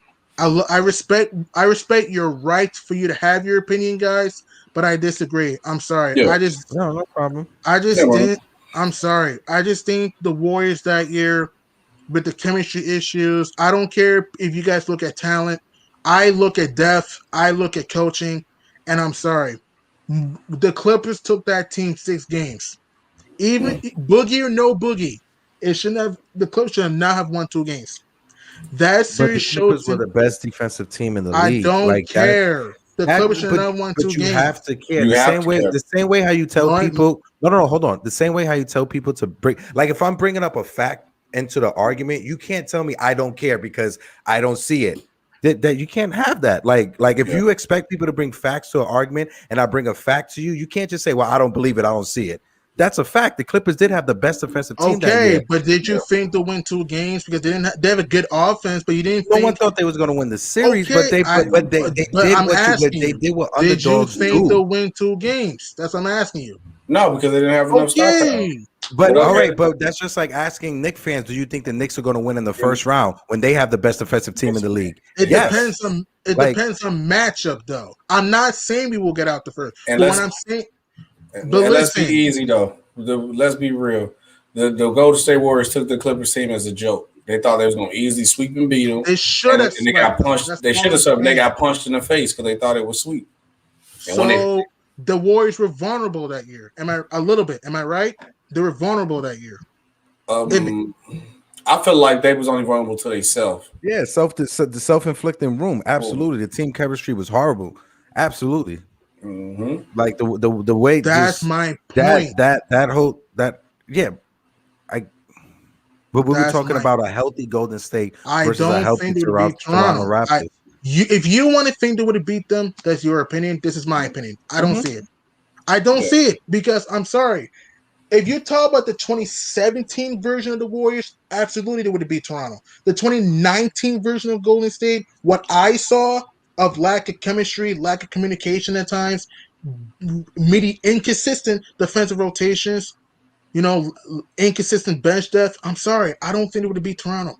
Mm-hmm. And I'm sorry. If they couldn't, and here's what I thought. I don't see the Warriors winning in 5. If you would have said Warriors in 6, I could respect the opinion. But if you said Warriors in 5, I cannot respect that. No disrespect to you, SB. I respect you as a person. I just don't respect the opinion itself, Warriors in 5, because I'm sorry. The Raptors had home court. That means something. And also the fact, like I said, Golden State had a lot of talent. But like I said, depth matters. You need depth. Do you need the best depth? No. But you need role players to do their job consistently. And what I watched that Warriors team in 2019, their bench wasn't the same compared to when they had a prime Iguodala, Barbosa, Rush, Azili, Livingston. They didn't have the depth. I'm sorry. Because remember, the Warriors starting 5 won't play the whole game because that bench is going to mean something. And I think Toronto had enough bench depth to win that series. I don't care what people say. I'm sorry. So in my opinion, fully healthy. Raptors, Warriors, I got Raptors in 6 or 7. But if the Warriors were healthy against everybody else, Warriors would have won easily. See, now that's the point I disagree on you on because I feel like the team that would have probably gave them more of a problem would have been that Jimmy Butler, Joel Embiid team with Joel Embiid and Jimmy Butler with the close and Joel Embiid being the big man being dominated because they don't have nobody that really could stop Joel Embiid. And then with Jimmy Butler closing the game. Then also, this you got to look at. Even though that Warriors team was bad, they were still top 15, close to the top 10 team defensively. They were still high. At the end of the day, I understand their bench wasn't the same, but you have one of the best starting 5s that we've just seen in a long time. No, they're great starting 5. Don't get me wrong. Their starting 5 their starting 5 could carry them.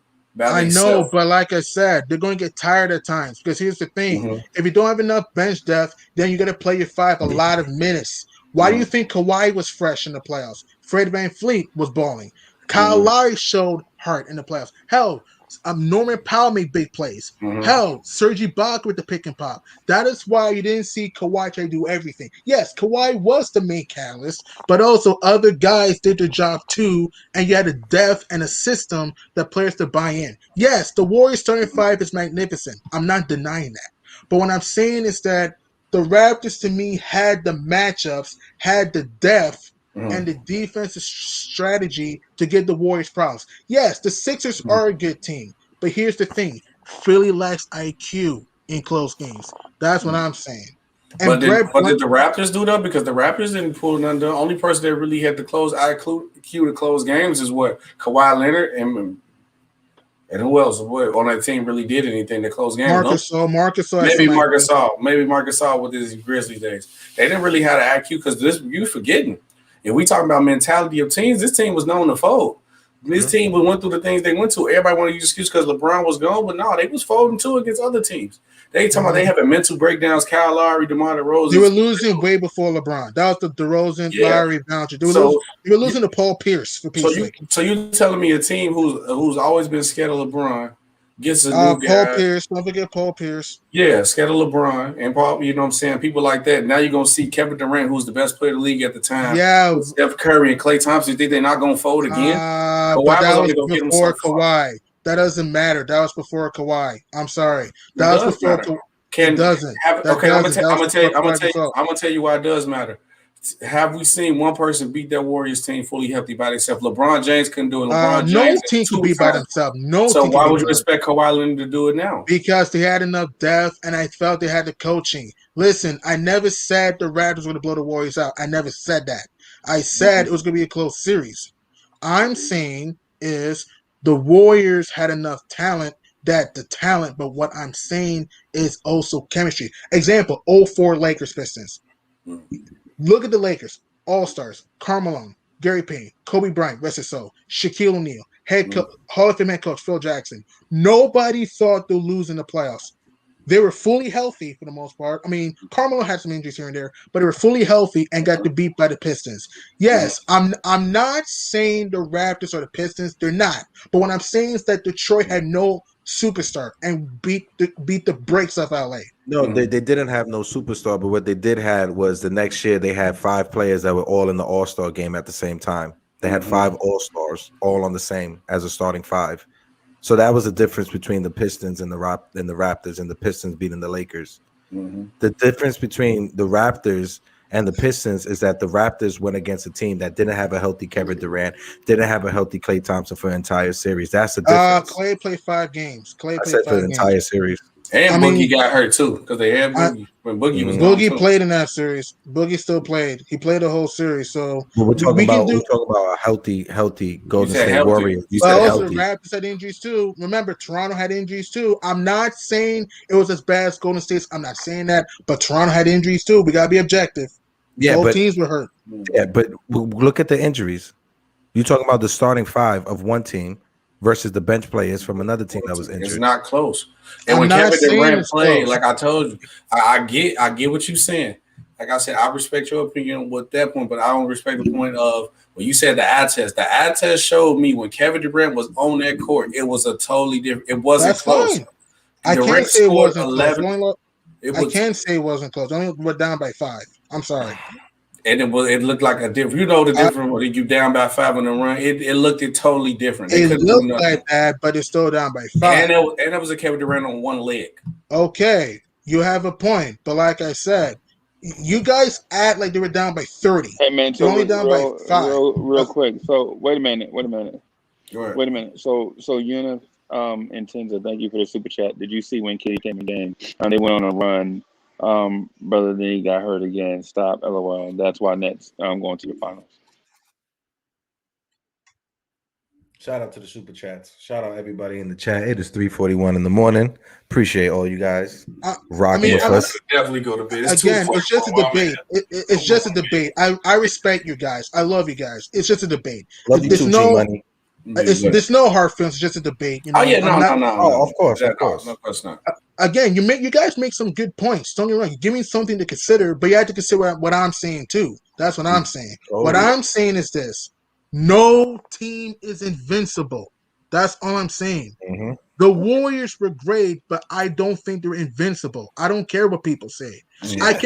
I cannot say the Warriors were invincible when they went 6 games against the Clippers. Yes, the Clippers were a great defense, but that shouldn't have mattered. That shouldn't have mattered. The next series that they went 4-0 versus the Trailblazers, and KD got hurt. But here's the difference. And they smacked the Rockets without KD too. But that's true. But here's the difference.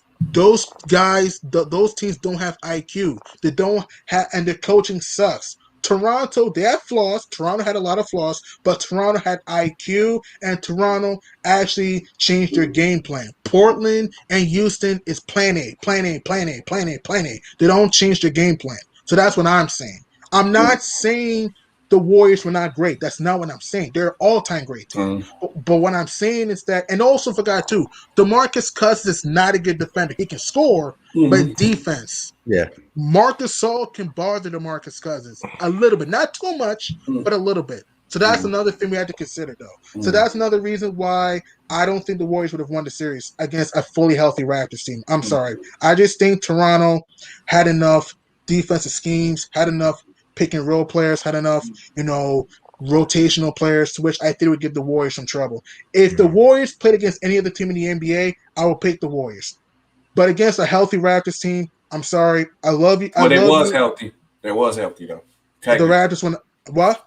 They was healthy. Who was healthy? The Raptors. The Raptors were not healthy. Get out of here. Anunoby was out. Kawhi was injured. I don't care what you guys say. Anunoby was out. Kawhi was injured. Don't give me this narrative. The Raptors but Kawhi was like load management. Like I don't understand. He missed. OG Anunoby was out the rotation. Anyway, Anunoby was hurt. He was hurt. He had an appendix issue. But he wasn't like a key player. He was a key player. He was. Again, I'm not saying he was a star. That's not what I'm saying. But Anunoby can help with defense. He's kind of like a Frank Ntilikina a little bit, except he's more athletic. That's what I can say about Anunoby. He can defend. He can hit the three. The Raptors were not healthy. If you want to believe that narrative, believe that narrative. I don't think they were healthy. I mean, it wasn't like a Cal Lowry. If he was a Cal Lowry or Fred VanVleet, then I hear you. But OG Anunoby that season averaged 20 points per game. And also, 20 minutes per game, not 20 points. OG averaged 20 minutes a game. I know, but I'll make this quick. To the chat, I'm from Brooklyn, not from Toronto. I'm not a Raptors fan. I'm a Knicks fan. He's a Blazer fan. I'm a Knicks fan. I'm a New York Knicks fan. Again, if you think the Warriors would have won the series, I could respect that opinion because you have a good point there. But I just think the Raptors had enough experience, depth, to which I think would give the Warriors trouble. Because here's the thing. The 2019 Raptors were the best defensive team that the KD Warriors played.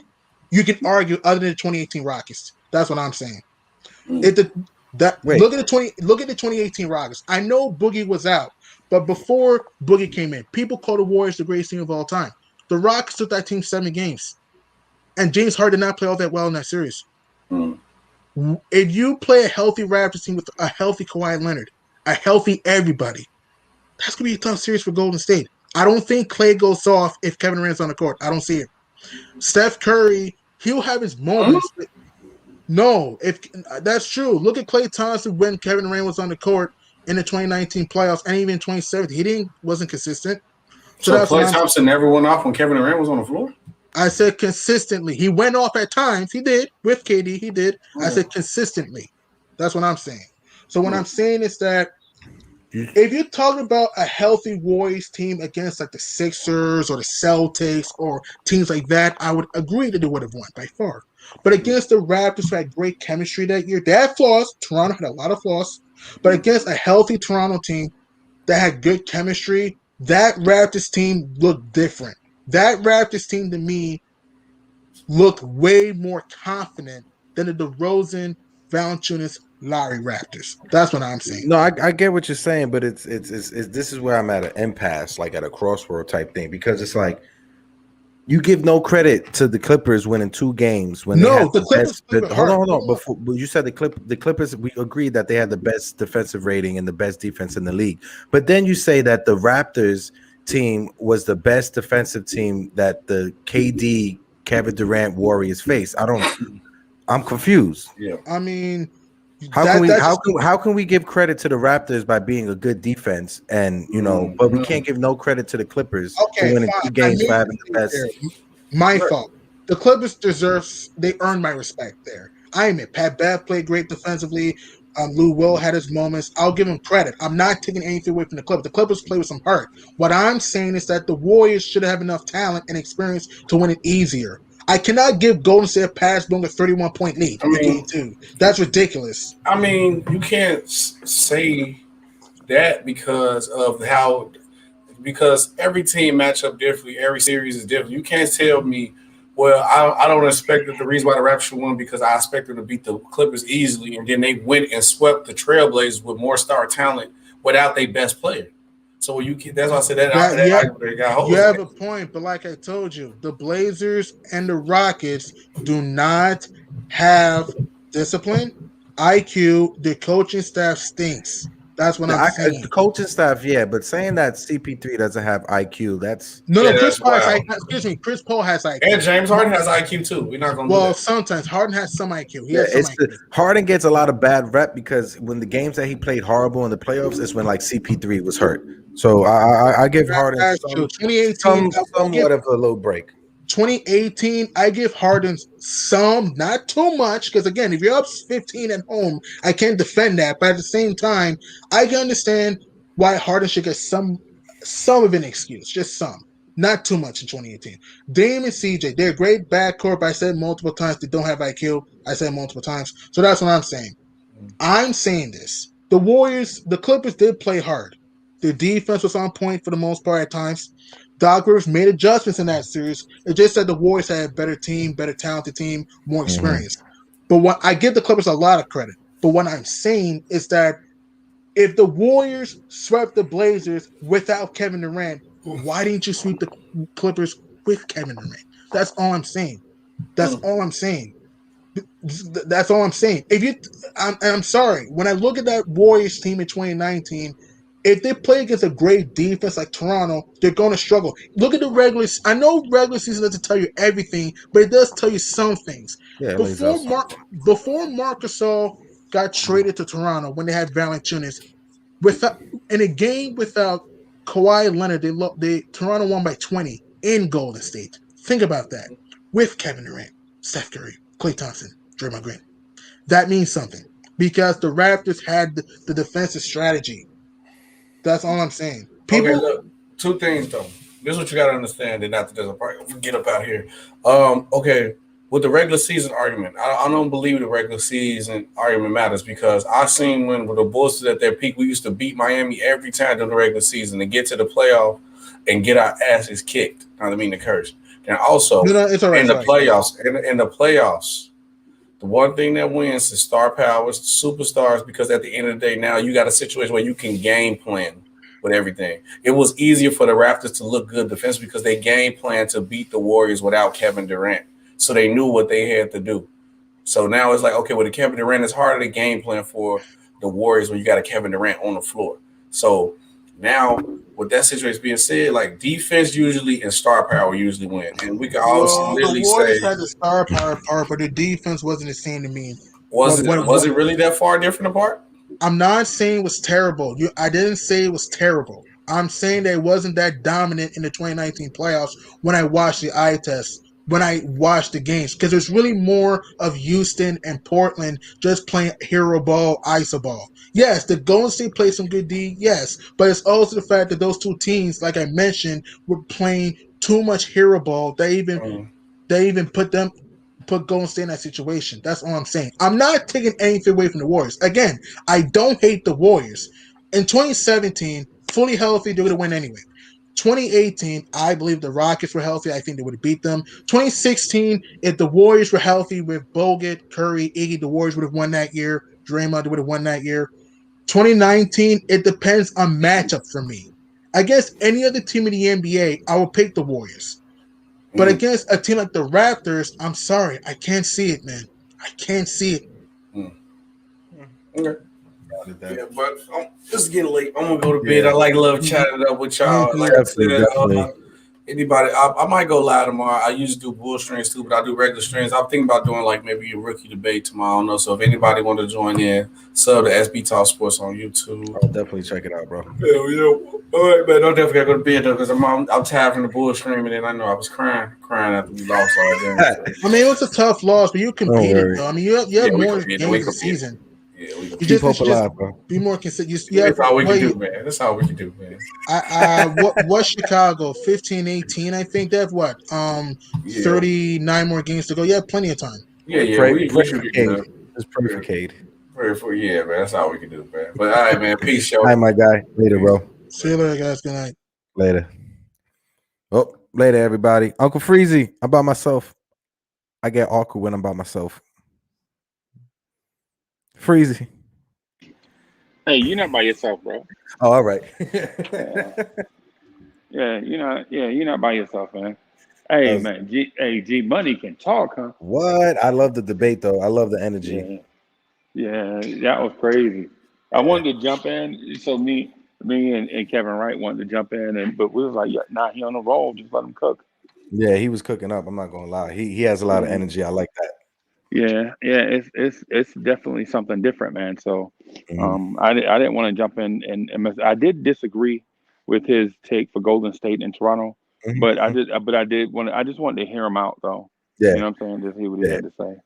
No, I disagree with him on that, but I loved how he backed his statements up. I love that, like that part. I like having that kind of conversation. Yeah, the only thing I kind of was wavering on is when in the beginning he said he wanted to back everything up with facts, and then towards the end he was like, I don't care what everybody say. You know what I'm saying? Like I said before, you know what I'm saying? So I mean, Yeah. it was. No, but that's why like I love that, because whenever I'm debating like people on politics or whatever, I use facts all the time, facts over feelings, and it comes down to when you hit people with facts that they literally just say I don't care. Like right. Yeah, I think he was probably running out of ammo. That's probably all. Nah, but he's good though. Yeah, he is good. He's great. Yeah, he's great. He's great, man. But yeah, when we run out of ammo, then you know what I'm saying. When you run out of ammo, you start throwing your gun. Yeah, you know basically. Yeah, you know what I'm saying. So, oh man. Yeah, so, Yo, before I get out of here, man, I wanted to ask you. So how you feel about Lindor and like Met spring training? I know it's like off subject, you know. Yeah, no, man, I think I just spent like $400 on Mets gear. No doubt. No, for real, I'm serious. I just spent I'm waiting on stuff to come in the mail right now. Nah, you know what I'm saying? I love Lindor, man. I'm not gonna lie, man. I saw his interview today. That uniform looks perfect on him. Like he just looks so good in that uniform. Like it was meant to be. Yeah, like even the way he just talked to like reporters and just how he answers questions. It's just Dude, you guys got one. Yeah, man. Yeah, man. So is Derek Jeter still overrated? Do we have time? No. We can have that conversation. What I would say is, if Derek Jeter was on another team, his name wouldn't have as much cachet. Right. You understand? Right. He does have 3,000 hits. He does have the most hits as a shortstop, but he's not the greatest shortstop of all time. No, he's he's not even top 5. Top 5, there's a little bit of an argument. Top 5, but greatest of all time. Before the PEDs, I would give that to A-Rod. Before he started juicing and stuff, I would give that to Alex. Right. Even Jose Reyes, like for a stretch of time, he was the best shortstop in the league for about 3 seasons in a row. Yes, man. Yes, because he legit had the strongest arm and at the shortstop position. He was probably the fastest guy. You know what I'm saying? Stolen bases. He hit for average, and he was a switch hitter. Yeah. And on top of it, it's when he went to Toronto. That's when the end of from playing on AstroTurf. Anybody who knows baseball, you know that, Freezy. Yep. Hey, look at Troy Tulowitzki. Yeah. Troy Tulowitzki had a few injuries before going to Toronto, but going to Toronto, it's just like playing in sand, playing in that AstroTurf. Yep. Yeah, because Tulo played in Colorado, right? Yeah, Tulo played in Colorado, had like a few shoulder injuries, shoulder injuries, but when he went to Toronto, that's when the ankles and the leg injuries started happening. Yeah, the joint injuries, man, it was crazy. And it's like like people give respect to David Wright. I give respect to David Wright, but it's like if you're gonna have that energy for David Wright for his injuries, have the same for Jose Reyes. That's all I'm saying. Right. And the thing I disliked about the David Wright approach was we let 2 guys go when we should have considered maybe looking at not re-signing David Wright. So we didn't sign Daniel Murphy and we didn't sign Justin Turner. Yep. Right. And so one guy could have been at third and the other guy could have been at second. And then you were bringing up a young shortstop named Rosario who would eventually get to the big leagues. Yep. You know what I mean? So we could have been safe there. And when David Wright got back, we could have played David Wright at first. Absolutely. So Like right now, what do you think? With first base for the Mets, I love Pete Alonso, but honestly, right, I feel Dom Smith is the better hitter. right, right. The only reason why I understand what Rojas is doing is because we have 6 lefty bats in the lineup. Yeah. You know what I'm saying? And Pete is a righty with power. Mhm. So I understand playing him at first, but then my only thing is Dom is too good of a hitter and too good of a fielder at first base for you not to have his bat in the lineup. If we go to a international DH, like a DH in both leagues, That's what it should be. I think the Mets are going to win the World Series. That's what it should be. And I, Yeah, like whenever I have conversation with people, they're like, "Oh, why don't they want to have it?" I'm like, because the owners are cheap with money. If you add right, the DH to the National League, you just right, created 15 jobs for players that could have retired that you're going to have to pay 10, 15, 18 million for. right, right, right. Yeah, I agree with you. Mhm. Uh, And yeah, this year, I, this year with the shortened season from last year, I'm just scared that we're going to have a high amount of pitching injury, just like last year. well, hopefully we'll get healthy. Hmm. Hopefully we'll get healthy, but we'll see. Hmm. We'll see how things go, man. Um, my only deal is I don't want to rush Syndergaard back. So yeah. I don't want to rush JT Ginn back. I would rather have the young guys battle it out. Mhm. I forget the Hawaiian kid and the David Peterson and the other young guy. I just would like to see them battling out first spots 3 through 5 because you have Carrasco, you have Degrom, you have Stroman, and so have the other 3 guys battle it out for spots 4 and 5. Mhm. I think so. I, We'll, I but we'll I see. I think that's the way to go. Honestly, I don't think I know it's like Steve Cohen's first official season as the owner and stuff, and like they may Right. be like gun ho to like come out running and like just make moves. But I just like you said, let them battle it out. Like Yeah. competition is great, especially in Right. spring training. Right. And then too, if we can upgrade at third base, I think that will set it off for us. Honestly, man, it's. I wish you guys would have went after Arenado, especially Right. especially the prospects that St. Louis gave up. They weren't even like top 10, like Right. St. Louis prospects, and it's not like St. Louis has one of the best prospect systems in the league. No, they're like 15th at best or 14th, if I was mistaken from what I was reading before. So it's Right. the Mets could have got in on that, and Colorado is paying 50 million of Arenado's like contract, so they could have got him Yeah. on the cheap. We could have, and he's a right-handed bat Hmm. to throw in with all those lefties that we have. And that takes But the pressure off Pete Alonso because Pete Alonso did struggle at times trying to replicate his 50 home run season his rookie year. yeah, So yeah, having Arenado, that would have took some pressure off of Pete. yeah.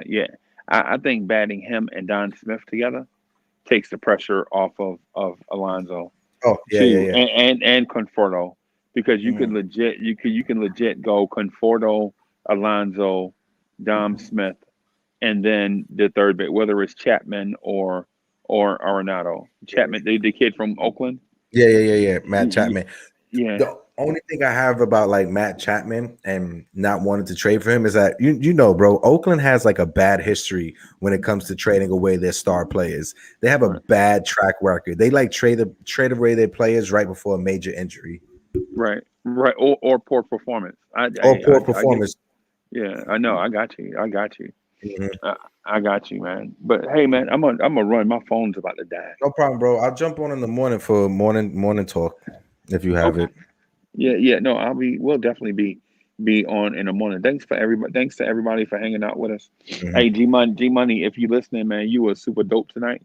Man, you were dope, man. So be back at any time. And so I'm gonna end it here before my battery dies. Thank y'all, man. I'll holler at y'all later.